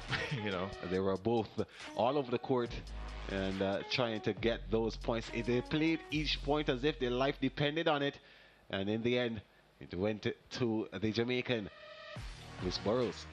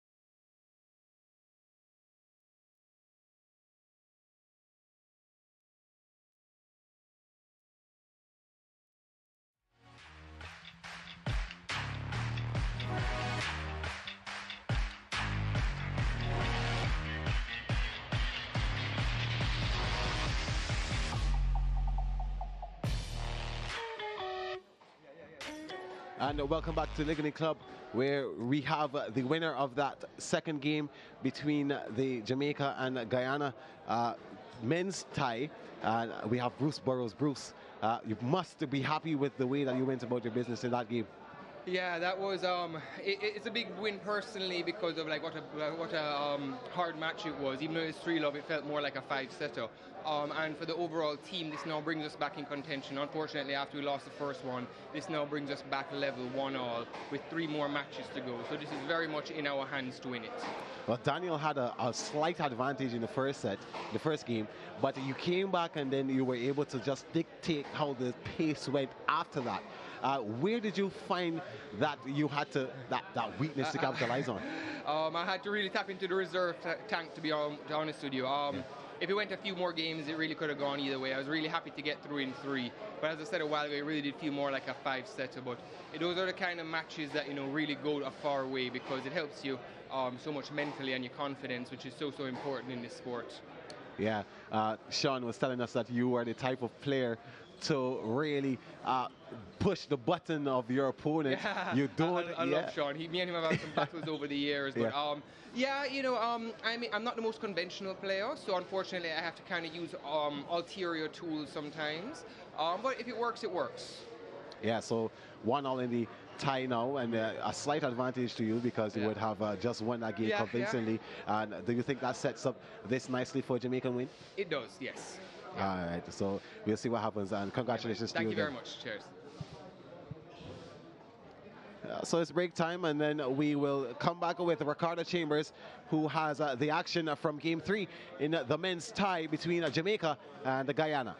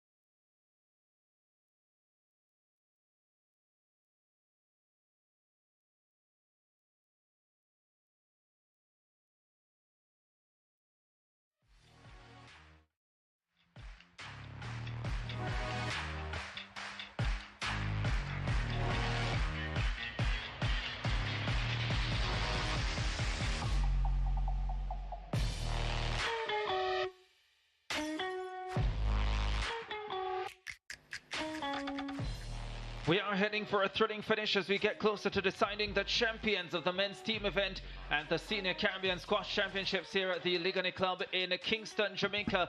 Bruce Burrows has leveled things for the Jamaicans. It's 1-1, and coming up next, the big one, Chris Binney, the individual champion, and he's taking on the outstanding 18-year-old Shamari Wiltshire, coming off the World Junior Championships, the Guyana national champion at both the junior and senior levels this year.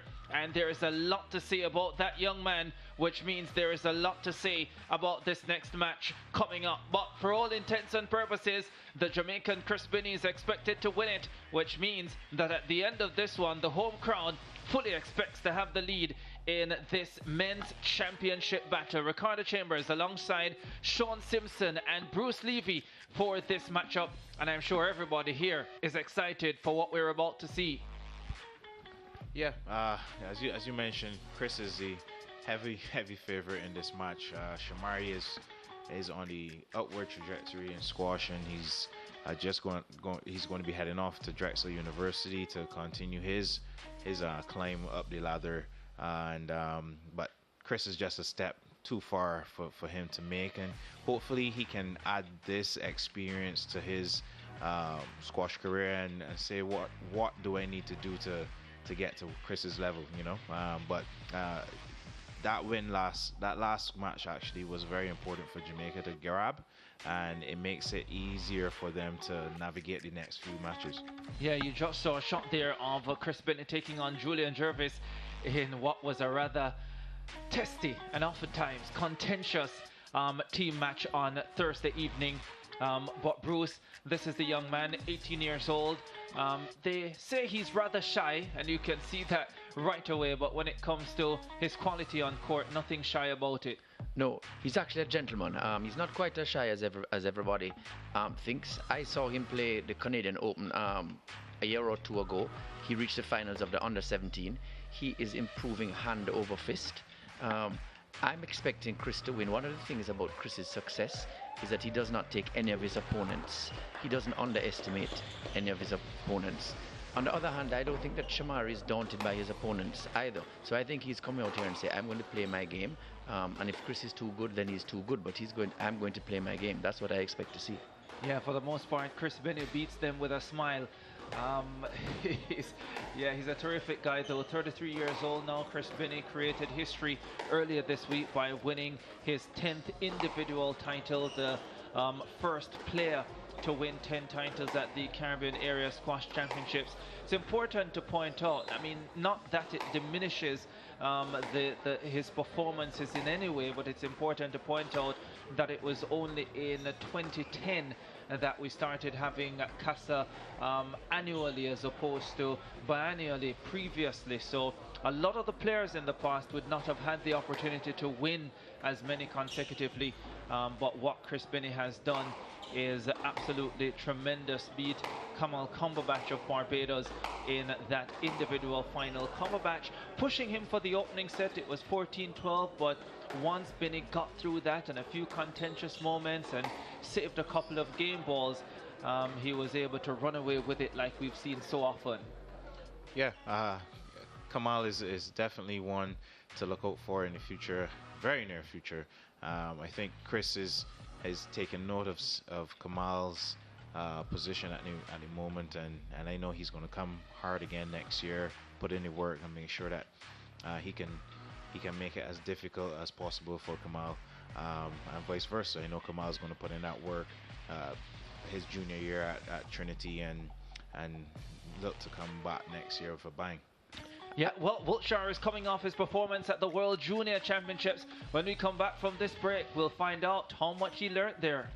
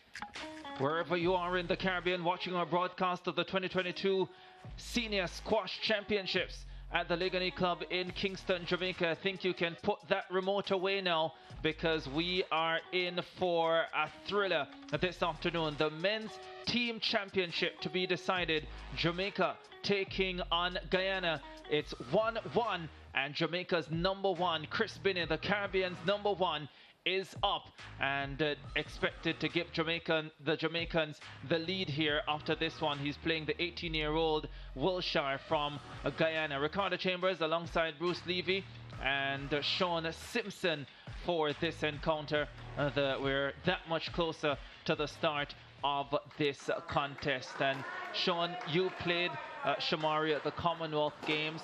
What did you make of his game?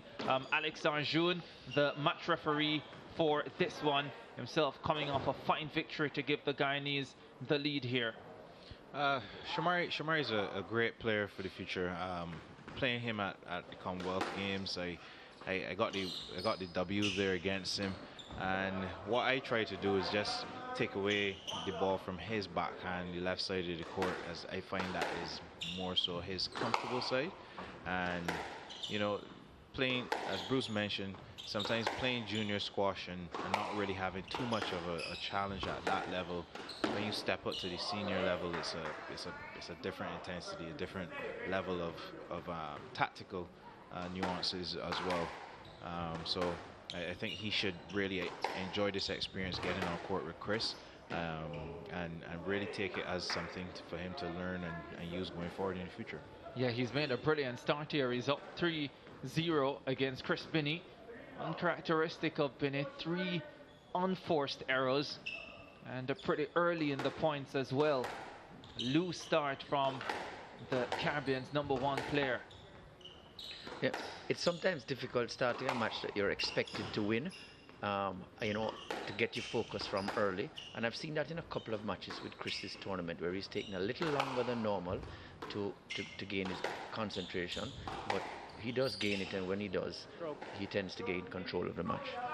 Yeah, I would say that's been the story of most of his matches here, that he really seems to get going towards the latter stages of the first and then in the second. Which is historically not characteristic of his play. He often starts off, you know, quite aggressively in previous championships, and you know, gains control of the matches very, very early. Wiltshire with the early lead.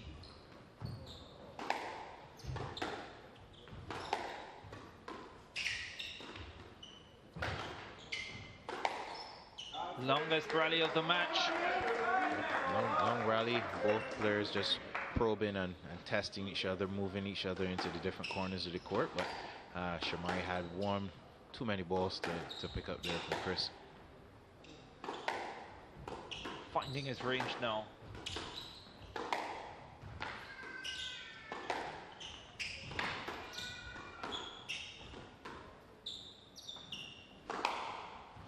Sean, what do you think Shamari's tactics will be in this match?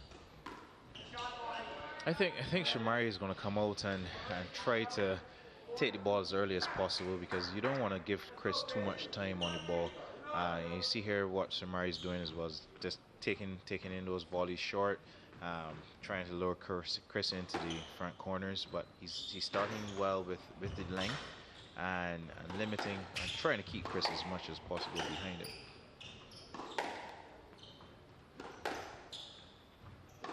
Just like we saw from Cumberbatch in the individual final, the youngster starting real well, but it's sustaining it that will be the issue.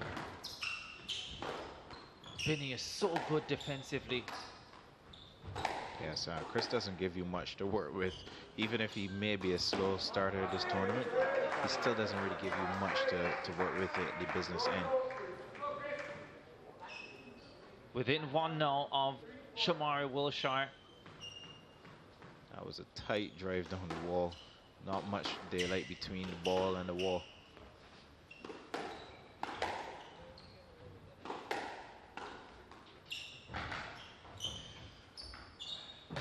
Well, this really makes you work to get the points that you get. He doesn't give away anything easily. 5-4 to Binney. That's left.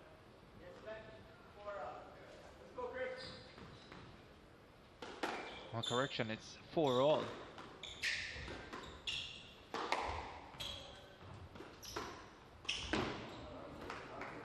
Missing the backhand volley. Yeah, just too aggressive on that one. He just needed to really lay that one onto the front wall. He didn't need to go as sharp because sometimes the mistake we make as squash players is trying to go for an outright winner off the drop rather than realizing it's a working drop. And you tend to do it against better players where you're just trying to be too good, and the rewards tend not to be very good. Yep.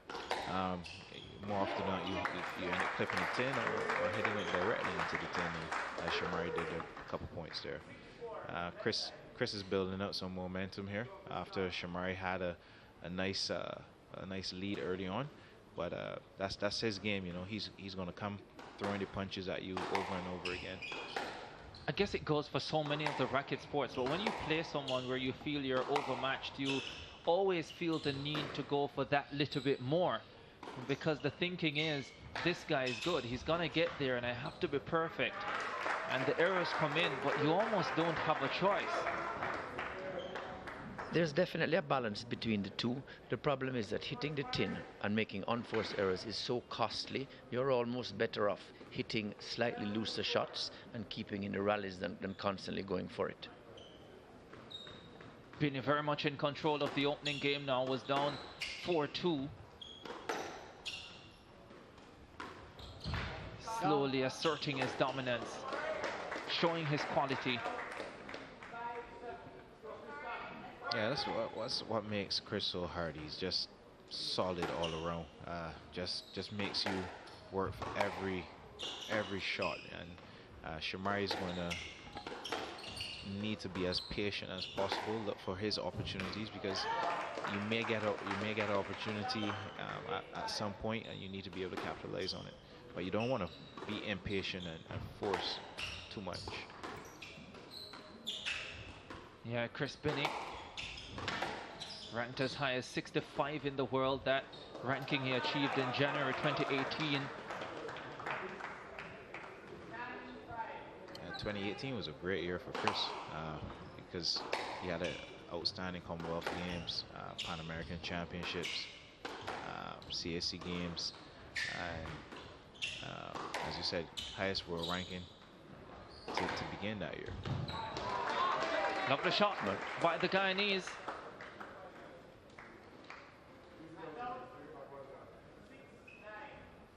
Keeping hope alive in this opening game.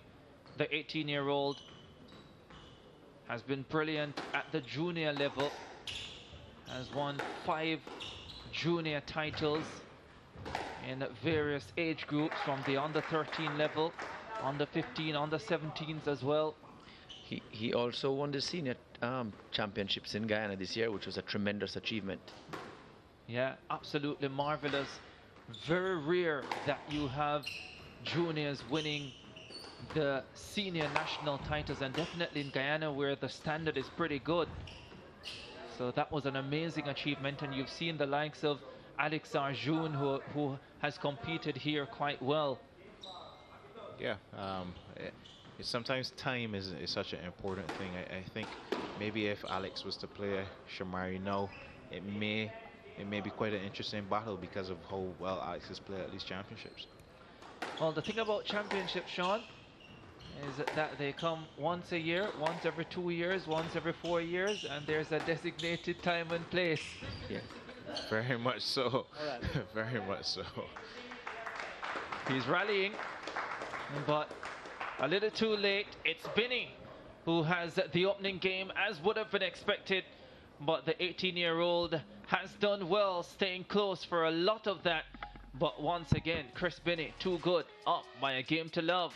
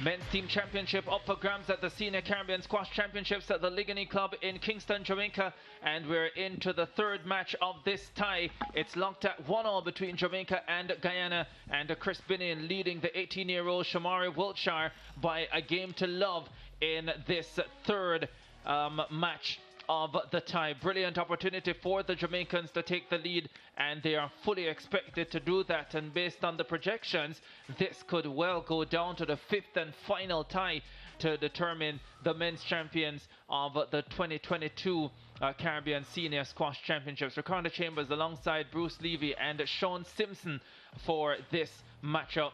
And I think the young man would have done himself well in the opening game, but once again the quality of Chris Binney just coming through in the closing stages. How does this 18-year-old approach this second game?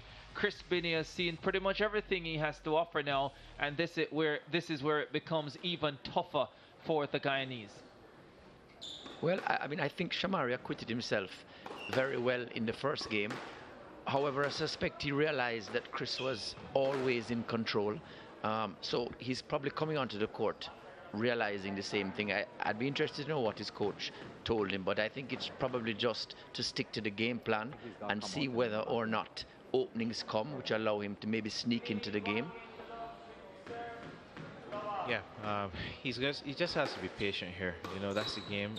If you can be patient with Chris, try to minimize him being in front of you. You should be able to get a few opportunities. But if you keep Chris in front of you, it's hard to rock him at that position. No complaints on the stroke call to open the game. And now a long rally ensues. Binney dictating. The young man showing good speed around the court here.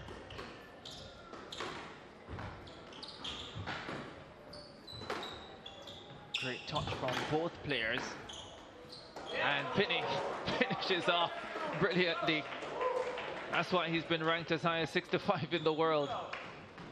That is some skill there, you know. Very limited back lift and just use the pace of Shamari's shot to use a nice tickle boast. And another one. This is what he's done so often in this tournament. A slow start, he gathers momentum and then just starts to dominate. It can be quite demoralizing to face that in the first game, and when you come out again in the second game you realize it's going to be more of the same. Take your word for it. I've been there a few times. Same here. Chris and I had some battles back in the day, and it's always hard. It's always hard against him. You just have to be patient. You just have to say to yourself, look, one more ball sometimes, and nobody's perfect. Somebody at some point, even the best can break down at the wrong time or the right time for you as his opponent. And as a learning junior, you still want to play your game because you learn so much out of it, and he's going to have a few battles with Chris in a few years' time. Well, this is not much of a battle right now. Chris Binney leading by 8 points to love. Just a quick squash fact. Sean played at CASA Senior Championships for the first time in 2001, right? Yes, in Bahamas. He was 17 years old. He played Chris Binney in 2007. Yes, here in Jamaica. In the third place playoff. Didn't go well, did it? Didn't go well then. We actually played in the semi-finals in 2009, and I lost to him again. But then maybe like the next day we played each other in the team match, and I was able to get a win. So I at least got one on some revenge. I remember some revenge, yeah. So I was quite happy to get that win. Yeah, must have been a massive win, that one. He's been so dominant at the Caribbean Championships, Chris. Yeah, I think that's one of the last team losses he's actually had was against me. He's just been so dominant over the last decade in the Caribbean. I hope you have pictures. I probably don't. This is before this is before the digital time, but and I'm not really a picture taking guy, so a bit unfortunate. But the memory's there in my head, and also in Chris's head. It's difficult to find the results, and you don't have pictures. Come on, Sean. That's the end of the second game. Chris Binney 11-2 over Shamar Wiltshire. An even more dominant performance in that second game. The Jamaican in cruise control.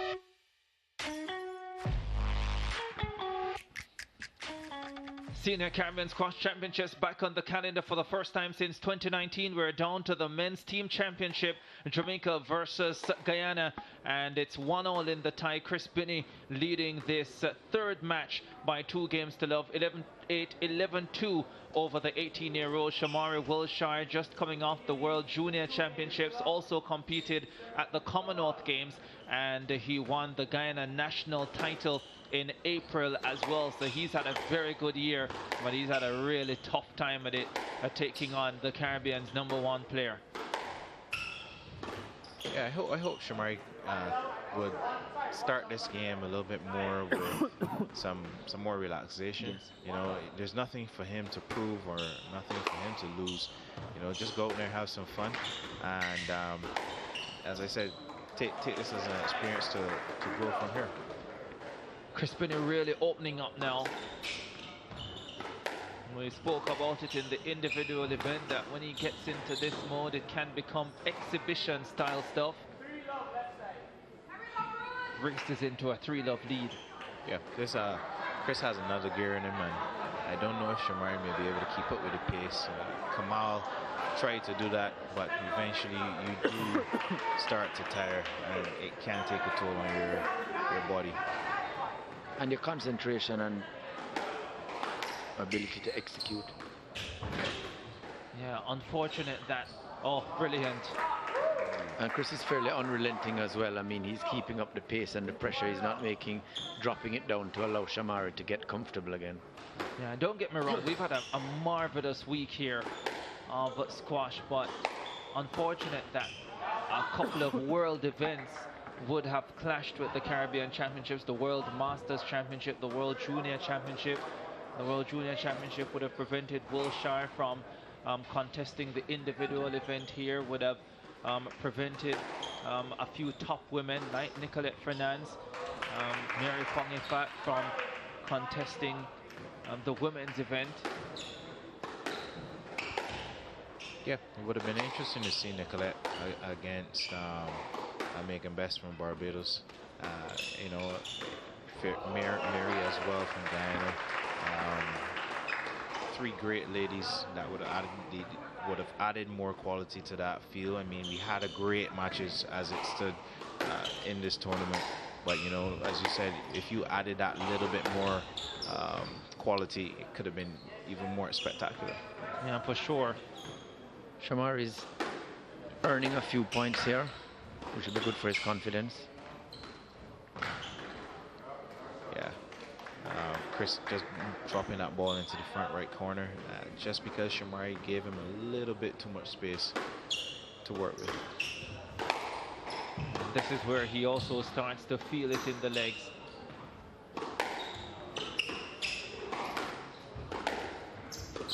A pro player versus an emerging Caribbean talent. I think the Caribbean is going to be in great hands in the next 5 years, you know. By that time, Chris will be 38. Shamari and Kamal will be, you know, early to mid-20s and probably battling against each other for Caribbean titles. Oh, wow. That is great hands by Chris, just turning and sticking out his racket to put that one to the front wall. Great reflex. Great length by Chris. Yeah. It's always one of the interesting things I find in Caribbean squash is that you always find that cycle where you have a cadre of great players that are in their late to early 30s, and then you get a new star. Chris was one of those that came in at probably 20, 21 and took over the Caribbean and has ruled since then. I know you have up and coming juniors that look like they will be here to stay for a while. You get some fantastic battles at the end of the changing of the guard. They really are. I think we have quite a few of those to look forward to. Yeah. Wiltshire, 18 years old. Kamal Cumberbatch, 20 years old. Even someone like Julian Jervis from the Cayman Islands, only 24 years old. Played fantastic squash this tournament. Yeah, Julian's really put in the work this year, and his squash has matured. Once he can get even more mature on the court, he will be even more of a handful to face on at squash. And you know, I know he's hungry, and maybe these experiences this year would help him to knuckle down a bit more and keep working hard. Yeah, he's quite a character, Julian Jervis. Brought a lot of life to the Caribbean Championship this year. Vinny, 2 points away. Make that one. 1 point from giving Jamaica a 2-1 advantage in this tie. Yep. Next match is going to be a nice one, but this may come down. I think this will come down to the very last tie. At number 5 string. Wouldn't want it any other way. If my memory serves me right, the championships 3 years ago came down to the very last match between these two countries as well. So we may see that happening again here in 2022. Oh, great work from Wiltshire. Just pulling back a couple of points late on here, showing that he still has a little left in those 18-year-old legs.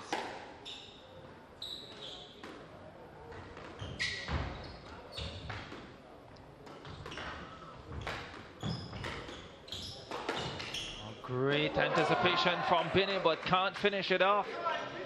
And Wiltshire gets another point. This is good for Shamari's confidence, I think. Yeah, a little bit of exhibition here from Chris, just trying to twist and turn Shamari, but as Bruce said, it's a little bit more confidence building for Shamari, letting him know, look, if Chris eases just a little bit in the game, just to keep working hard at the sport you love, man. Binney looking to close it out.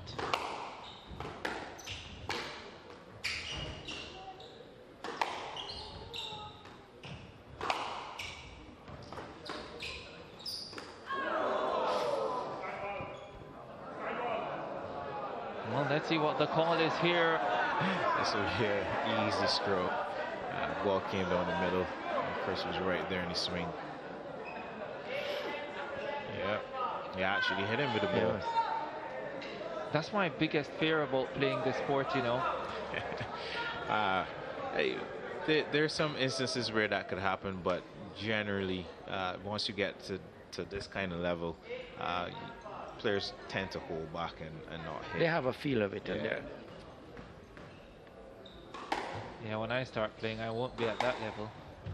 It's one of the reasons that they make the juniors wear glasses until they become seniors. Protective glasses. Wiltshire making this interesting. He's come within one of the individual champion. Well, talk about a turnaround. Yeah, Shamari's just playing free. There's nothing to lose. And Chris kind of went on a little bit of an exhibition, and it's been costly, but he got the win there. Yeah, unfortunate way to finish it on a stroke. Chris Binney getting the job done for his Jamaican team like they would have expected him to do. The individual champion at Casa 10 times comes through this team match emphatically.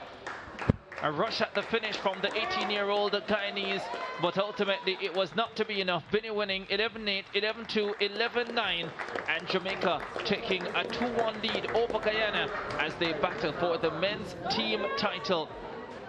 Well, let's have a look at the highlights then from this contest. Like we've seen so often in the tournament, Chris Binney getting off to a slow start. The youngster easing whatever nerves would have been there with a few early points, was up 4-2 at one stage, but then Binney gradually got into his rhythm, and once he did, it was difficult for the junior to hang with him. Yeah, Chris is just so steady. You know, he could afford to start a little bit slow in the opening points, but once he gets going, it's hard to stop him, and he just shows his class in each and every game. You know, that first game, nice little warm-up, but then in the second, when he took it up to another notch, just increasing that pace, taking away a little bit more time away from Shamari, and you saw what that did. It was a comfortable 11-2 second game, and he tried to make it a little bit interesting there in the third, but he still closed out, and that ends his championships for 2022. Yeah, the 33-year-old ending another super successful campaign at the Caribbean Senior Squash Championships. 3 matches out the way.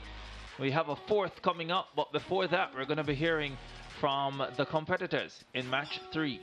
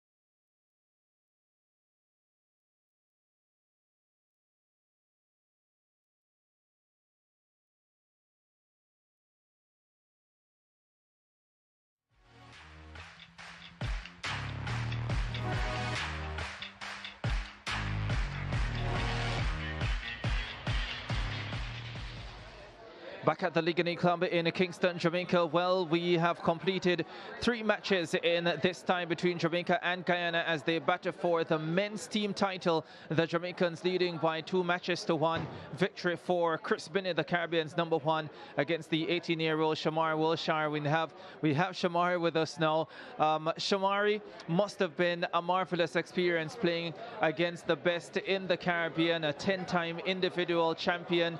Talk to me about what it was like out there. I mean, it was really tough for me, you know, going up against a guy of such great stature. You may be nervous, but once you get on court, you need to shake that off and put your best foot forward. And he's really good. He's really fast on the ball, so that puts you under pressure from the start. And after I was really tired, but like you know, you need to push through, and I'm really glad I got 9 points in the last game. Yeah, talk to me about what was the game plan going into that, and how well do you feel you executed? Well, for me, it was to play wide cross squirts because he's so good on the tee. And I felt like sometimes my balls weren't going as deep enough, so I changed that up. And once I did that, I was more in the rallies, and I felt I accomplished that, and it really showed as I got a good amount of points against him. How big of a confidence booster is it that not only did you get a lot of points, especially in that third game, but you were able to come back from well behind to close in and put some pressure on him at the end? Yeah, that's good for me, as I'm only 18 years old right now, and I have many more castles to go to. So I really look back at the video and see what I could take from this game as I prepare for my senior castle next year and more world tournaments in the future. Yeah, it's been a good year for you, hasn't it? You won the Guyana Senior National title, you went to the Commonwealth Games, you also participated at the World Junior Championships. How have all those experiences helped you this 2022 season? It helped me a lot because you saw like the fitness level and the shots that the top players were using. And now I can go back to the drawing board and work on my shots, work on my fitness. So when I go against those guys again, I can prove myself and to even maybe win. Yeah, what next should we be looking out for Shamari Wiltshire? Well, I'm going to Drexel University in September. And I don't know how the tournaments I'll play, but you'll see me at Senior Castle next year. All right, we look forward to it, and all the best. All right, thank you. Yeah, Shamari Wiltshire there, beaten by Chris Binney, the 18-year-old. And credit to a good performance from the young man, but Chris Binney smiling his opponents off the court, and he did again today. How important was that, Chris? It's a close battle between yourself and Guyana, and Jamaica needed that, and you were able to deliver it for them. Definitely. I think like it's been all week, it's very easy to get up for these team matches. You know, the individuals is one thing about like myself, but these team matches, you're playing for Jamaica and you're playing for your teammates who everyone's putting everything on the line. So you just have to come ready to play. And so thankfully, you know, I got that win, and now we're up 2-1 in the series. So we need to find one more win, and we can take the title home. Yeah, for sure. A slow start for you in that match. What did you make of the level of the young man, just 18 years old? Yeah, it was. I mean, I expected him to be good. You know, he's just come off the World Juniors. He played in the World Juniors 2 weeks ago. He also played at, I think he played at Commonwealth. So he's played a ton of events this summer, and he's also one of the up-and-coming guys. You know, you have Kamal, and then he's a close second. He's going to go to college in the States, so I know he's going to keep coming for me, and I just need to continue to keep slightly ahead. Well, him and apparently a few others. Still a couple of matches to come in this team championship. How much coaching are you going to be doing over the next 2 matches? Yeah, I mean, I'm going to get involved. You know, we have a coach here, you know, and you know, they're doing a great job. Obviously, we're now in the finals, so that's great. But if I can add a little something, if I see something, I'm definitely going to throw it in there, because anything we can do to win now, we're in the position to know, and we just need to snatch one of these matches. It was close 2019, and it's close again. Can Jamaica pull it out this time at home? I hope so. I mean, we got the home support, so. I think we did lose. We lose 3-2 last time. We just lost it at the end. So hopefully this time we can turn it around, because it was on their home soil last time. So now we're bringing them back to our yard, and we're going to do well. We're good. Oh, we're definitely doing well so far. And Chris, congrats on a fabulous week, winning a 10th title and leading the Jamaican team as well quite brilliantly throughout this week. Yeah, thank you very much. All right, Chris Binney coming off victory there and giving the Jamaicans a 2-1 advantage over Guyana. The 4th match is coming up after the break. Gerard Morrison will be taking you through that one.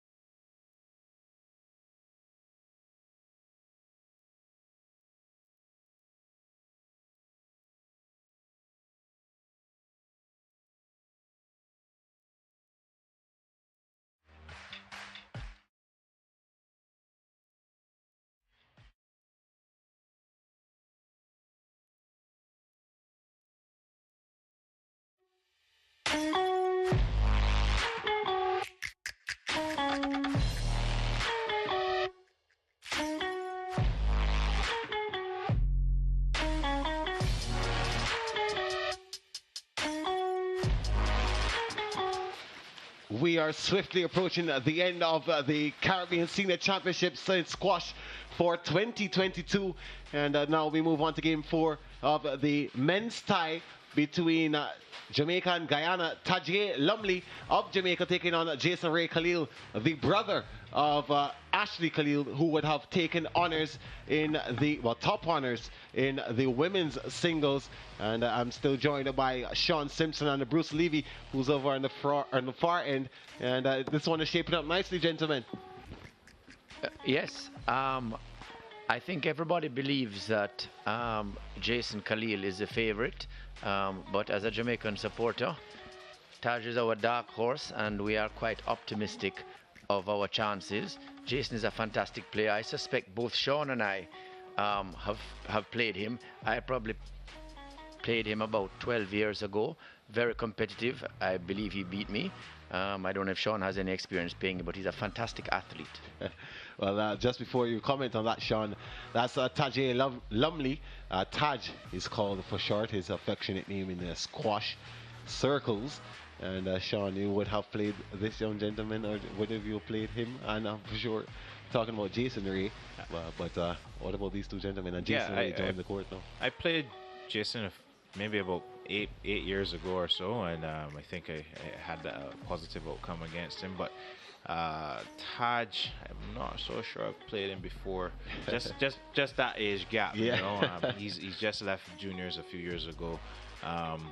But this should be an exciting match. Both players are very much so athletic. They both are crisp, clean hitters of the ball. Jason is just a little bit more experienced, a little bit more tactical finesse to his game, where he can slow it down. I was telling Julian Morrison last night after our match that when Tajay can get that part of his game to be more consistent, he is going to be hard to beat. So he might, as Bruce said, he could be a dark horse in a few years to come once he gets that side of his game developed and more consistent. Well, Jason Ray, the brother of Ashley Khalil, like I mentioned before, Ashley would have won the women's singles, and now Jason Ray wasn't as fortunate in the men's singles, but I'm pretty sure that he'll be hoping that after when we come back and then we get this thing rolling, that he can level things here for the Guyanese, and we'll be back with the action on the court.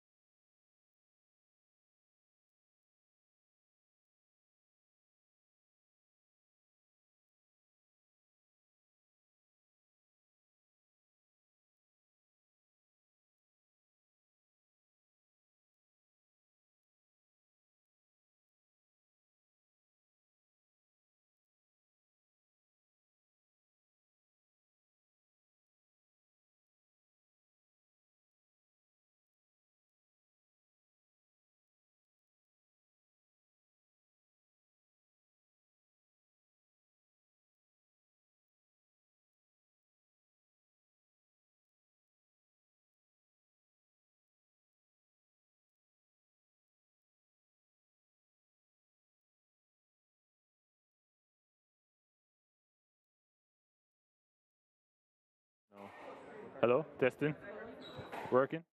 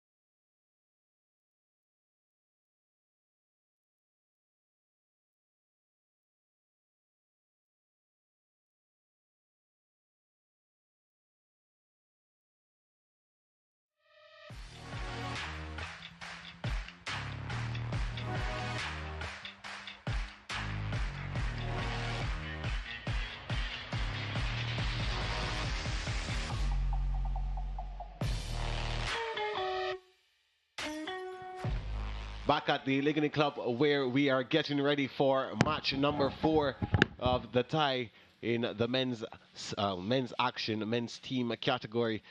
Jamaica taking on Guyana. Jason Ray of Guyana, Jason Ray Khalil taking on Taj Lumley of Jamaica. The tie currently stands at 2-1 for the Jamaicans. And remember that I guess it was a similar position in 2019, Sean, when the Guyanese came out in the end at 3-2. And of course, you know, Chris would have mentioned that just losing it at the end, the Jamaicans did. But it's shaping up to be the same story here. Yeah, the odds would be in Benny's favor. on the screen. Yeah, Benny's going to take the hot seat for this one. The advantage would be to Jason here, just based on position where he finished in the championships. He did make the quarterfinals, whereas Tajib made it to the round of 16. So, you know, Jason is favored here, and if he can take that, then it takes us right into the final match, and it would be pressure on the number 5 string player. I wouldn't want to be in that position as a player, but hey, this is what stuff is made of. This is why you're here, for the championships, to win that title for your country.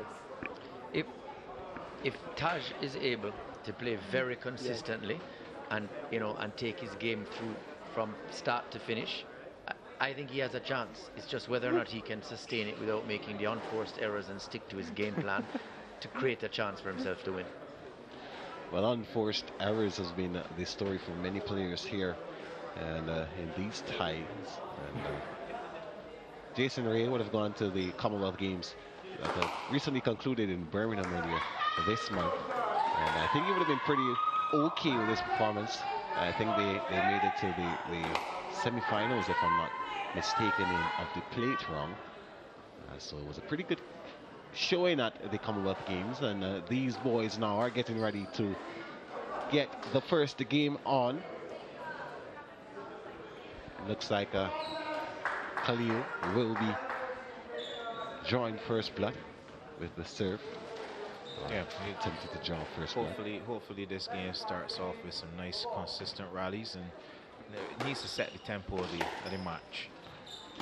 Well, high lob, the serve, pushing Lumley back to the back wall early, and looks like they're just trying to feel out each other. A long rally to begin with. Yes, lad. And a let called by referee Benny. Maybe we won't have as much controversy with the referee's calls as we did in the second game between Ince and the Jamaican. Burrows. Yeah, Chris is experienced, and he's going to know how to diffuse any possible situations and mark his position early in this match for the players to know. I know both Taj and Jason Ray can get a bit chatty with the refs' decisions, as we see here now. Yeah. But you know, Chris is going to ensure that he limits that to a minimum. 1-0 in the first game, and it looks like both players just still trying to get a feel of what the other players doing, but they're both powerful hitters of the squash ball. And unforced error there by Jason Ray. Khalil forcing, well, Lumley forced him to just test that backhand again, and it seems that he's found a spot and trying to penetrate it. That was a tight, pacey drive down the wall by Tajay, and just how to reach a Jason Ray. But you see the two gentlemen here really trying to be as patient as possible so far, not inviting the other person to have too many options, and that's what you want to see at a crucial match here. This being a potential decider for Jamaica, and Tajay may be fueled up by that, and Jason knows he has to be on point to ensure that he can keep Guyana alive.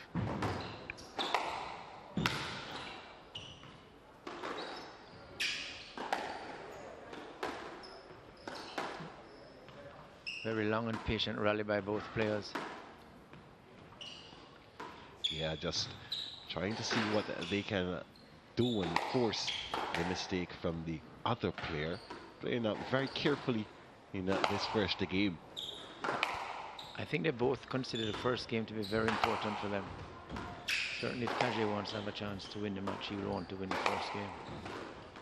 Yeah, for sure. First game against Jason Ray would be key. That would give him the adrenaline to go into the second game and put even more pressure on Jason Ray. As I mentioned, Guyana is definitely under pressure at the moment. This is a potential decider.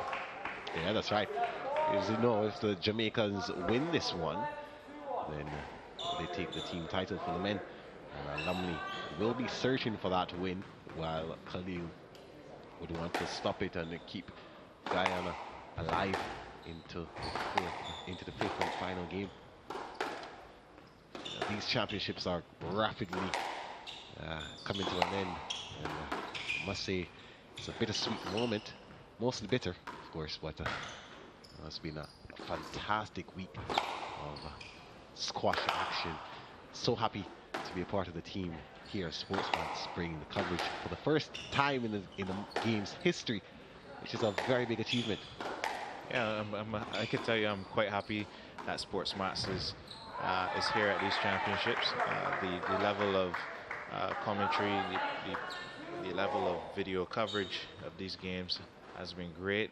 You know, reaching all the Caribbean countries that are here, and you know, for friends and family, being able to see you play is a big jump from what they're accustomed to, where you just get WhatsApp messages or maybe a Facebook Live, you know. But you know, SportsMax has been great, and we're glad to be part of it. It'll be wonderful for the outreach of squash in all the Caribbean countries. I mean, we're so pleased in Jamaica. Sean mentioned the commentary team, a little bit of a pat on his back. Yes. Just a little. I think John is looking for a job after he finishes his squash career. Yeah. It seems that way. He has shown his competence in media, so maybe we'll be having a few words with you in a couple of years, Sean. I'm open to offers. I'll leave that to the higher heads. That's above my pay grade. No problem. But in this game, 4-2 to Khalil in the first game of best of 5. And seems that these players are still being careful at a very slow tempo compared to the other 3 games that have gone before this one.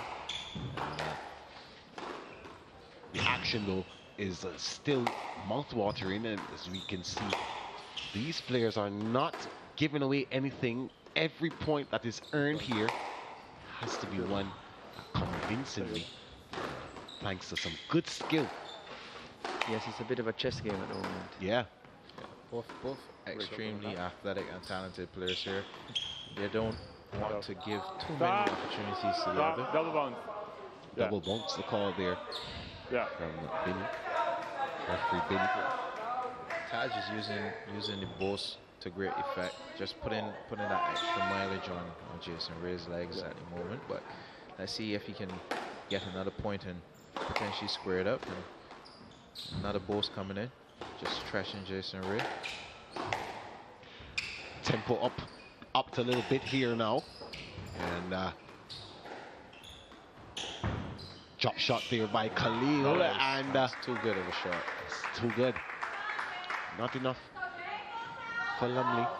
I think he tried a little bit of gamesmanship there, running into Khalil's back, but referee saw right through it.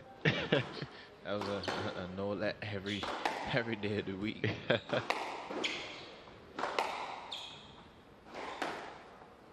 Just shows how crucial this match is for both of these players, trying to squeeze every point that they can get. And it's very much important if we're going to win this game. Good shot there, trying to play it off the side wall, right wall to the front, but Khalil up to the task and trying something. Easy drop shot. And yes, he got the point. And no, Lumley. Yes, Lumley gets it. That drop shot was down. He was trying to trick him, but it caught the top of the tin. Oh, yeah. He was trying to do a no look drop shot. Yeah. But ended up putting it in the tin. I think, you know, he's gonna be saying that was a stupid shot to play at that point. And it's given Taj a little bit of fuel here now to square it. Yes. Did mention that unforced errors would definitely be frowned upon, and we've seen a couple so far. I mean, it's inevitable if you're playing a sport to commit an unforced error, but you try to limit them as much as you can. And let's see, Khalil trying his best to make up for the last 2 points, and Taj getting the point there again. What was the ruling there, Sean? Yeah, that was a stroke to Taj. Jason Ray just hit the ball back to himself. Perhaps a better shot would have been to maybe do a cross-court lob or a straight drop rather than trying to hit it straight back on the ball. Good? Yes, Taj is on a roll here now. You know that. We're gonna play let, so we're on shore. There's a let, but that drop shot was couldn't costly. see it. It's given Taj a little bit of momentum. Yeah. And when you're going to just 11, any lead is too big of a lead, really. You can manage a 1 point lead and probably drop a 1 point there, but try not to let it stretch beyond 2, because then that's a lot of work to try to pull it back. And, remember, 1 and 11 are just around the corner. Around the corner.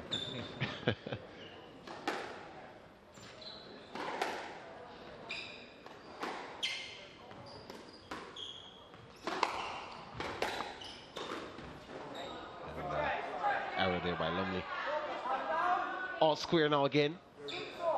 6-all, the score, as you heard.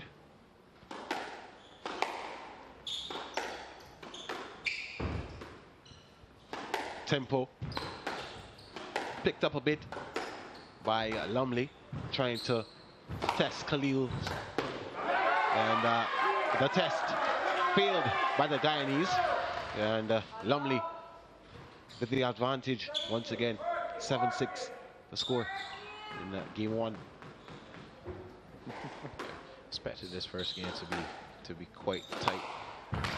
Both players are under pressure, but Taj seems to be opening up a bit more with his confidence, and I think those string of points in the last sequence is giving him that ability to just swing as freely as possible. All of these rallies have been quite lengthy, this first game.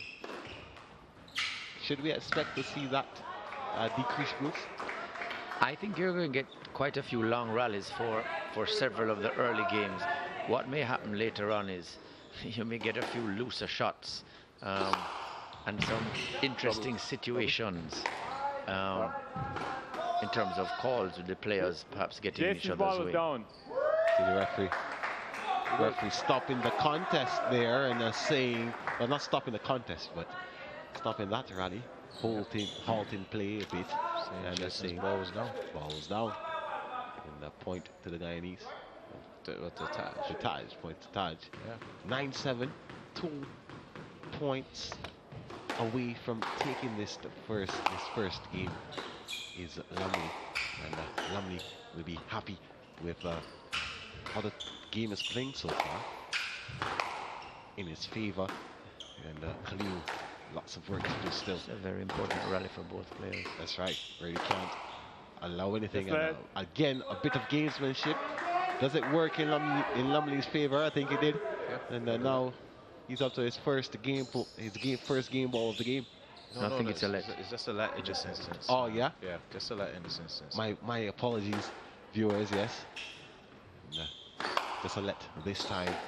9-7 still the score. Still 2 points to go before we get the result in this first game. I think that was an error there by Taj. Taj should have just kept that simple, kept it straight instead of trying to flick it cross court. And again, one brings two.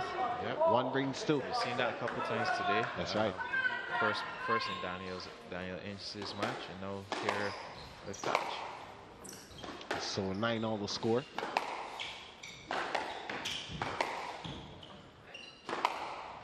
This the fourth game in the men's tie. Jamaica versus Guyana. Jamaica, the home team, of course, searching for retribution from the 2019 loss against this very same team. 3-2. That would have ended.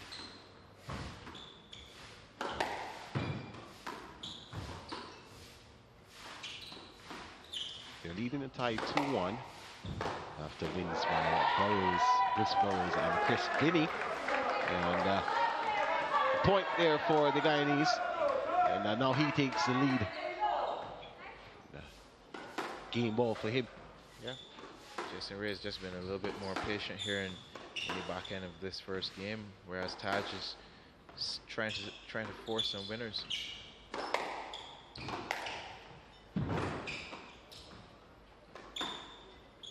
High lob to the back wall.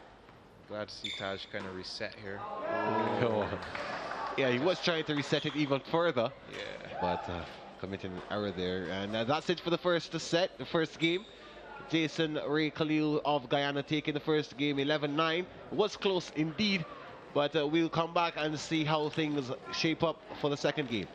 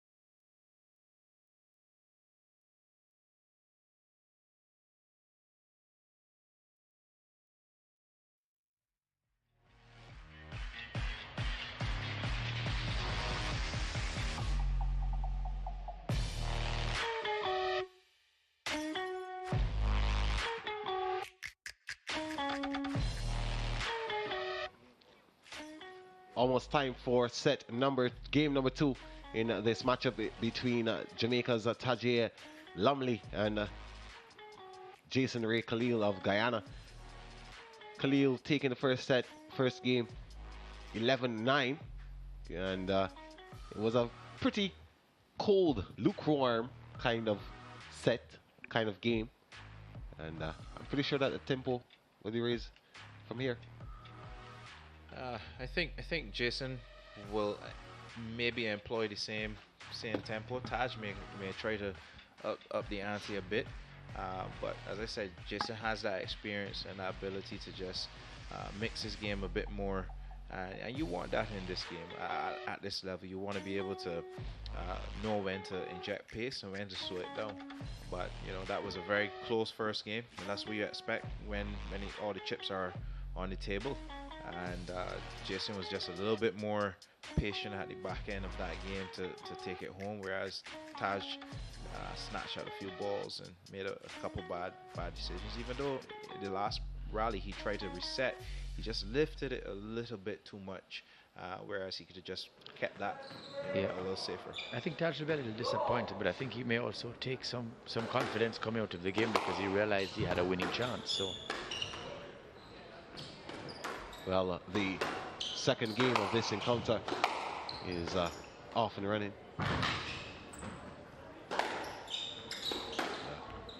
Just like you mentioned, Sean, looks like Lumley has upped the ante a bit. I think Jason's a little unfortunate there. Yes, that ball was glued on and flew past him. But either way, point gets to be replayed. Sean, I must ask you though, seeing that you're from Barbados, the ball that is used in squash, is it similar to the ball that would be used in road tennis? No. The road tennis ball is usually like a skimmed tennis ball, whereas in squash you don't have a specific rubber ball. It's a lot smaller. And it gets hotter as you strike the ball more. And what I would say is that the conditions kind of change from country to country. I think Barbados came in as in Trinidad are the only countries that have air-conditioned courts, whereas the rest of the Caribbean have natural air or hot courts, as we like to call it, which makes it a bit more of a nutritional game here. For some people, because we're not accustomed to playing on these conditions all day long. Thank you. And just for the benefit of our viewers, those who are not from Barbados, and road tennis is a racket sport. It's played in the road, or it's a shortened court. Basically, the same rules apply as they would in tennis, just like the scoring system.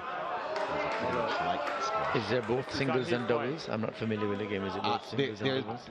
For now, they're just singles, but I have seen doubles. In this situation? But it's something for the eye, Sean? Yeah. Road tennis is a lovely sport to watch. I think it came about because back in the day, tennis was kind of like a privileged sport. That's right. And then the masses created their own sport to be able to have an exercise and a variation of tennis, and it's gone on to become very, very popular back home. You even have a professional league where persons are able to earn a living. I mean, recently the two winners, Kim Holder and Mark Venom Griffith, $20,000 each. Have you ever played, Sean? Not since I was a child. Because, it is popular in our primary schools and our high schools. But with squash, I just didn't have the time to dedicate it to it. And the surface is it's asphalt? It's asphalt. Asphalt. Yeah.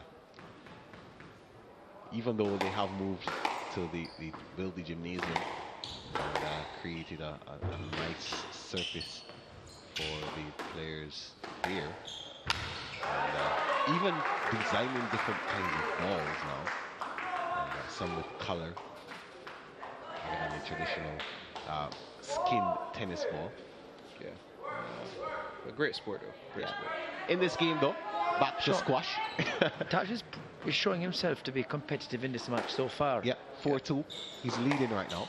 Yeah, I'm glad to see him come back out and be more patient. Just maximizing the angles that Jason are giving him now. And you see he's lifting the ball to the back of the court as much as possible. That was a great shot by Jason. but you could see the intent by Taj. He was going to try to lift that ball again to the back and just continue to keep Jason as much as possible behind him. Yeah, 3-4 to score now. Khalil creeping back to pull this game level. And stroke called. You played a shot that you couldn't get off. And Khalil, it was the wrong shot to play. The ball came right back to you. Taj, as the referee's explaining there. But the ball still came right back to you. A ball came right back to Jason. Yeah, Taj came in at a clever angle. I think that was a good call. Yeah. Watch the replay. Wow. Yeah. He had nowhere to swing. Good call from the referee. And as he did say, Sean, he's going to put his foot down early. And he did. And that's forcefully and rightfully so. So that's what you got to do as a ref. Let the players know what you're expecting of them. And once you're consistent, they will understand where you're coming from as a ref. Because they don't always have the same perspective as the referee in terms of the space that they have given. Yeah. I mean, if you're playing, you're going to fight for your point if you think you won it. Yeah. So the referee would have a clearer picture, as Bruce would have mentioned. That's one of the things players also have to understand. You know, we see it from our view, but we're not seeing it from the outside. Right. And that's where the referee has the advantage. They see the whole picture, whereas we just see what's directly in front of us. In that instance, 3 points ago, where Khalil would have been playing and Lumley would have been coming in from behind him, he wouldn't see that, you know, it definitely was not in Lumley's direction, rather his, and that's where he would have lost the point. And then now he's slowly creeping back into this game, now cutting that 3-point lead to 2, and 4-6 to score. He serves that one, and left called by a referee, Benny.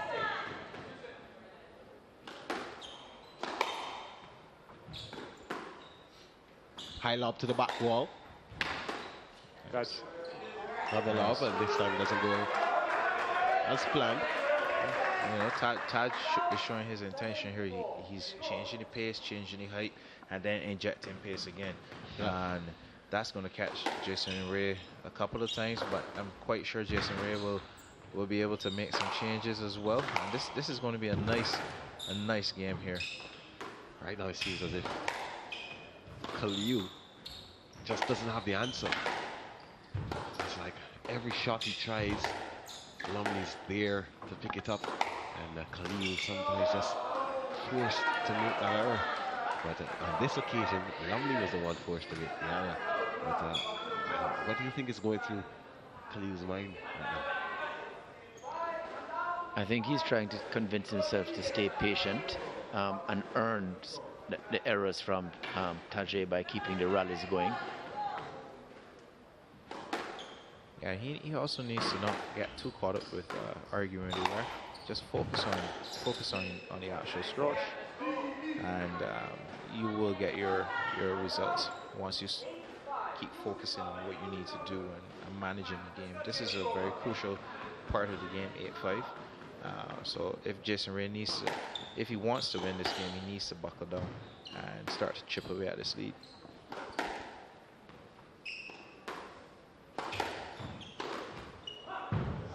Wow.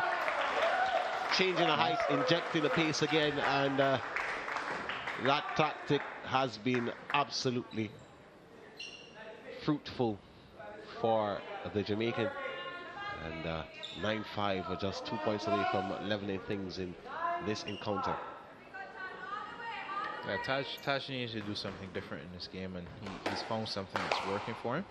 He just needs to continue to be patient. This game rewards the person who's more patient on the squash court. It's almost like a physical game of chess. Wow. Interesting analogy here, because chess is definitely a game of patience and tactics, and the same definitely is applied to squash.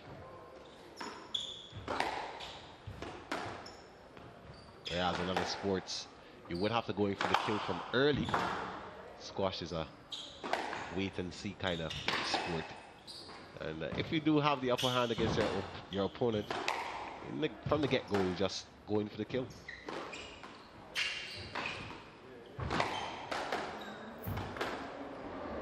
Another long rally here. Yeah.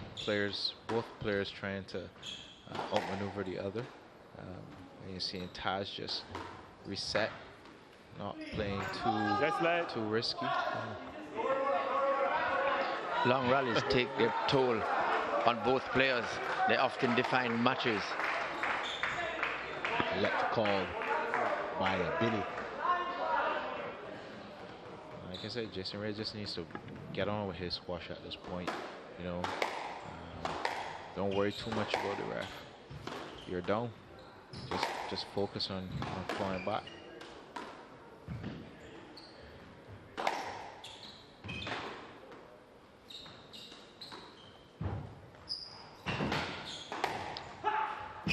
Wow. Good rally here. Great retrieval. Khalil definitely doing all the work so far, doing all the movement, and another. Yes. It would have been some fantastic retrieval rally if he got it. by Tajay. Yeah. Some mileage into Khalil's legs, yeah. Almost pulling off another stunning retrieval, but just committing the foul. Well, the error that time. Yeah. Yeah. Game ball for Lumley. Game ball for Lumley. If he can take this, it sets up an interesting third game, and some questions may be asked of Jason. Some questions may be asked of Taji. Catching their breath here. And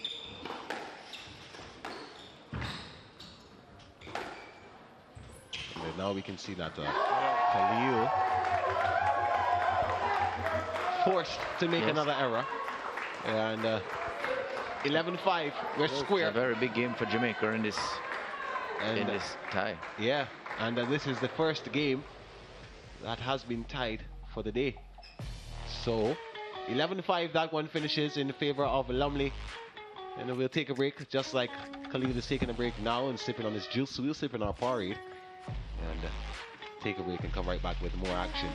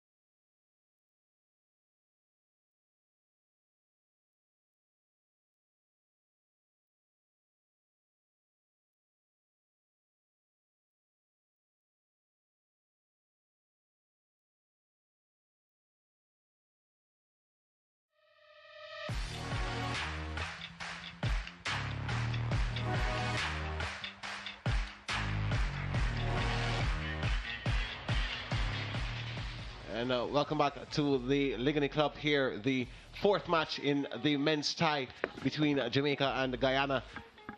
Jason Ray Khalil, the brother of Ashley Khalil, who would have taken the honors in the women's singles. And that's the score there so far. Lumley, his opponent, 11-9, 11-5, well, 11-9, 5-11, and 1-1. We're locked at.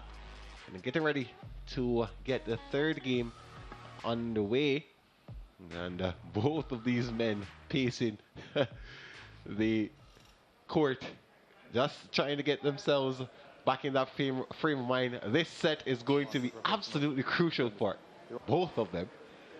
So I know that both of them would want to make sure they have almost a perfect game.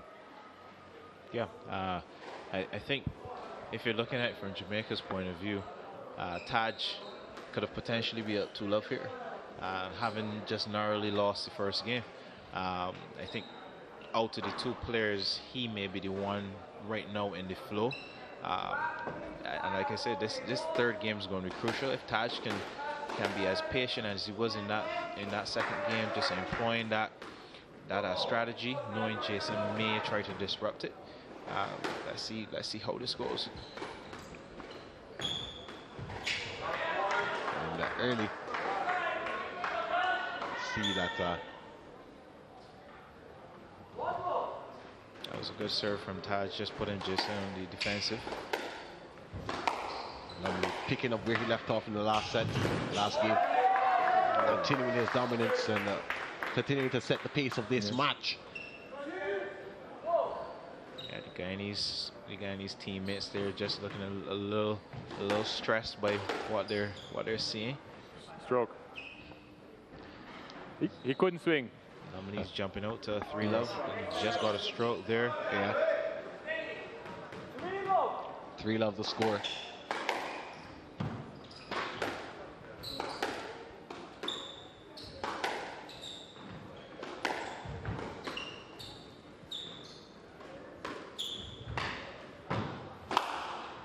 Excellent drive down the court, a backhand drive from Lumley, and Khalil had a no match for it.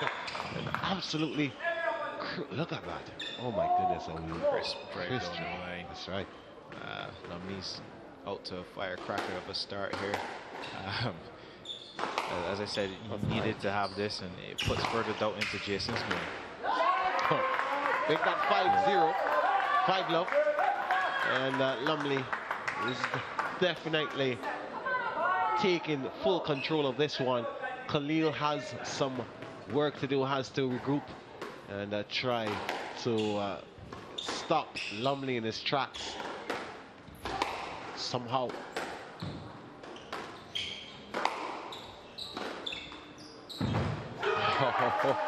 Absolutely brilliant for the Jamaican. He's playing some inch-perfect squash, not only with his boast, but straight drive, straight drops.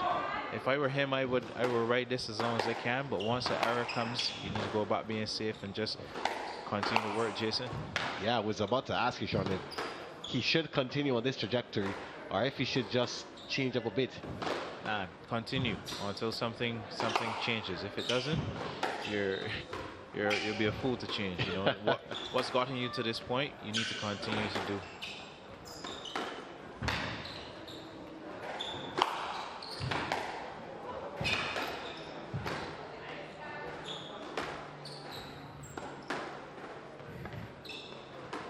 Long rally here, and going back to what was working for him in the second game. Play late that time, he cleared just enough. Well, this is good from Tajay, just recognizing in that rally, that he was not the one in control. Yeah. And he started to mix up the pace, started to slow it down, and that's recognizing what you need to do just to counter what your opponent is trying to do to you. Tajay is a bit of a rhythm player, so he needs to be careful not to get distracted and get off of his rhythm, which I think is what Khalil is trying to do by changing the pace and stopping the game. And he's on the board now, Khalil, has a serve. 6-1, the score, and make that 6-2. Just as Bruce said, Jason's employing something different here. Taj just needs to get on with his business and play his game. Don't let Jason off the hook. But as with this sport and most sports, it's a battle of wits, a battle of determination. I guess this is where the experience comes in now. And notice that your opponent is doing something, and they try to work it differently. Tajay is playing some very attacking and aggressive squash, and it's paying off. The home crowd absolutely loving it here. Thank you so much. Thank you, man. Taj needed that point. You don't want Jason Ray to get 3 points in a row. I have a rule in squash: you try not to give your opponent 3 points in a row. Otherwise, you're the one that's now lost in momentum. Similar to what we are playing volleyball, Sean. Yeah. We try not to get a run for our opponents. Try to break that run as early as possible. Of course, there are no timeouts. But in squash, you definitely, in this sport, you try to calm down your opponent when they seem to be running away with it. Taj needs to focus on the game and not the referee. Yeah, he needs to just play your squash. So 7-3 the score in this game 3. Best of 5, remember. Just needs to remind himself he's in control. You've gone into 7 by playing a particular way. Yes, late, but next time play that. You see, Taj, just be careful on your movement out, giving him a pass. But Jason, next time, please play that. So both of these players are consumed with the argument. Yeah. And Chris is putting his foot down. He's explaining to them what he wants to see going forward. Yeah. Just to cut that out in the future. I'm going to make a prediction. You're going to see quite a bit of that in this game because the players are starting to get tired. And when you get tired, 2 things happen. Yeah. You don't clear as well, and the shots are looser. Yeah. So that tends to create these situations. And also everything in that state there. What a shot that was. Not allowing the ball to take a bounce, getting it out in the full and capitalizing on it. He was in great position there, Lumley, and he totally got the best. Pounced on that. Yeah. I thought he was leaning to the other way, but having your racket prepared is so important for a shot like that. I know. And Taj had his racket up and was able to take that volley deep into the back left corner. It's another thing. How do you know when to take a shot on the full? Well, in this sport, you want to try to volley as much as possible. And if you're in the position to take it, take it. A lot of the times you may be too far stretched to take the volley, and you feel more comfortable taking it off the box. But as long as it's within your strike range, you should take that volley. Because taking the ball earlier gives your opponent less time to get to the ball. So in the long run, they put in a lot more work because they have to react quicker. Yeah, exactly. Just being a bit casual with his shot there from the back of the court. He needs to be mindful not to allow Jason Ray to come back, but Jason will try to employ all the tactics to get back into this game. Don't want to give away any free points in this game. Well, this one is pretty interesting. 5-8 now. This is the marker would have just called out the score. That's three errors by Tajay, and we just spoke about it. We do not want to drop 3 points in a row because Jason is going to be breathing like a fresh, with some fresh life in his lungs. 6-8 the score. Not out. That was a bit risky, but it worked. Yes, it worked. He's cut the flow. I think Tajay just needs to ensure he focuses on this point.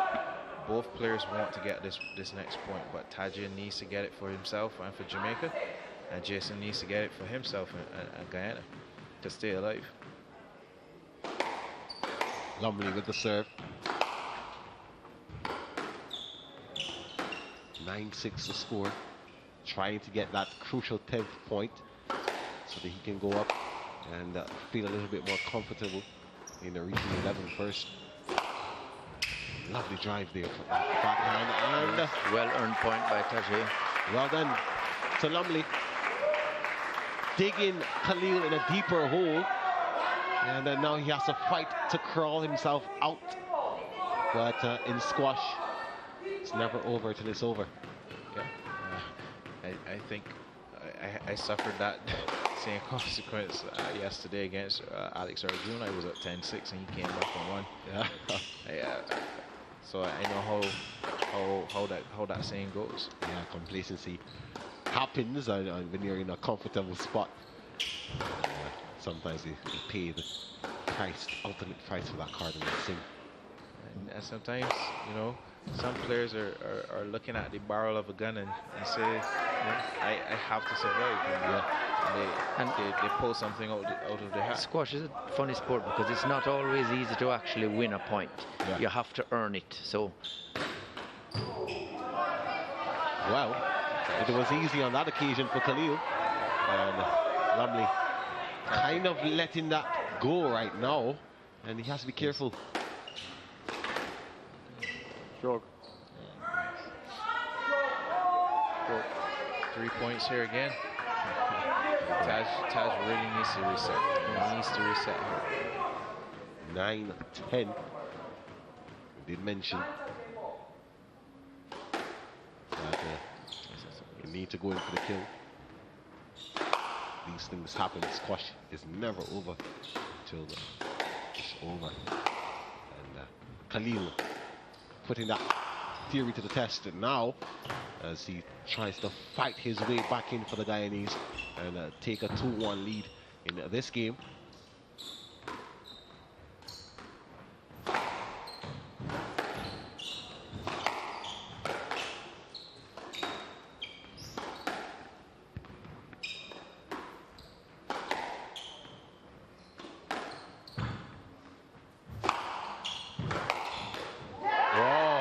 And it's square now.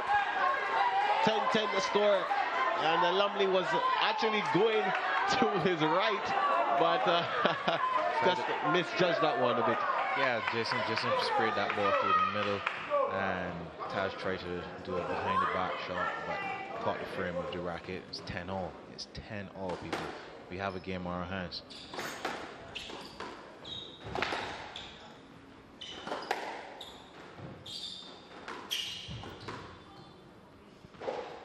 Volley to the back wall.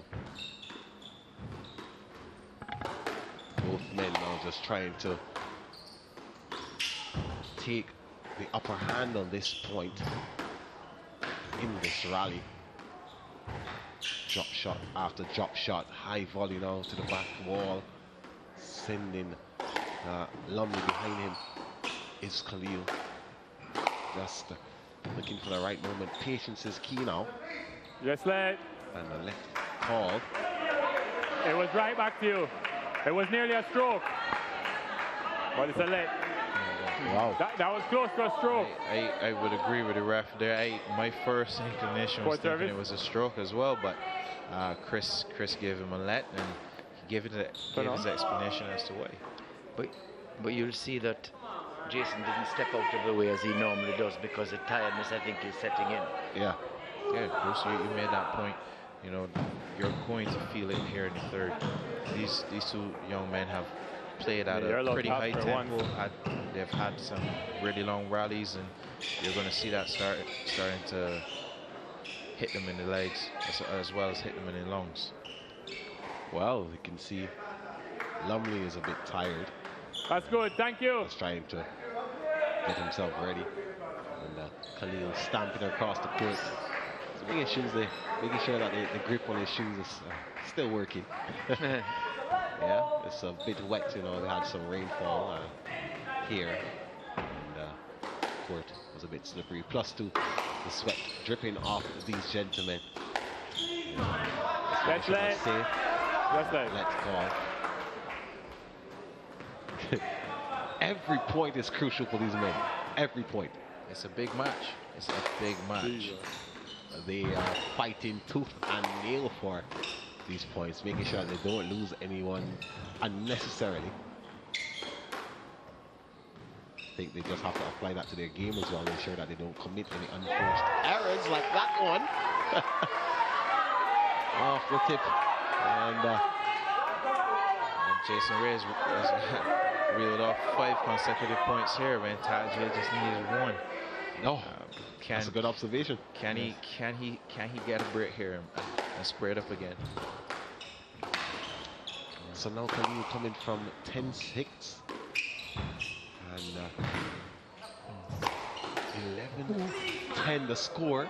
What's going to be the ruling here? I think that's a no-let. No-let. And we're all square again.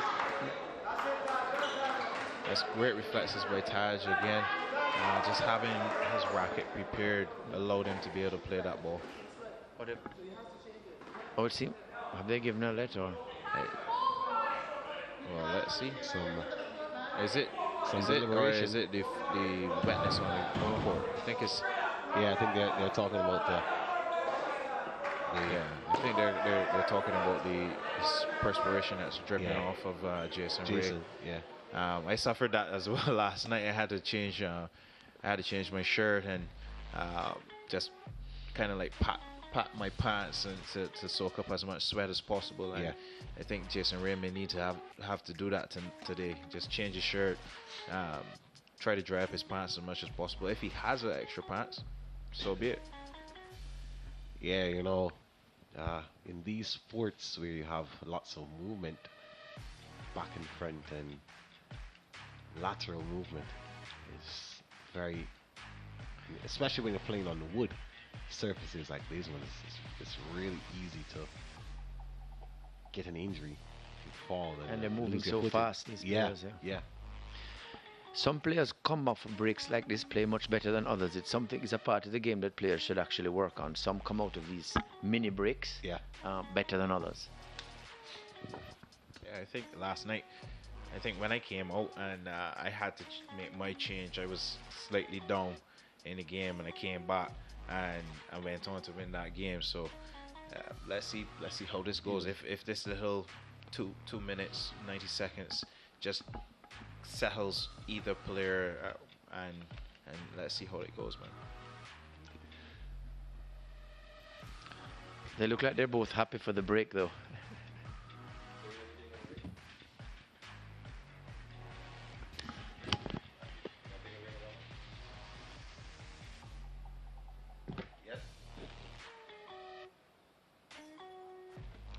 All right, so, and as the players get ready to continue this third game, Manado score 11-10 in favor of Khalil.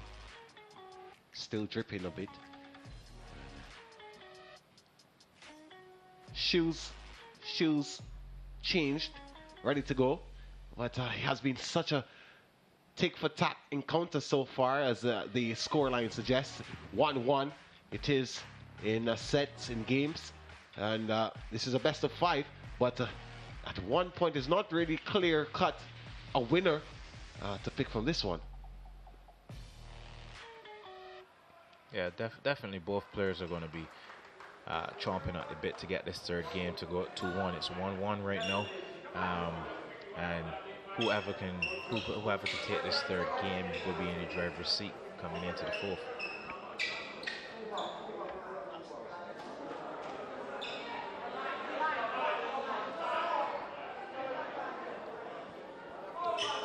And you can see here there's quite a bit of perspiration on the floor. Both players are showing the effects of the effort that they're giving here today. I think Jason, I can't remember, did Jason change his shirt?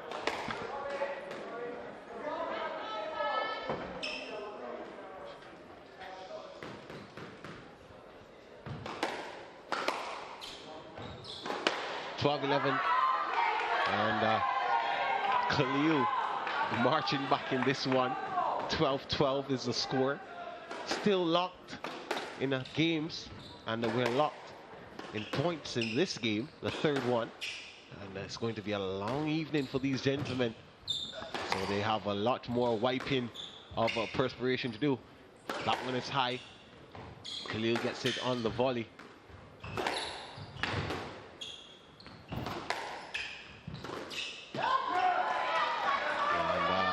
And Lumley winning that one. Third game ball for him. He needs to take this. You don't want to potentially have to earn another game ball here. Take it at the third time I ask. Well, you know, he gave away a couple of game balls when Khalil came all the way back from 10-6. Yep. 13 apiece now. We are at Still no clear winner here. Oh, but it looks as if Khalil is one step closer to winning this game. 14-13, just 1 point away from getting this third game. What's the call here? Yes, that Taj with a rash shot there. That shot should have gone to the back of the court instead of trying to go across court, Nick. Yeah. But get the replay the point. Here we go. Lovely. Well done by the Jamaican. Squares it up again. Yep, 14 all. Seems as if we are in for a treat in this game. Yep. Both men want this badly. That much I can tell you. Man. They're gonna go right to the end with this.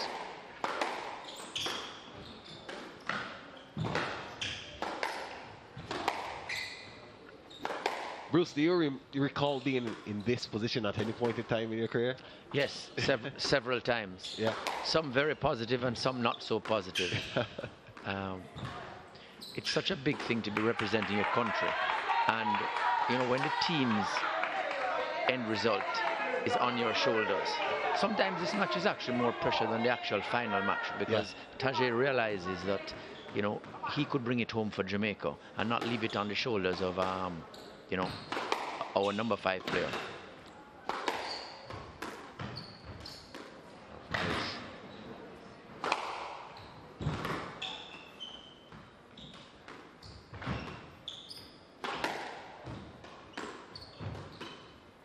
That game 5 will be Stephen Morrison coming up against Samuel Ince. And it looks as if the Guyanese takes that one.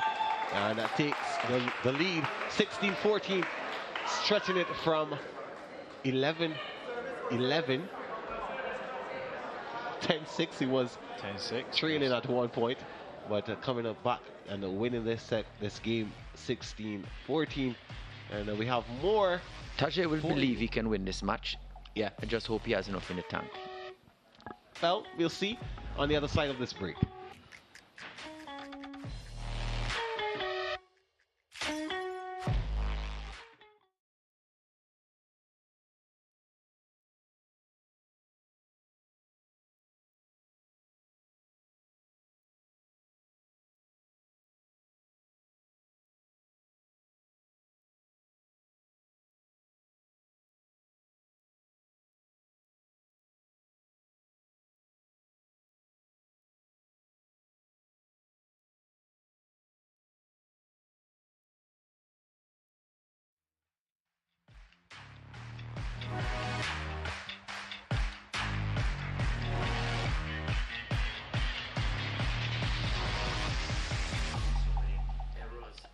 Time for game number 4 in this game between Tajay Lumley of Jamaica and Jason Ray Khalil of Guyana. 2-1 the score in favor of Khalil. 11-9, 5-11, 16-14. And he really fought hard to win that third game. And let's see if he can close it out in this game 4 and square things in the tie for his country.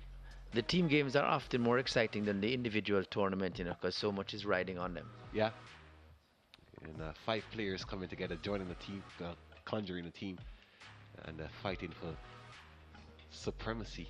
Yeah, you know, this is what makes it interesting in a team event, because you're matching up your number 1 against another country's number 1, your number 3 against, and so forth. And it just goes to show the close levels at each of those levels, and you're seeing that here today at this crucial number 3 string.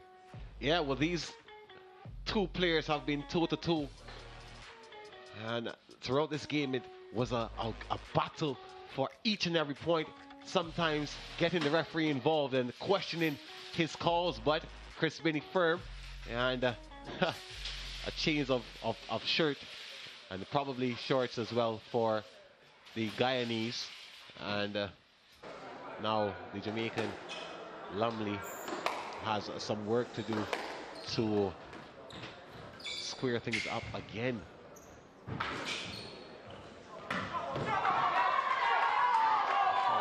my memory serves me correct, I believe Jason Ray played Taj in the individual event. So this is a bit of a revenge match if a grudge Taj match could, if you may. if Taj could kind of pull it off. Do you know the score in that match, Sean? I think it was 3-1. Oh, it was 3-1 to Jason. It's one of those funny things. Results are often overturned in team matches. Well, we were just speaking about one of the occasions that you beat Chris Binion when you had lost to him in the individual tournament. The players come back motivated and are able to turn the table in a team event. Yeah, you find that happens a lot. As I say, if you get a revenge or a grudge match where you're pumped up and saying, I want to overturn this result I had a couple days earlier.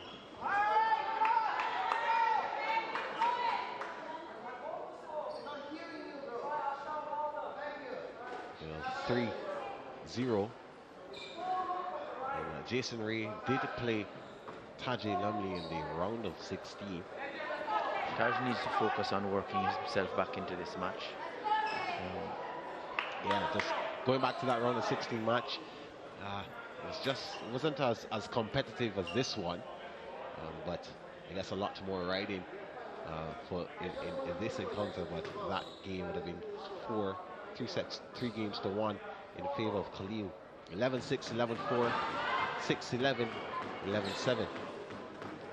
Much more competitive match this time around. Yeah. Different stakes. Different stakes. I mean, a trophy was at stake then, but I think this one is with even more passion, especially playing against the country that would have beaten you 3 years ago. Yeah, you know, as much as the individual competition is important, the real reason you're here is for the team event. This is the big dog competition. You want to be able to say my country is the #1 in the Caribbean. Yeah.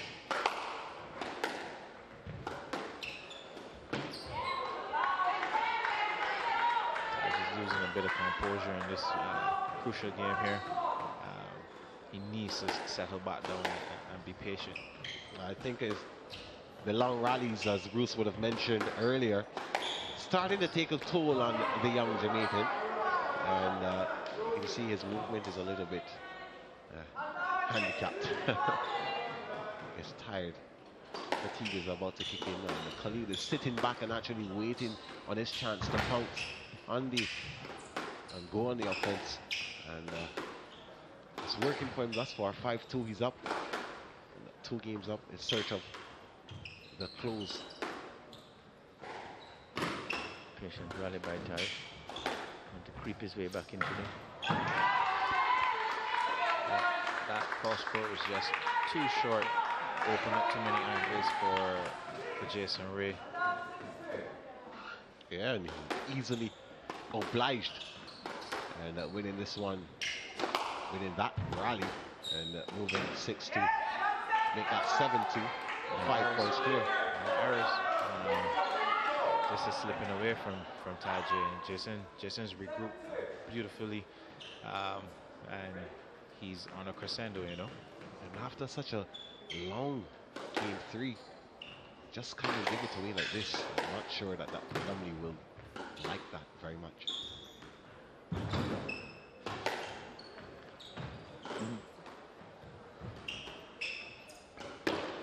There's a tendency when you're tired to try to go for difficult shots, which is actually counterproductive because difficult shots are very hard to play when you're tired, but it is instinctive.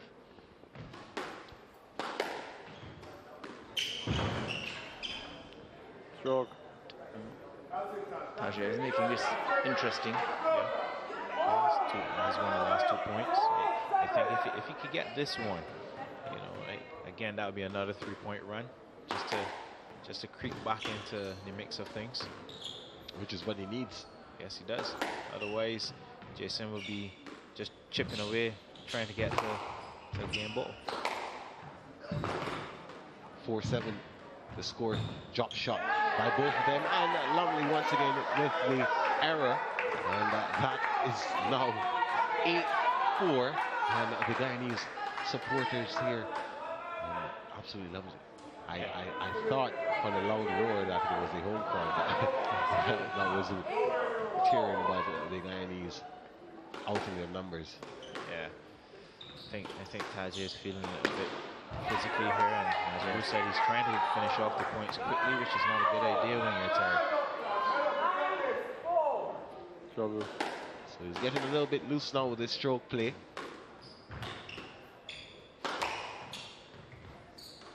(9-4), just 2 points for Khalil to take this encounter and square things 2-2 in games. For Guyana. But you have to wait a little bit longer because the score now is 5-9 in the favor. Still in his favor, but Lumley creeping back, even if it's slowly. Yeah. He needs this one. He needs this one. But Jason's going to be patient. Jason's going to force Taj to play something loose. That's a great shot. That's a great response. He needed that point as they indicated. Asking, we shall receive a lovely backhand drive there down the line and causing the error. Jason is inviting Taj to go for his winners. Yeah. And it's not a bad tactic at the back end here, but you know, it can be a little bit dangerous if Taji can execute. I see both players tactic something I used to test the other. Great shot by Jason. He has match ball here. Yeah, match ball. Here we go. First one. I mean, Jason just came back from this score line in the third. Can Taji do the same thing? And remember that he ended up taking it, but this time Khalil will close out in the first time of asking, and he wins this one for Guyana. 3-1 in games, and 11-6 the score, and in the fourth game, and 2-2 the score in the tie. Jamaica 2, Guyana 2, and this sets up a nice encounter for Game 5. The story will be one worth reading, and we'll take a look at the score there. 3-1 in favor of Khalil of Guyana. 11-9, 5-11, 16-14, 11-6. It was a hard-fought game, but the fatigue at the end there taking its toll on Lumley, and he gave it away to the Guyanese. Let's take a look at some of the highlights. There was a pretty close encounter in the first 3 sets. Of course, the third set being the best one of the game. Yeah, Taj played well in those first 3, as well as Jason, of course. Jason coming back from 10-6 down to sneak out that third game. That was a crucial game. Anyone going up 2-1 knows you're in the driver's seat. Yeah. And Taj had to do a lot of work coming into that fourth, and I think as you said, the work rate of the first 3 just took too much on him, and he was flat coming into that fourth. So we had a very long third game, 14-16, 30 points that one went to, and in the end, the Guyanese coming away with the victory and still keeping his Guyana team alive, and that sets up nicely the story to be told in the 5th game. So we take a break, and when we come back, we'll hear from both Khalil and Lumley.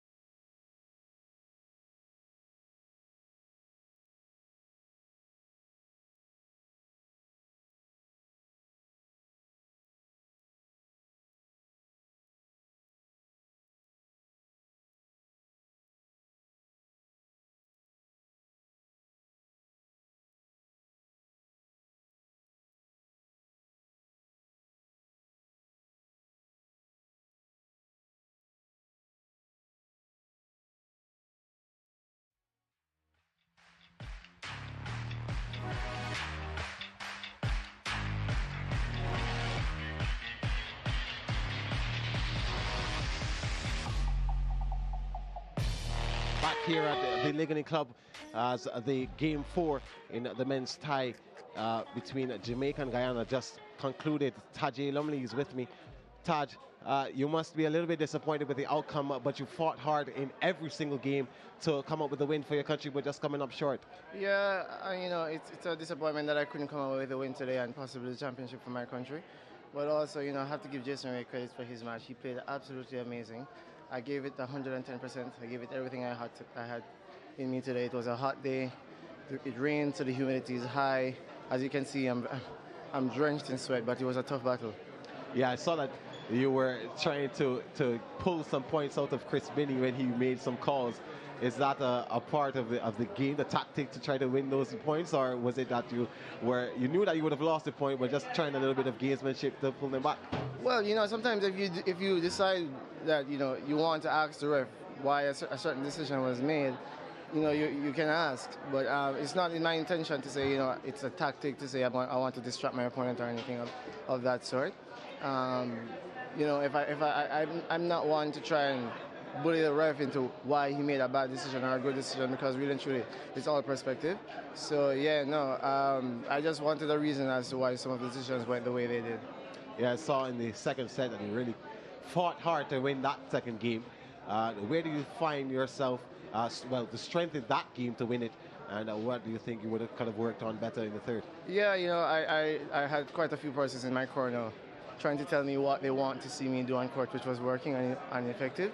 I did it for most of game 2 and certainly game 3. I mean, fell short in the end of game 3 and then gave it all I had in game 4. So yeah, that was a very, very good game and a half from me. Hopefully in the next championship I can do more of that and build on what I performed on today. All right, well, it's still wide open, so we'll see what happens at the end of game 5. Thank you very much. Thank you.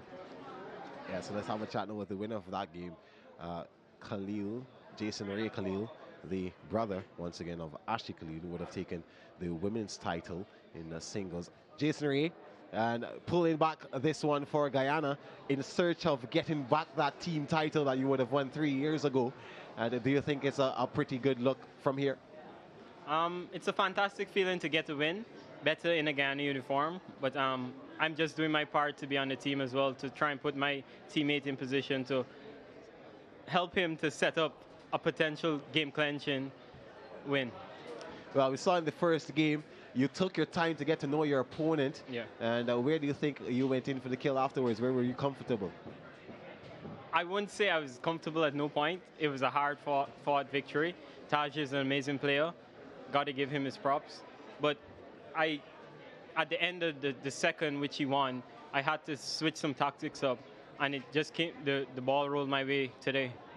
In the third game, you had to literally crawl yourself out of a deep hole. You were 10-6 down. Where did you find that grit, that depth to come back and win that one? Well, I didn't have to crawl anywhere. I just needed to look down and see Guyana on my shirt. Yeah. And never say die attitude. We need to fight for everything. This is a team event. It's bigger than one individual. It's a whole nation you're playing for. So that was fuel to the fire to help me to stick in there and dig. Yeah, so the game clinching 5 is about to take center stage. How do you think Guyana's chances are? I think it's a very even playing field. Both players are very similar in style, so it's just who wants it more and who plays better today. All right, thank you so much.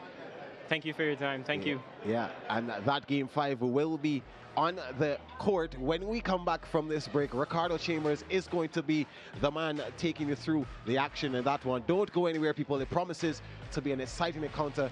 Let's hear from you in a bit of...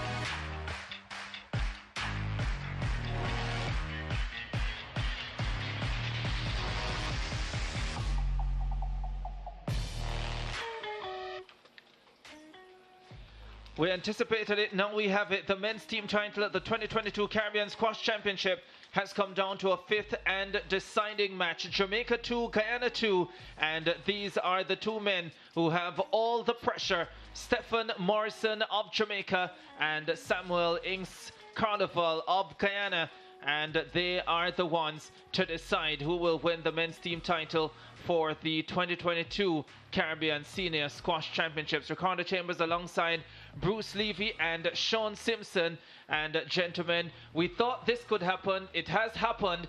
Jamaica versus Guyana 2019, similar situation. The Guyanese came out on top. The Jamaicans in front of their home crowd this time around. Will that be enough to push them over the line? Here's the Guyanese stepping into the court. He knows what's in front of him. It is a massive match, this one, because it is to decide the championship. And young Stephen Morrison, his brother Julian Morrison, already lost the opening match, but he steps in confidently, getting ready to see if he can get Jamaica the victory. Well, there's no better way to finish any championship than with a decider. Agreed, Ricardo. These are two young men, and they're in the prime position to make a decision for their country. This is going to be a humdinger. I believe that we may see some nerves because they're so young, and the title is on the line. But I still expect this to be a great match. Yeah, certainly could be, and it's all about how they handle the pressure as well. And when you have two players who are so young, you're never quite sure how they're going to deal with the pressure, Bruce. No, I'm actually quite nervous on the edge of my seat here, so I can't imagine. But yes, it's very, very difficult for them. Young Samuel is actually still a junior. I think he played it may have been his final year of under 19 in Guyana. Played very well. Stefan has been out of juniors for maybe a year or two. So this is really the big stage for them. I suspect it's their first senior for both players. So this is a really big stage for them. Yeah, what a stage, what a moment, what an occasion, but what an opportunity to make your name on this Caribbean stage when it comes to the sport of squash. Which way will it go? Would it be Jamaica? Would it be Guyana? When we return, we have First Serve.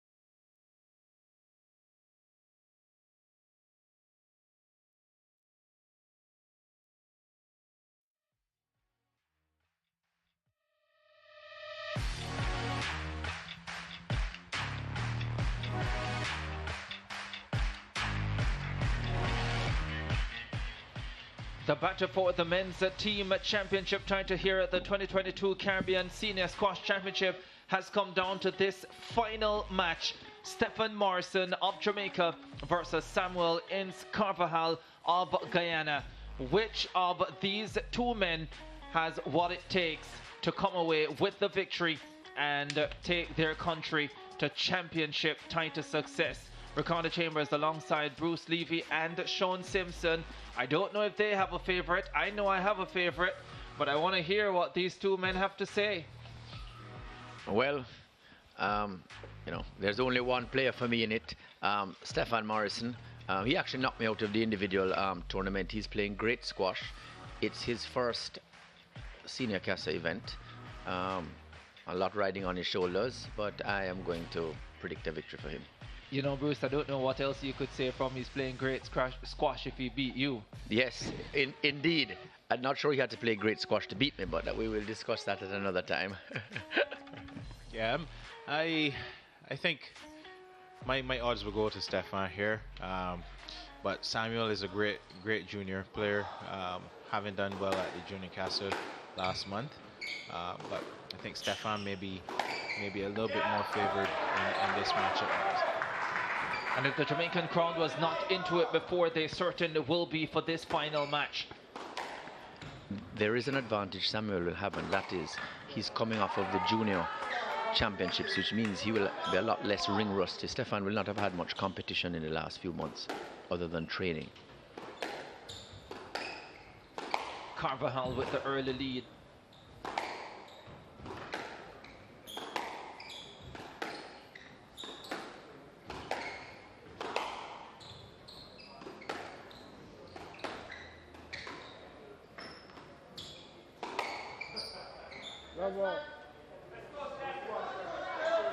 Could not have asked for a better finish to the championship. Yeah, I like what I'm seeing in these first few opening rallies. Both players are being patient and really trying to exploit any opportunities in the back of the court before they take it in short. Great volley there from Stefan. Steps on the court. There is an aura about him. Stephen Morrison walks with a sense of confidence and belief. Yes, he does. He's a very fast player, and he's actually quite aggressive. He likes to take the ball early.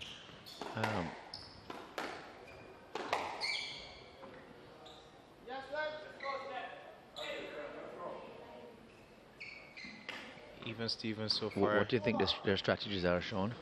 I think Stefan is going to try to frustrate Sam in his backhand, not giving too many looks onto his forearm on the left hand side. He's going to try to also, I think, use that boast. Although he made the error there, I think he's going to try to use a quick boast to take him in front. But definitely he's going to try to punish that backhand as much as possible. I can just imagine the amount of advice that would be coming both their ways entering this match. Yeah, this is the match. This is what you signed up for. When you say you want to represent your country, you have to kind of imagine that this was a possibility. I mean, it's an interesting observation because sometimes, at this young age in the first event, you can't even remember what your instructions are. You're just sort of out there trying to not bite your tongue or swallow your tongue. Yeah. Very even contest so far, and a lot more like the crowd that we would have expected for this final afternoon of CASA 2022. They know how big this is. Guyana comfortably winning the women's team title. Yeah, as you mentioned more than once, Ricardo, they had four of the women's semi-finalists. That pretty much makes them unbeatable at the women's level. So they should have been heavy favorites to steamroll to women's title. And of course they didn't have Nicolette, who wasn't even here. Yeah. Or Mary Fong-Fat. So imagine that team would have been ultra competitive.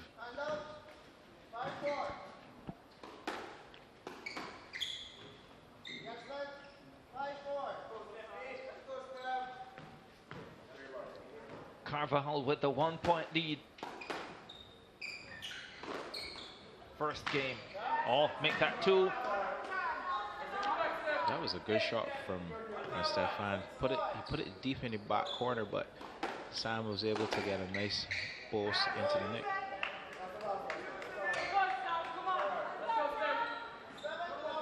Big move here from the Guyanese player.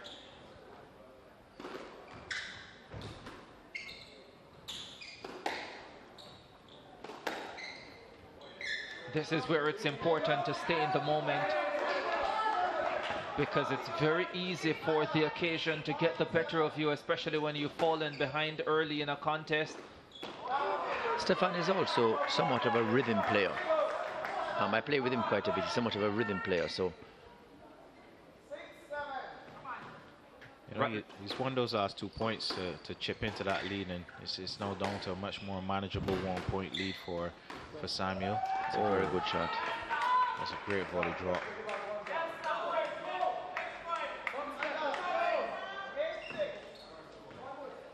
Alex Arjun leading the cheering party for the Guyanese. And why not? Yep, he was first out the blocks for Guyana. Had a great victory. Had a great victory.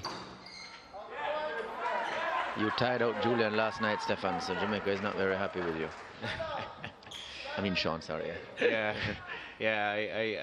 did have a long one there with Julian, and a long one with Alex, and I paid the price myself this morning, or I should say this afternoon. But obviously Julian still felt the effects of last night's match.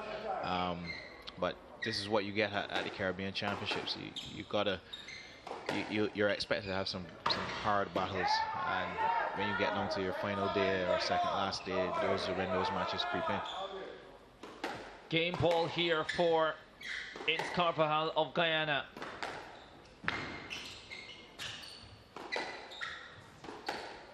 You see what Stefan is doing, as I kind of highlight, is just probing that backhand more often than not, and then switching it over to the forehand to see if Samuel will snatch out a few balls, and just as he did there.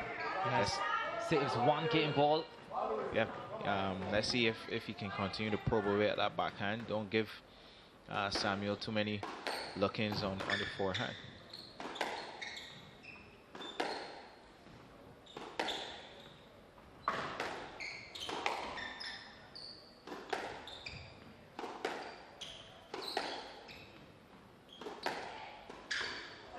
Oh, what a shot, what a volley.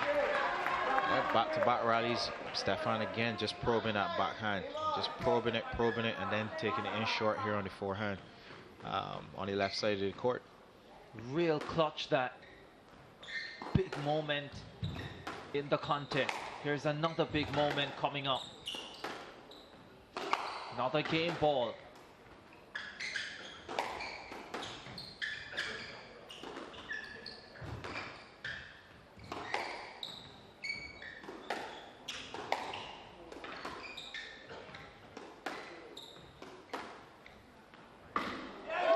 Could have gone anyway. That was a nice rally. Both players were twisting and turning each other, but again, Stefan hit that ball into the backhand corner, asking Samuel to replay. What a comeback from the Jamaican, and we're level in the opening game.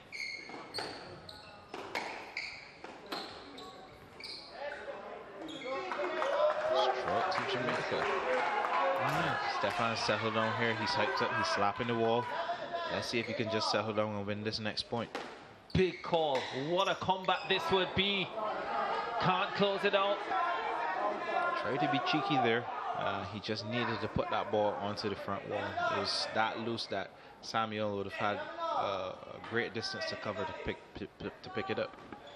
We had a marathon second game in the previous match with Khalil. Our third game with Khalil and Lumley. Khalil won that, and we saw how that changed the course of the match. This one could be critical as well. Another long grinding rally.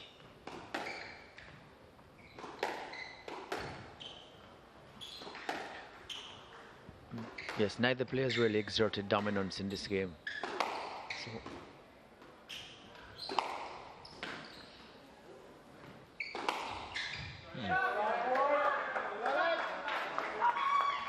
Left called. Credit to both players who are really trying to play a clean game here, both really doing their very best to get to the ball. and to clear after they play it. I certainly play with Stefan, and that is how he plays. Yeah, that's the way squash should be, you know. Very minimal interference, and asking your opponent to just respect the game and be as fair as possible.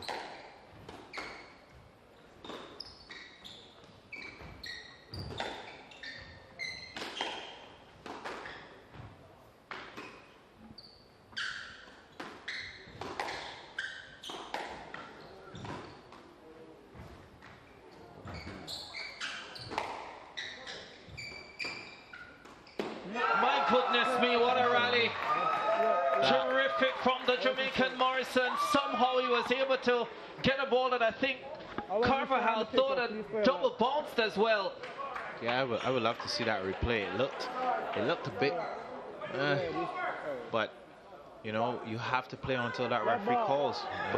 You can't assume anything until the referee calls. Jamaican courts and Guyanese courts are quite similar in that they're outdoor and with the temperature, so the ball tends to bounce a little bit higher. Well, it seems the ref may be playing over that point, as he himself may not have been sure.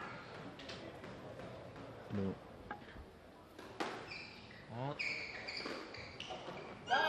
Oh, doesn't matter. Yeah, he's missed it, and Morrison finds a way back. He was down 3 game balls at 10-7, and somehow the Jamaican rallies and has the lead in this massive Casa Men's Championship match at the Ligani Club. If that's what we're to get for the rest of this one, you're in for a treat. We'll be back in a short while.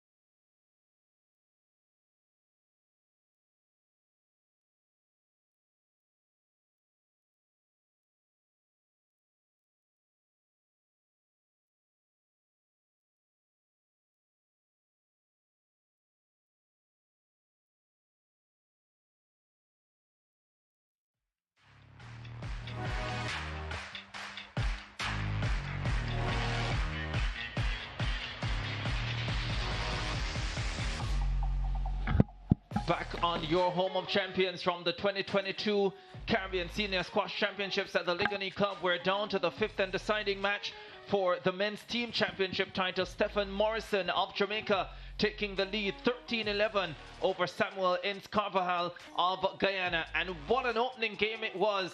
It looked as if the Guyanese was well on his way to taking it, but the Jamaican found something in the closing stages and was able to snatch the opening game. And now we're ready for the second. Ricardo Chambers alongside Sean Simpson and Bruce Levy. Yeah, important first game there. That will settle some of the nerves for Stefan. Sam may feel a bit hard done, but that game had some ebbs and flows, you know. At one point, Stefan looked like he was in control. Sam looked like he was in control. And then at another point, no one looked like they were in control. So let's see how this second game is going to go. This is going to be a very important one for Samuel to try to take. If he doesn't, it puts him under tremendous pressure, this being the title decider. Wow. Not the first time we've seen him do that. Did it on game ball. Nerves, maybe. Yeah, a little nerves. It's a big moment.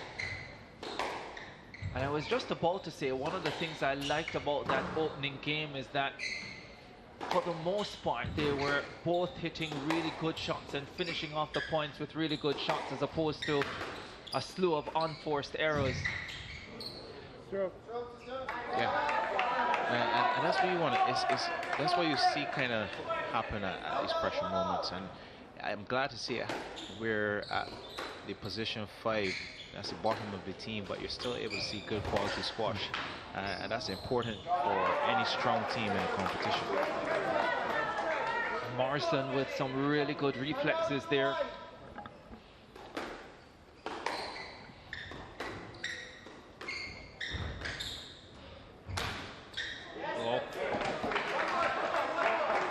Sam seems to be employing a tactic of volley dropping straight anytime Stefan tries to lift the ball, just taking him in short, but he needs to be mindful of where those balls are going to land, because if they sit up too much, then Stefan has a little bit too many options just like that to work with. And he's quite a quick player, so he gets onto them very quickly. I don't mean to do another promo, but we know where he got that speed from. Yes, indeed.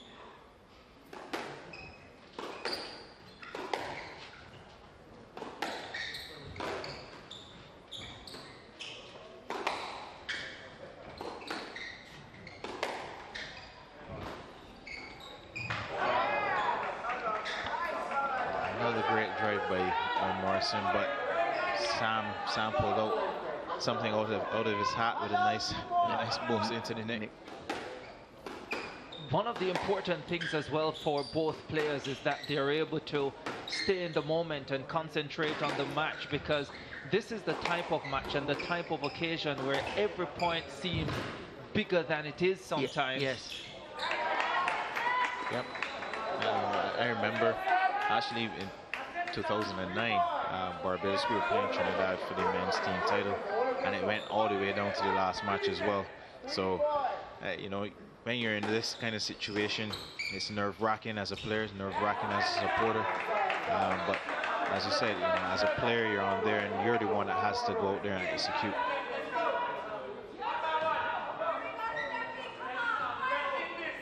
Ince Carvajal has rallied, and rallied brilliantly to level the second game, but only momentarily.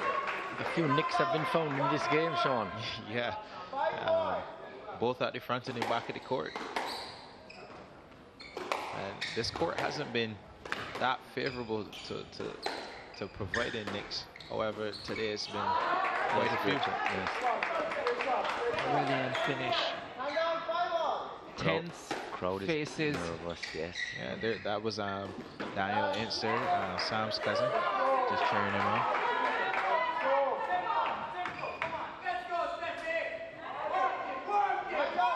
You have to deal with the crowd as well, who are into this match more than they would be in many other matches that these two would have played.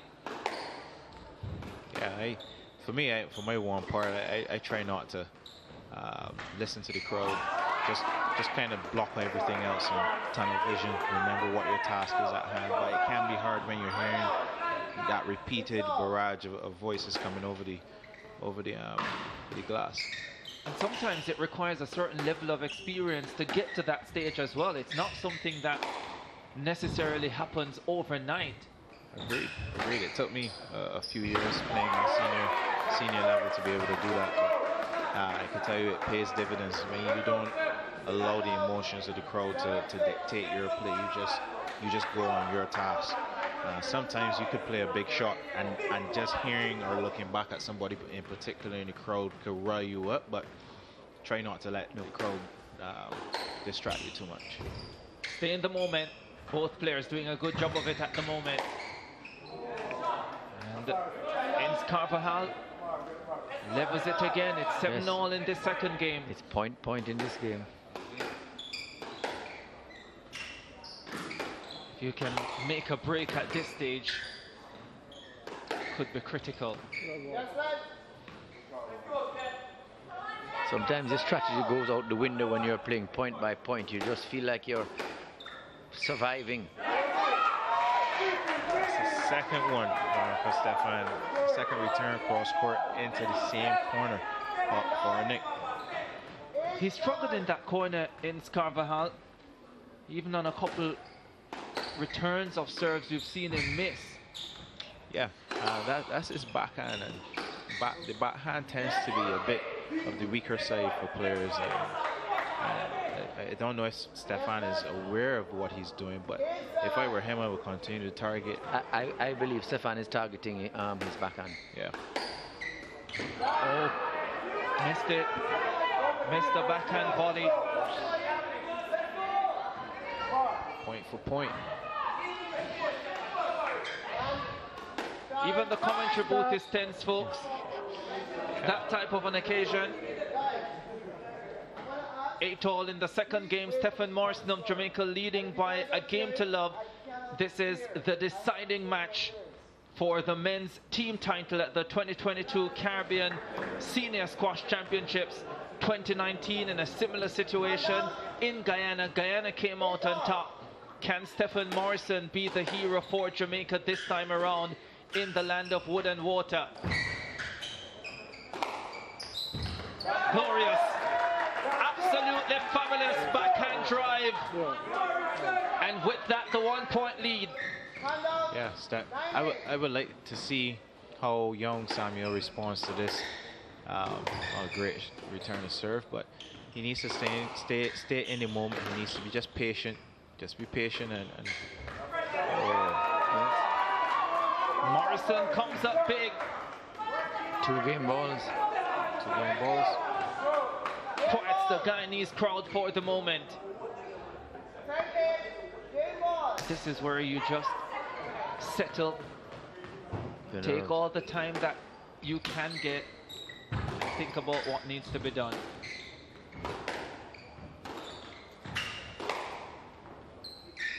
if Jamaica goes up 2-love in this game, I think young Ince may be scratching his head, wondering what he needs to do. Morrison in charge in Kingston. 2-love up in this crucial match to decide the men's team champions of the 2022 Caribbean Senior Squash Championships. Ince Carvajal of Guyana with it all to do as they look to defend their title. Much more to come from the Ligani Club.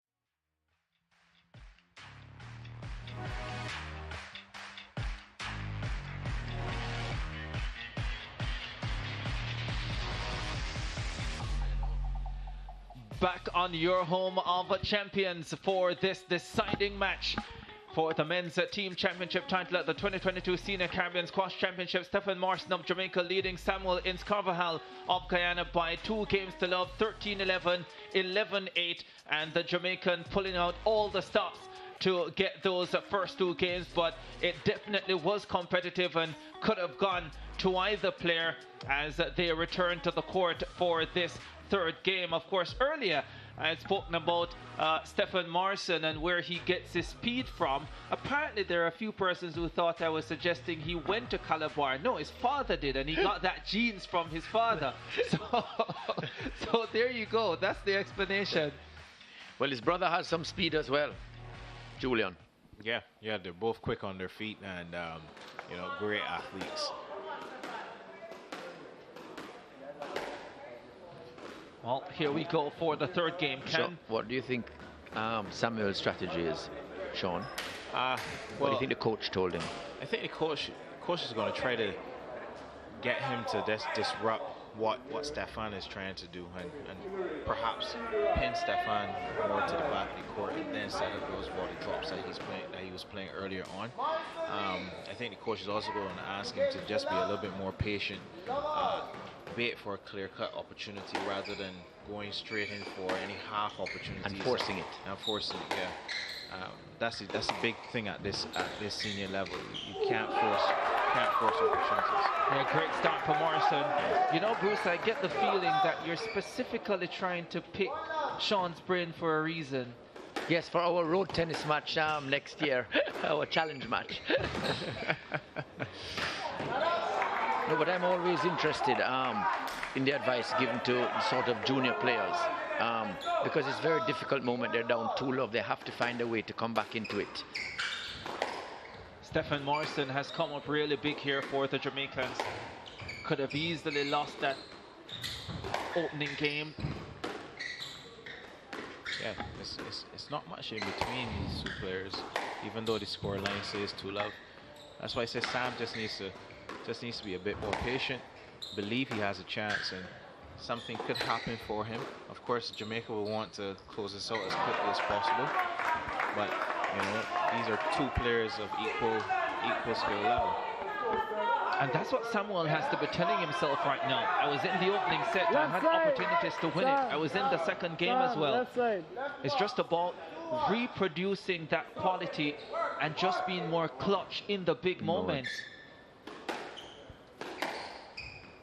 Yeah, he will definitely learn from this. As we said, this is his first senior casser. He's still a junior.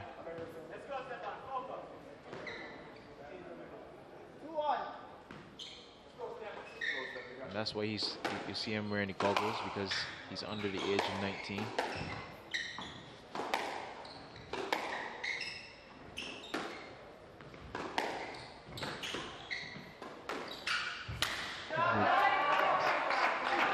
Has played that shot really well. Yep. Morrison has been a high percentage shot there with his volley drop. So far today, they've been glued onto that wall. Nice angle. Very good angle, causing Samuel to break his racket. That's why he's off the court collecting the second one. 2-2, third game. Morrison of Jamaica up 2-0. This has been a thriller for more reasons than one. It's been extremely competitive, even though the Jamaican has a 2-0 lead. And we all know what they're playing for. So that adds to the occasion, or probably even makes the occasion. Yes, Stefan looks very cool on the court. There's no rush to his game. I think he knows what he wants to do, and he's just executing. Oh, brilliant shot. Nice hold, going for the tickle balls. Sam was thinking that maybe going down the wall, but that was a very nice hold. I dare say Chris Binney would be proud. Yeah, for sure. Chris plays that shot quite a bit. Very deceptive when he plays it.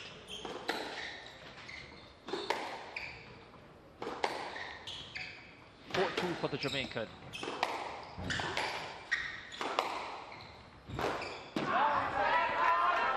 Patient rally by Samuel there. He's going to need a few more of those. He just has to believe in himself. You know, he's shown in the first and second that he's right there, but just needs to play a couple of those points at the end of each game to greater effect. This is not always easy, but this is where you just focus on executing point by point, and that's a good way to do it for the Guyanese. Ashley Khalil, the women's champion, likes it.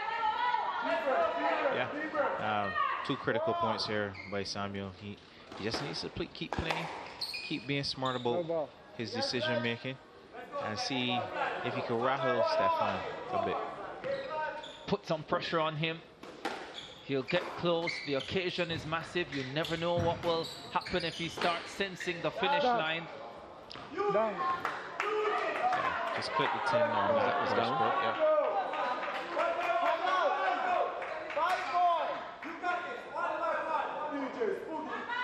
Morrison with the lead. This has been a very good match. And especially when you consider the circumstances, they have both acquitted themselves well. Still a lot of work to do. Stroke. Stroke. You're right in front of the ball, right in front of the ball.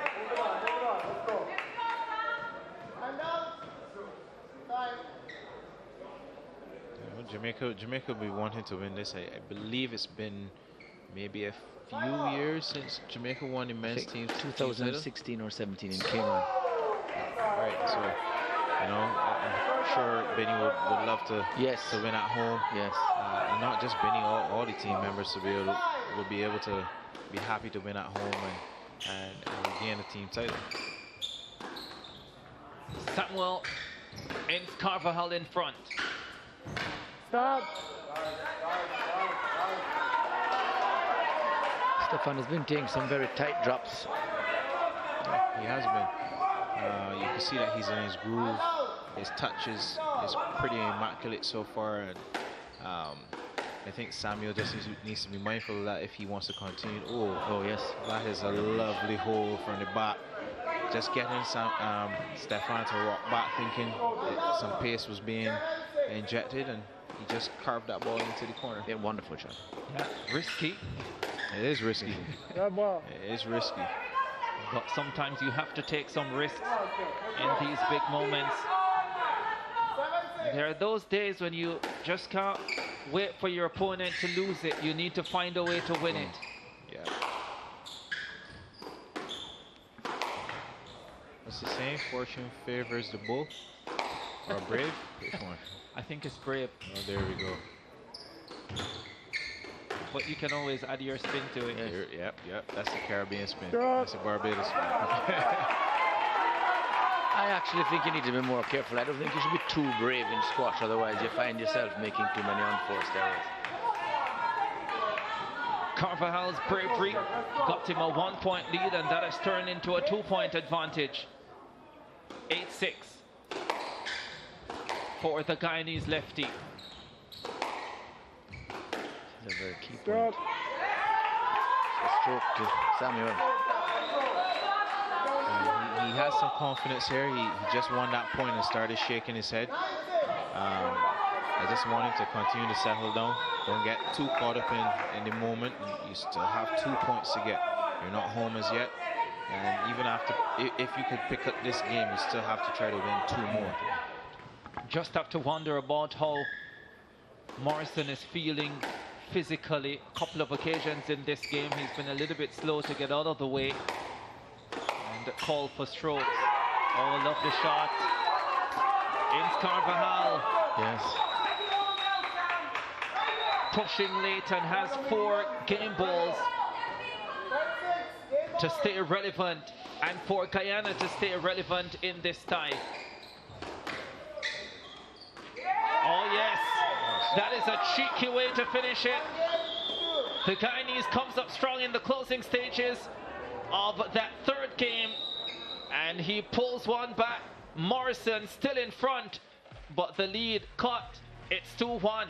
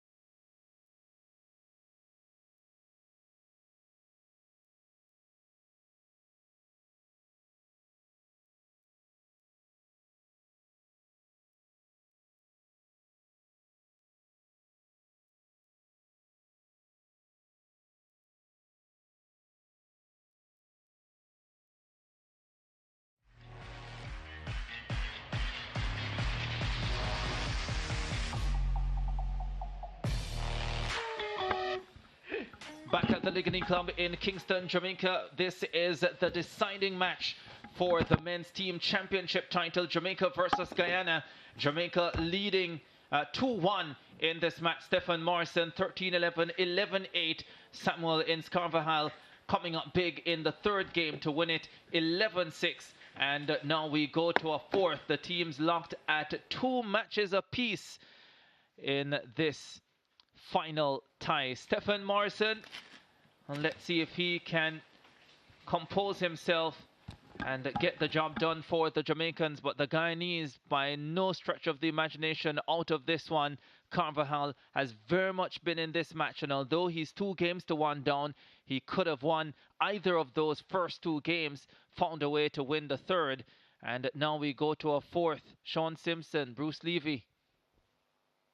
Yeah, Samuel was right there in the first 2, and as I mentioned in the third game, he just had to believe in himself, be patient, and he was rewarded with that in the third. He started here the fourth game in that same level of confidence, shaking his head, some more bumps to his step. Let's see if Stefan can weather the storm and respond, because he's still in the driver's seat, having won the first 2 games. Yeah, those droppers have become real productive for the Guyanese.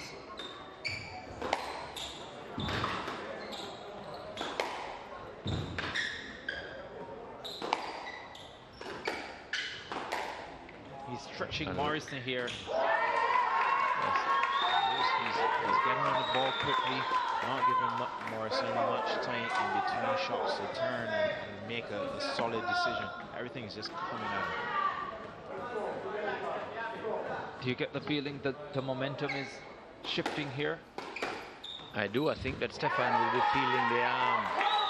He's still in the driver's seat, I agree with Sean, but he's certainly feeling the pressure, having been up 2-love, and feeling pressured in this particular game, because Samuel is playing very confidently. Sometimes you can be leading and it doesn't seem that way. This may be one of those occasions. Yeah, Morrison is showing a sign of fatigue here. The last 2 points, he's not even gone after the ball. I don't know if he may have hit that proverbial wall, but it seems that way. Let's see how the next couple of points go. Yeah, I wondered about him from the early stages of that third game, and you have to give Carvajal credit, because he's clearly picked that up. He's gone for more droppers, and they have been effective. And now he has a 5-love lead in the fourth.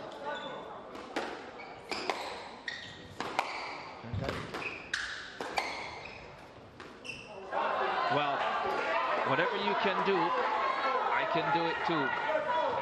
Samuel, as I said, Samuel has a bumps in his step, and once you have that confidence in this game and momentum is going your way, you start to play just slightly better, and that's all you need in this game. Just a little bit of quote-unquote luck or rhythm. Samuel is looking more sprightly than Stefan as well. Samuel looks as if he's just ready to start playing. He does. You talk about the momentum. Sometimes when it's going your way, you make better decisions as well, which is so important in these situations. With the match so tight, the decision making is key. 6-2 to the Guyanese in the fourth. He is down by 2 games to 1. So still a lot of work to be done. It does look strong at the moment. Oh, stretching Morrison again. Getting his line correct, getting his length correct.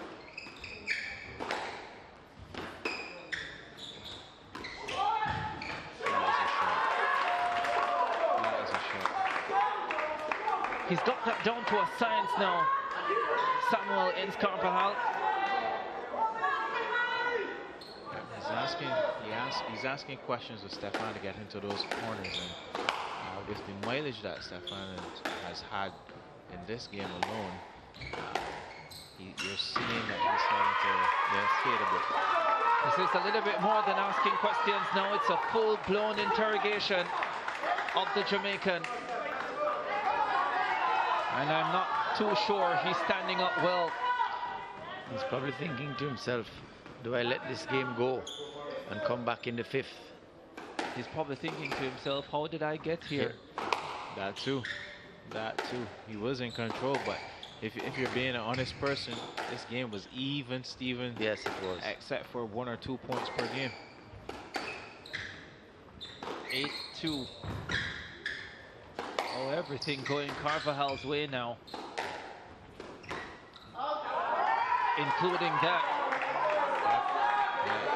Yeah. If it were me, I would kind of cruise in this game if I was Stefan. It's going to be a monumental task to try to come back from 9-2 down to win. Yeah. Rest up, and come back out fresh in the 5th. Are you saying you would tank it, Sean? You gotta manage your expectations, and this game is a brutal game. 8 game balls for the Guyanese. Wow, the Jamaicans are shell-shocked. Yeah, I wasn't expecting this scoreline in this game, but Ince has been free-flowing, playing smart, mature squash. Oh, we're going to a 5th in the 5th. The men's team title at the Caribbean Senior Squash Championship going down to the wire. Jamaica 2, Guyana 2 in this match, and in the overall tie, this young man, Samuel, made that Stephen Morrison, has it all to do.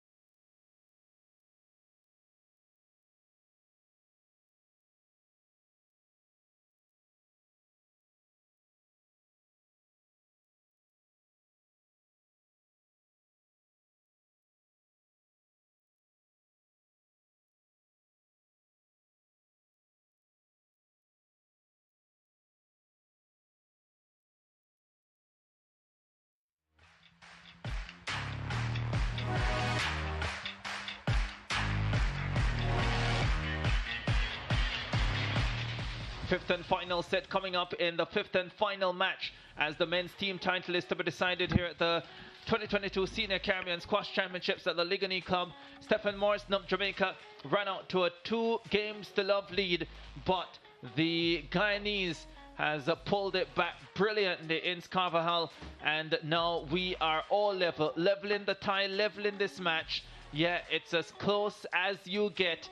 And what a way to finish what has been a fabulous week of squash here at the Ligony Club in Kingston, Jamaica. Can this man dig into his reserves and find what is needed for Jamaica to win this title on home turf? It was, I'm sure, devastating 3 years ago when they lost in Guyana, but to lose at home would be even more devastating, especially when you consider they were up by 2 matches to 1.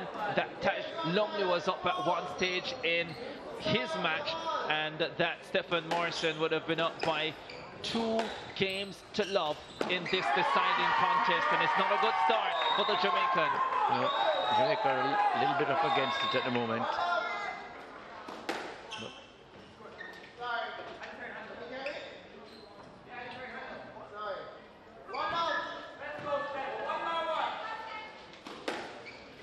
Anything can happen in a 5th set in squash, though. Yep. Yeah, you have to treat it as you're restarting the match. You're restarting the match. It's love all. Forget that it's 2-all. You have to just reset and play. This is the last match of the championships. That's what you have to tell yourself. The pressure is immense, but Samuel Ince Carvajal is thriving in the pressure here.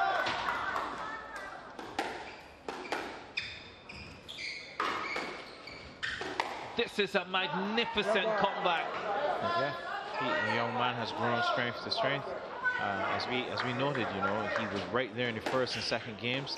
He just needs to believe in himself, and sometimes youth brings about some positive results once you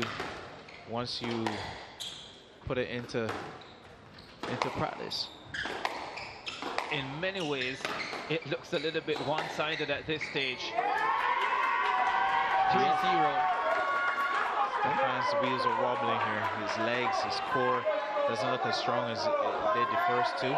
He's trying to bounce here, but he may have to do more than just bounce on his toes.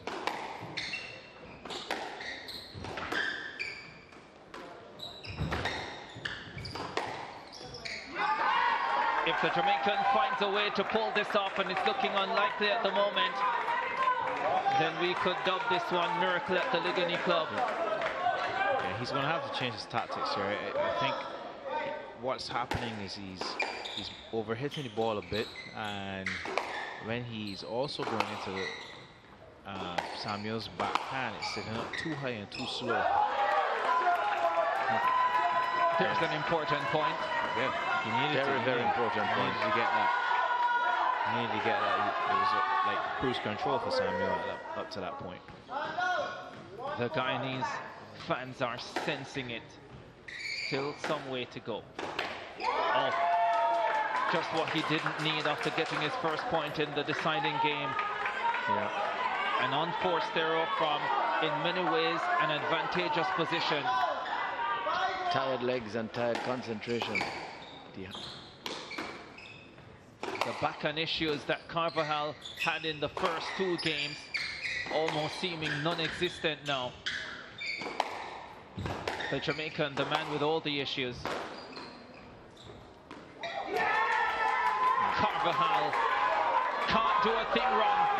No, he's on top of the mountain right now, looking down, and Stefan is holding on by literally like 2 fingers at this point. He needs to correct something.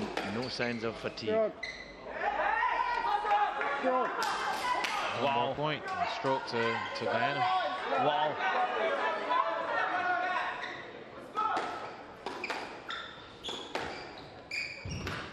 This is unbelievable.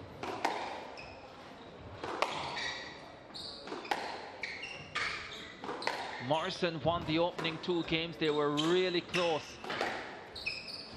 He's lost the next 2, and they haven't been for the most part.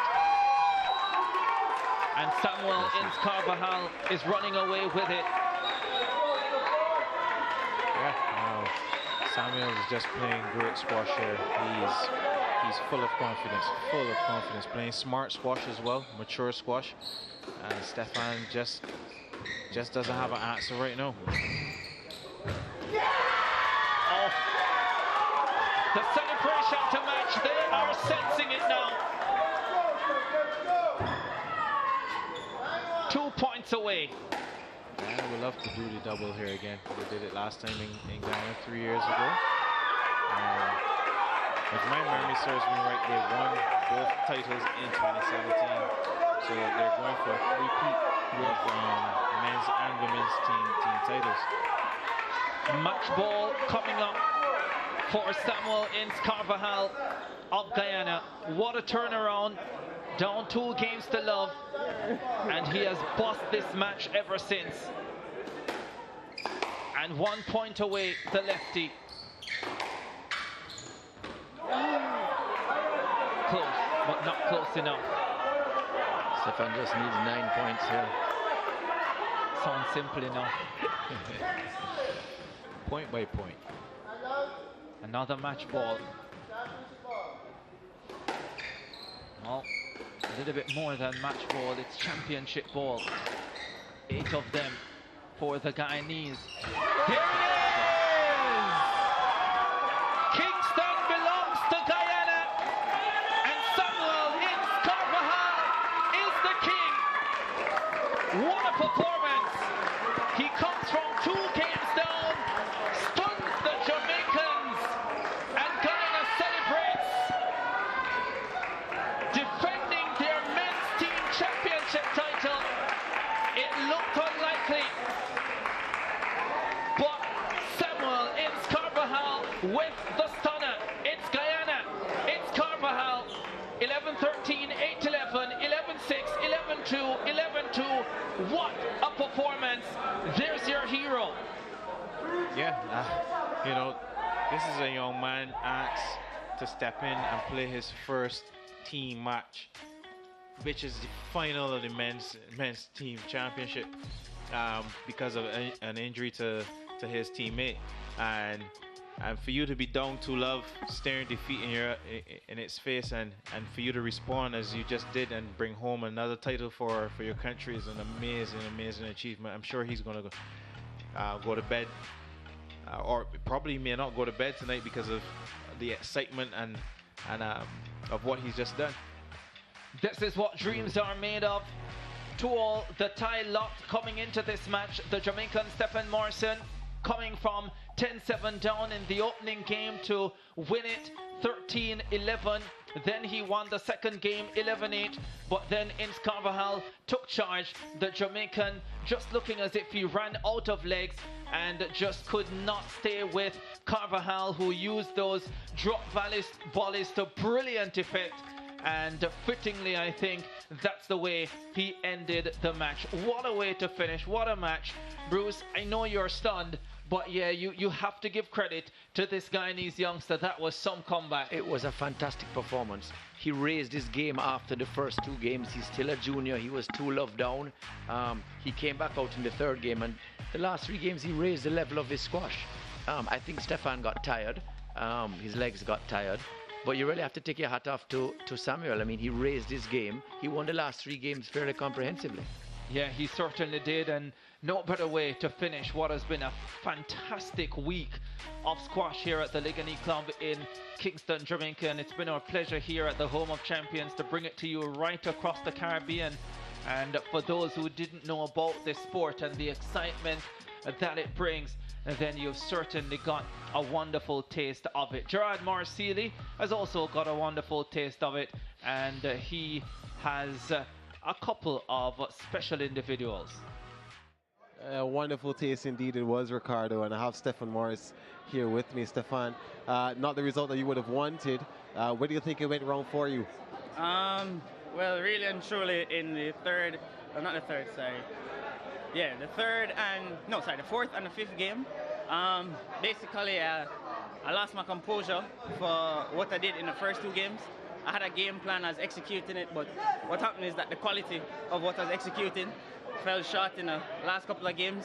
And because of that, he was able to basically go on aggressive and take the initiative from me.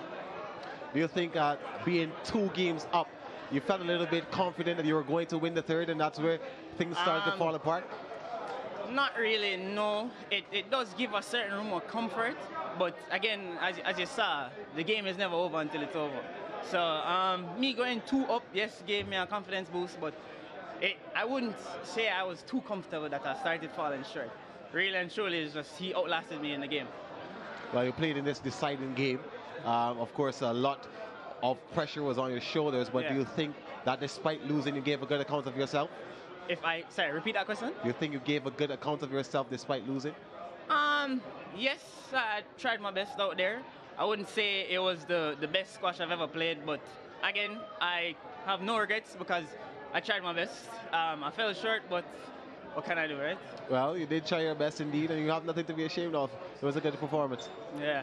Yeah, thank you. All right, thank you, guys. Yeah, that was Stefan Morrison. And now you have a chat with the winner of that game. You must be a pretty happy man bringing it home for Guyana in the second time in a row. And last time it was in Guyana, and this time you've come to the land of wood and water, and you've produced a big game coming from 2 games down. How do you feel after that? I feel amazing. You know, it's nice to fight back and bring that back for my team. Even though I was 2 love down, my team just kept supporting me from behind, and I just tried to just keep grinding it out, and I just pushed until I managed to take the win. Yeah, what gave you that little boost that you needed after being 2 down? I just had to stay focused. My team was just, as I said, they just kept supporting me, just telling me keep going, it's not over, it's not over. So I just had to keep that in my mind, stay focused, try not to worry about what's going on in the crowd. I just focused on my squash and just slowly came back up. That's what I did. After you took the lead in the third game, you didn't let up. No, I didn't let up. That's what my team told me. Just keep at it, keep relentless, be relentless. Just hunt the tee, dominate the tee. And I just tried to just stay aggressive all the time. just didn't let up. Tried to keep my momentum going up. That's what I tried to do. Well done, and congratulations to you. Thank you very much. Thank you. So I'll talk now to the team captain for Guyana, Alex Arjun. Alex, you all smiles. How do you feel after winning again? I'm lost for words. I'm so happy. Sam did a fantastic job to bring it home for us, especially being 2-1 down. I couldn't be proud of him and all the work he's put in and what he's accomplished up to today. This team, both on the male and the female side, asserted their dominance and showed their dominance in squash in the Caribbean. What do you think attributes to that? Well, first of all, I'd like to say that even though it seemed that way, definitely the female category, the women's, but for the men's, it was definitely close. Just big respect to all these teams, man. They're so well, and it's crazy to see the new generation, but coming through. But I think what makes us different is just that, Guyanese just love squash.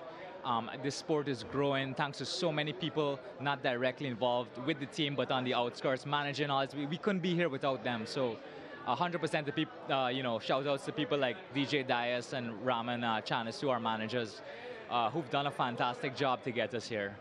Did you panic at any point of the male tie? Yes, I panicked throughout, from my match in the beginning to Sam's match in the end.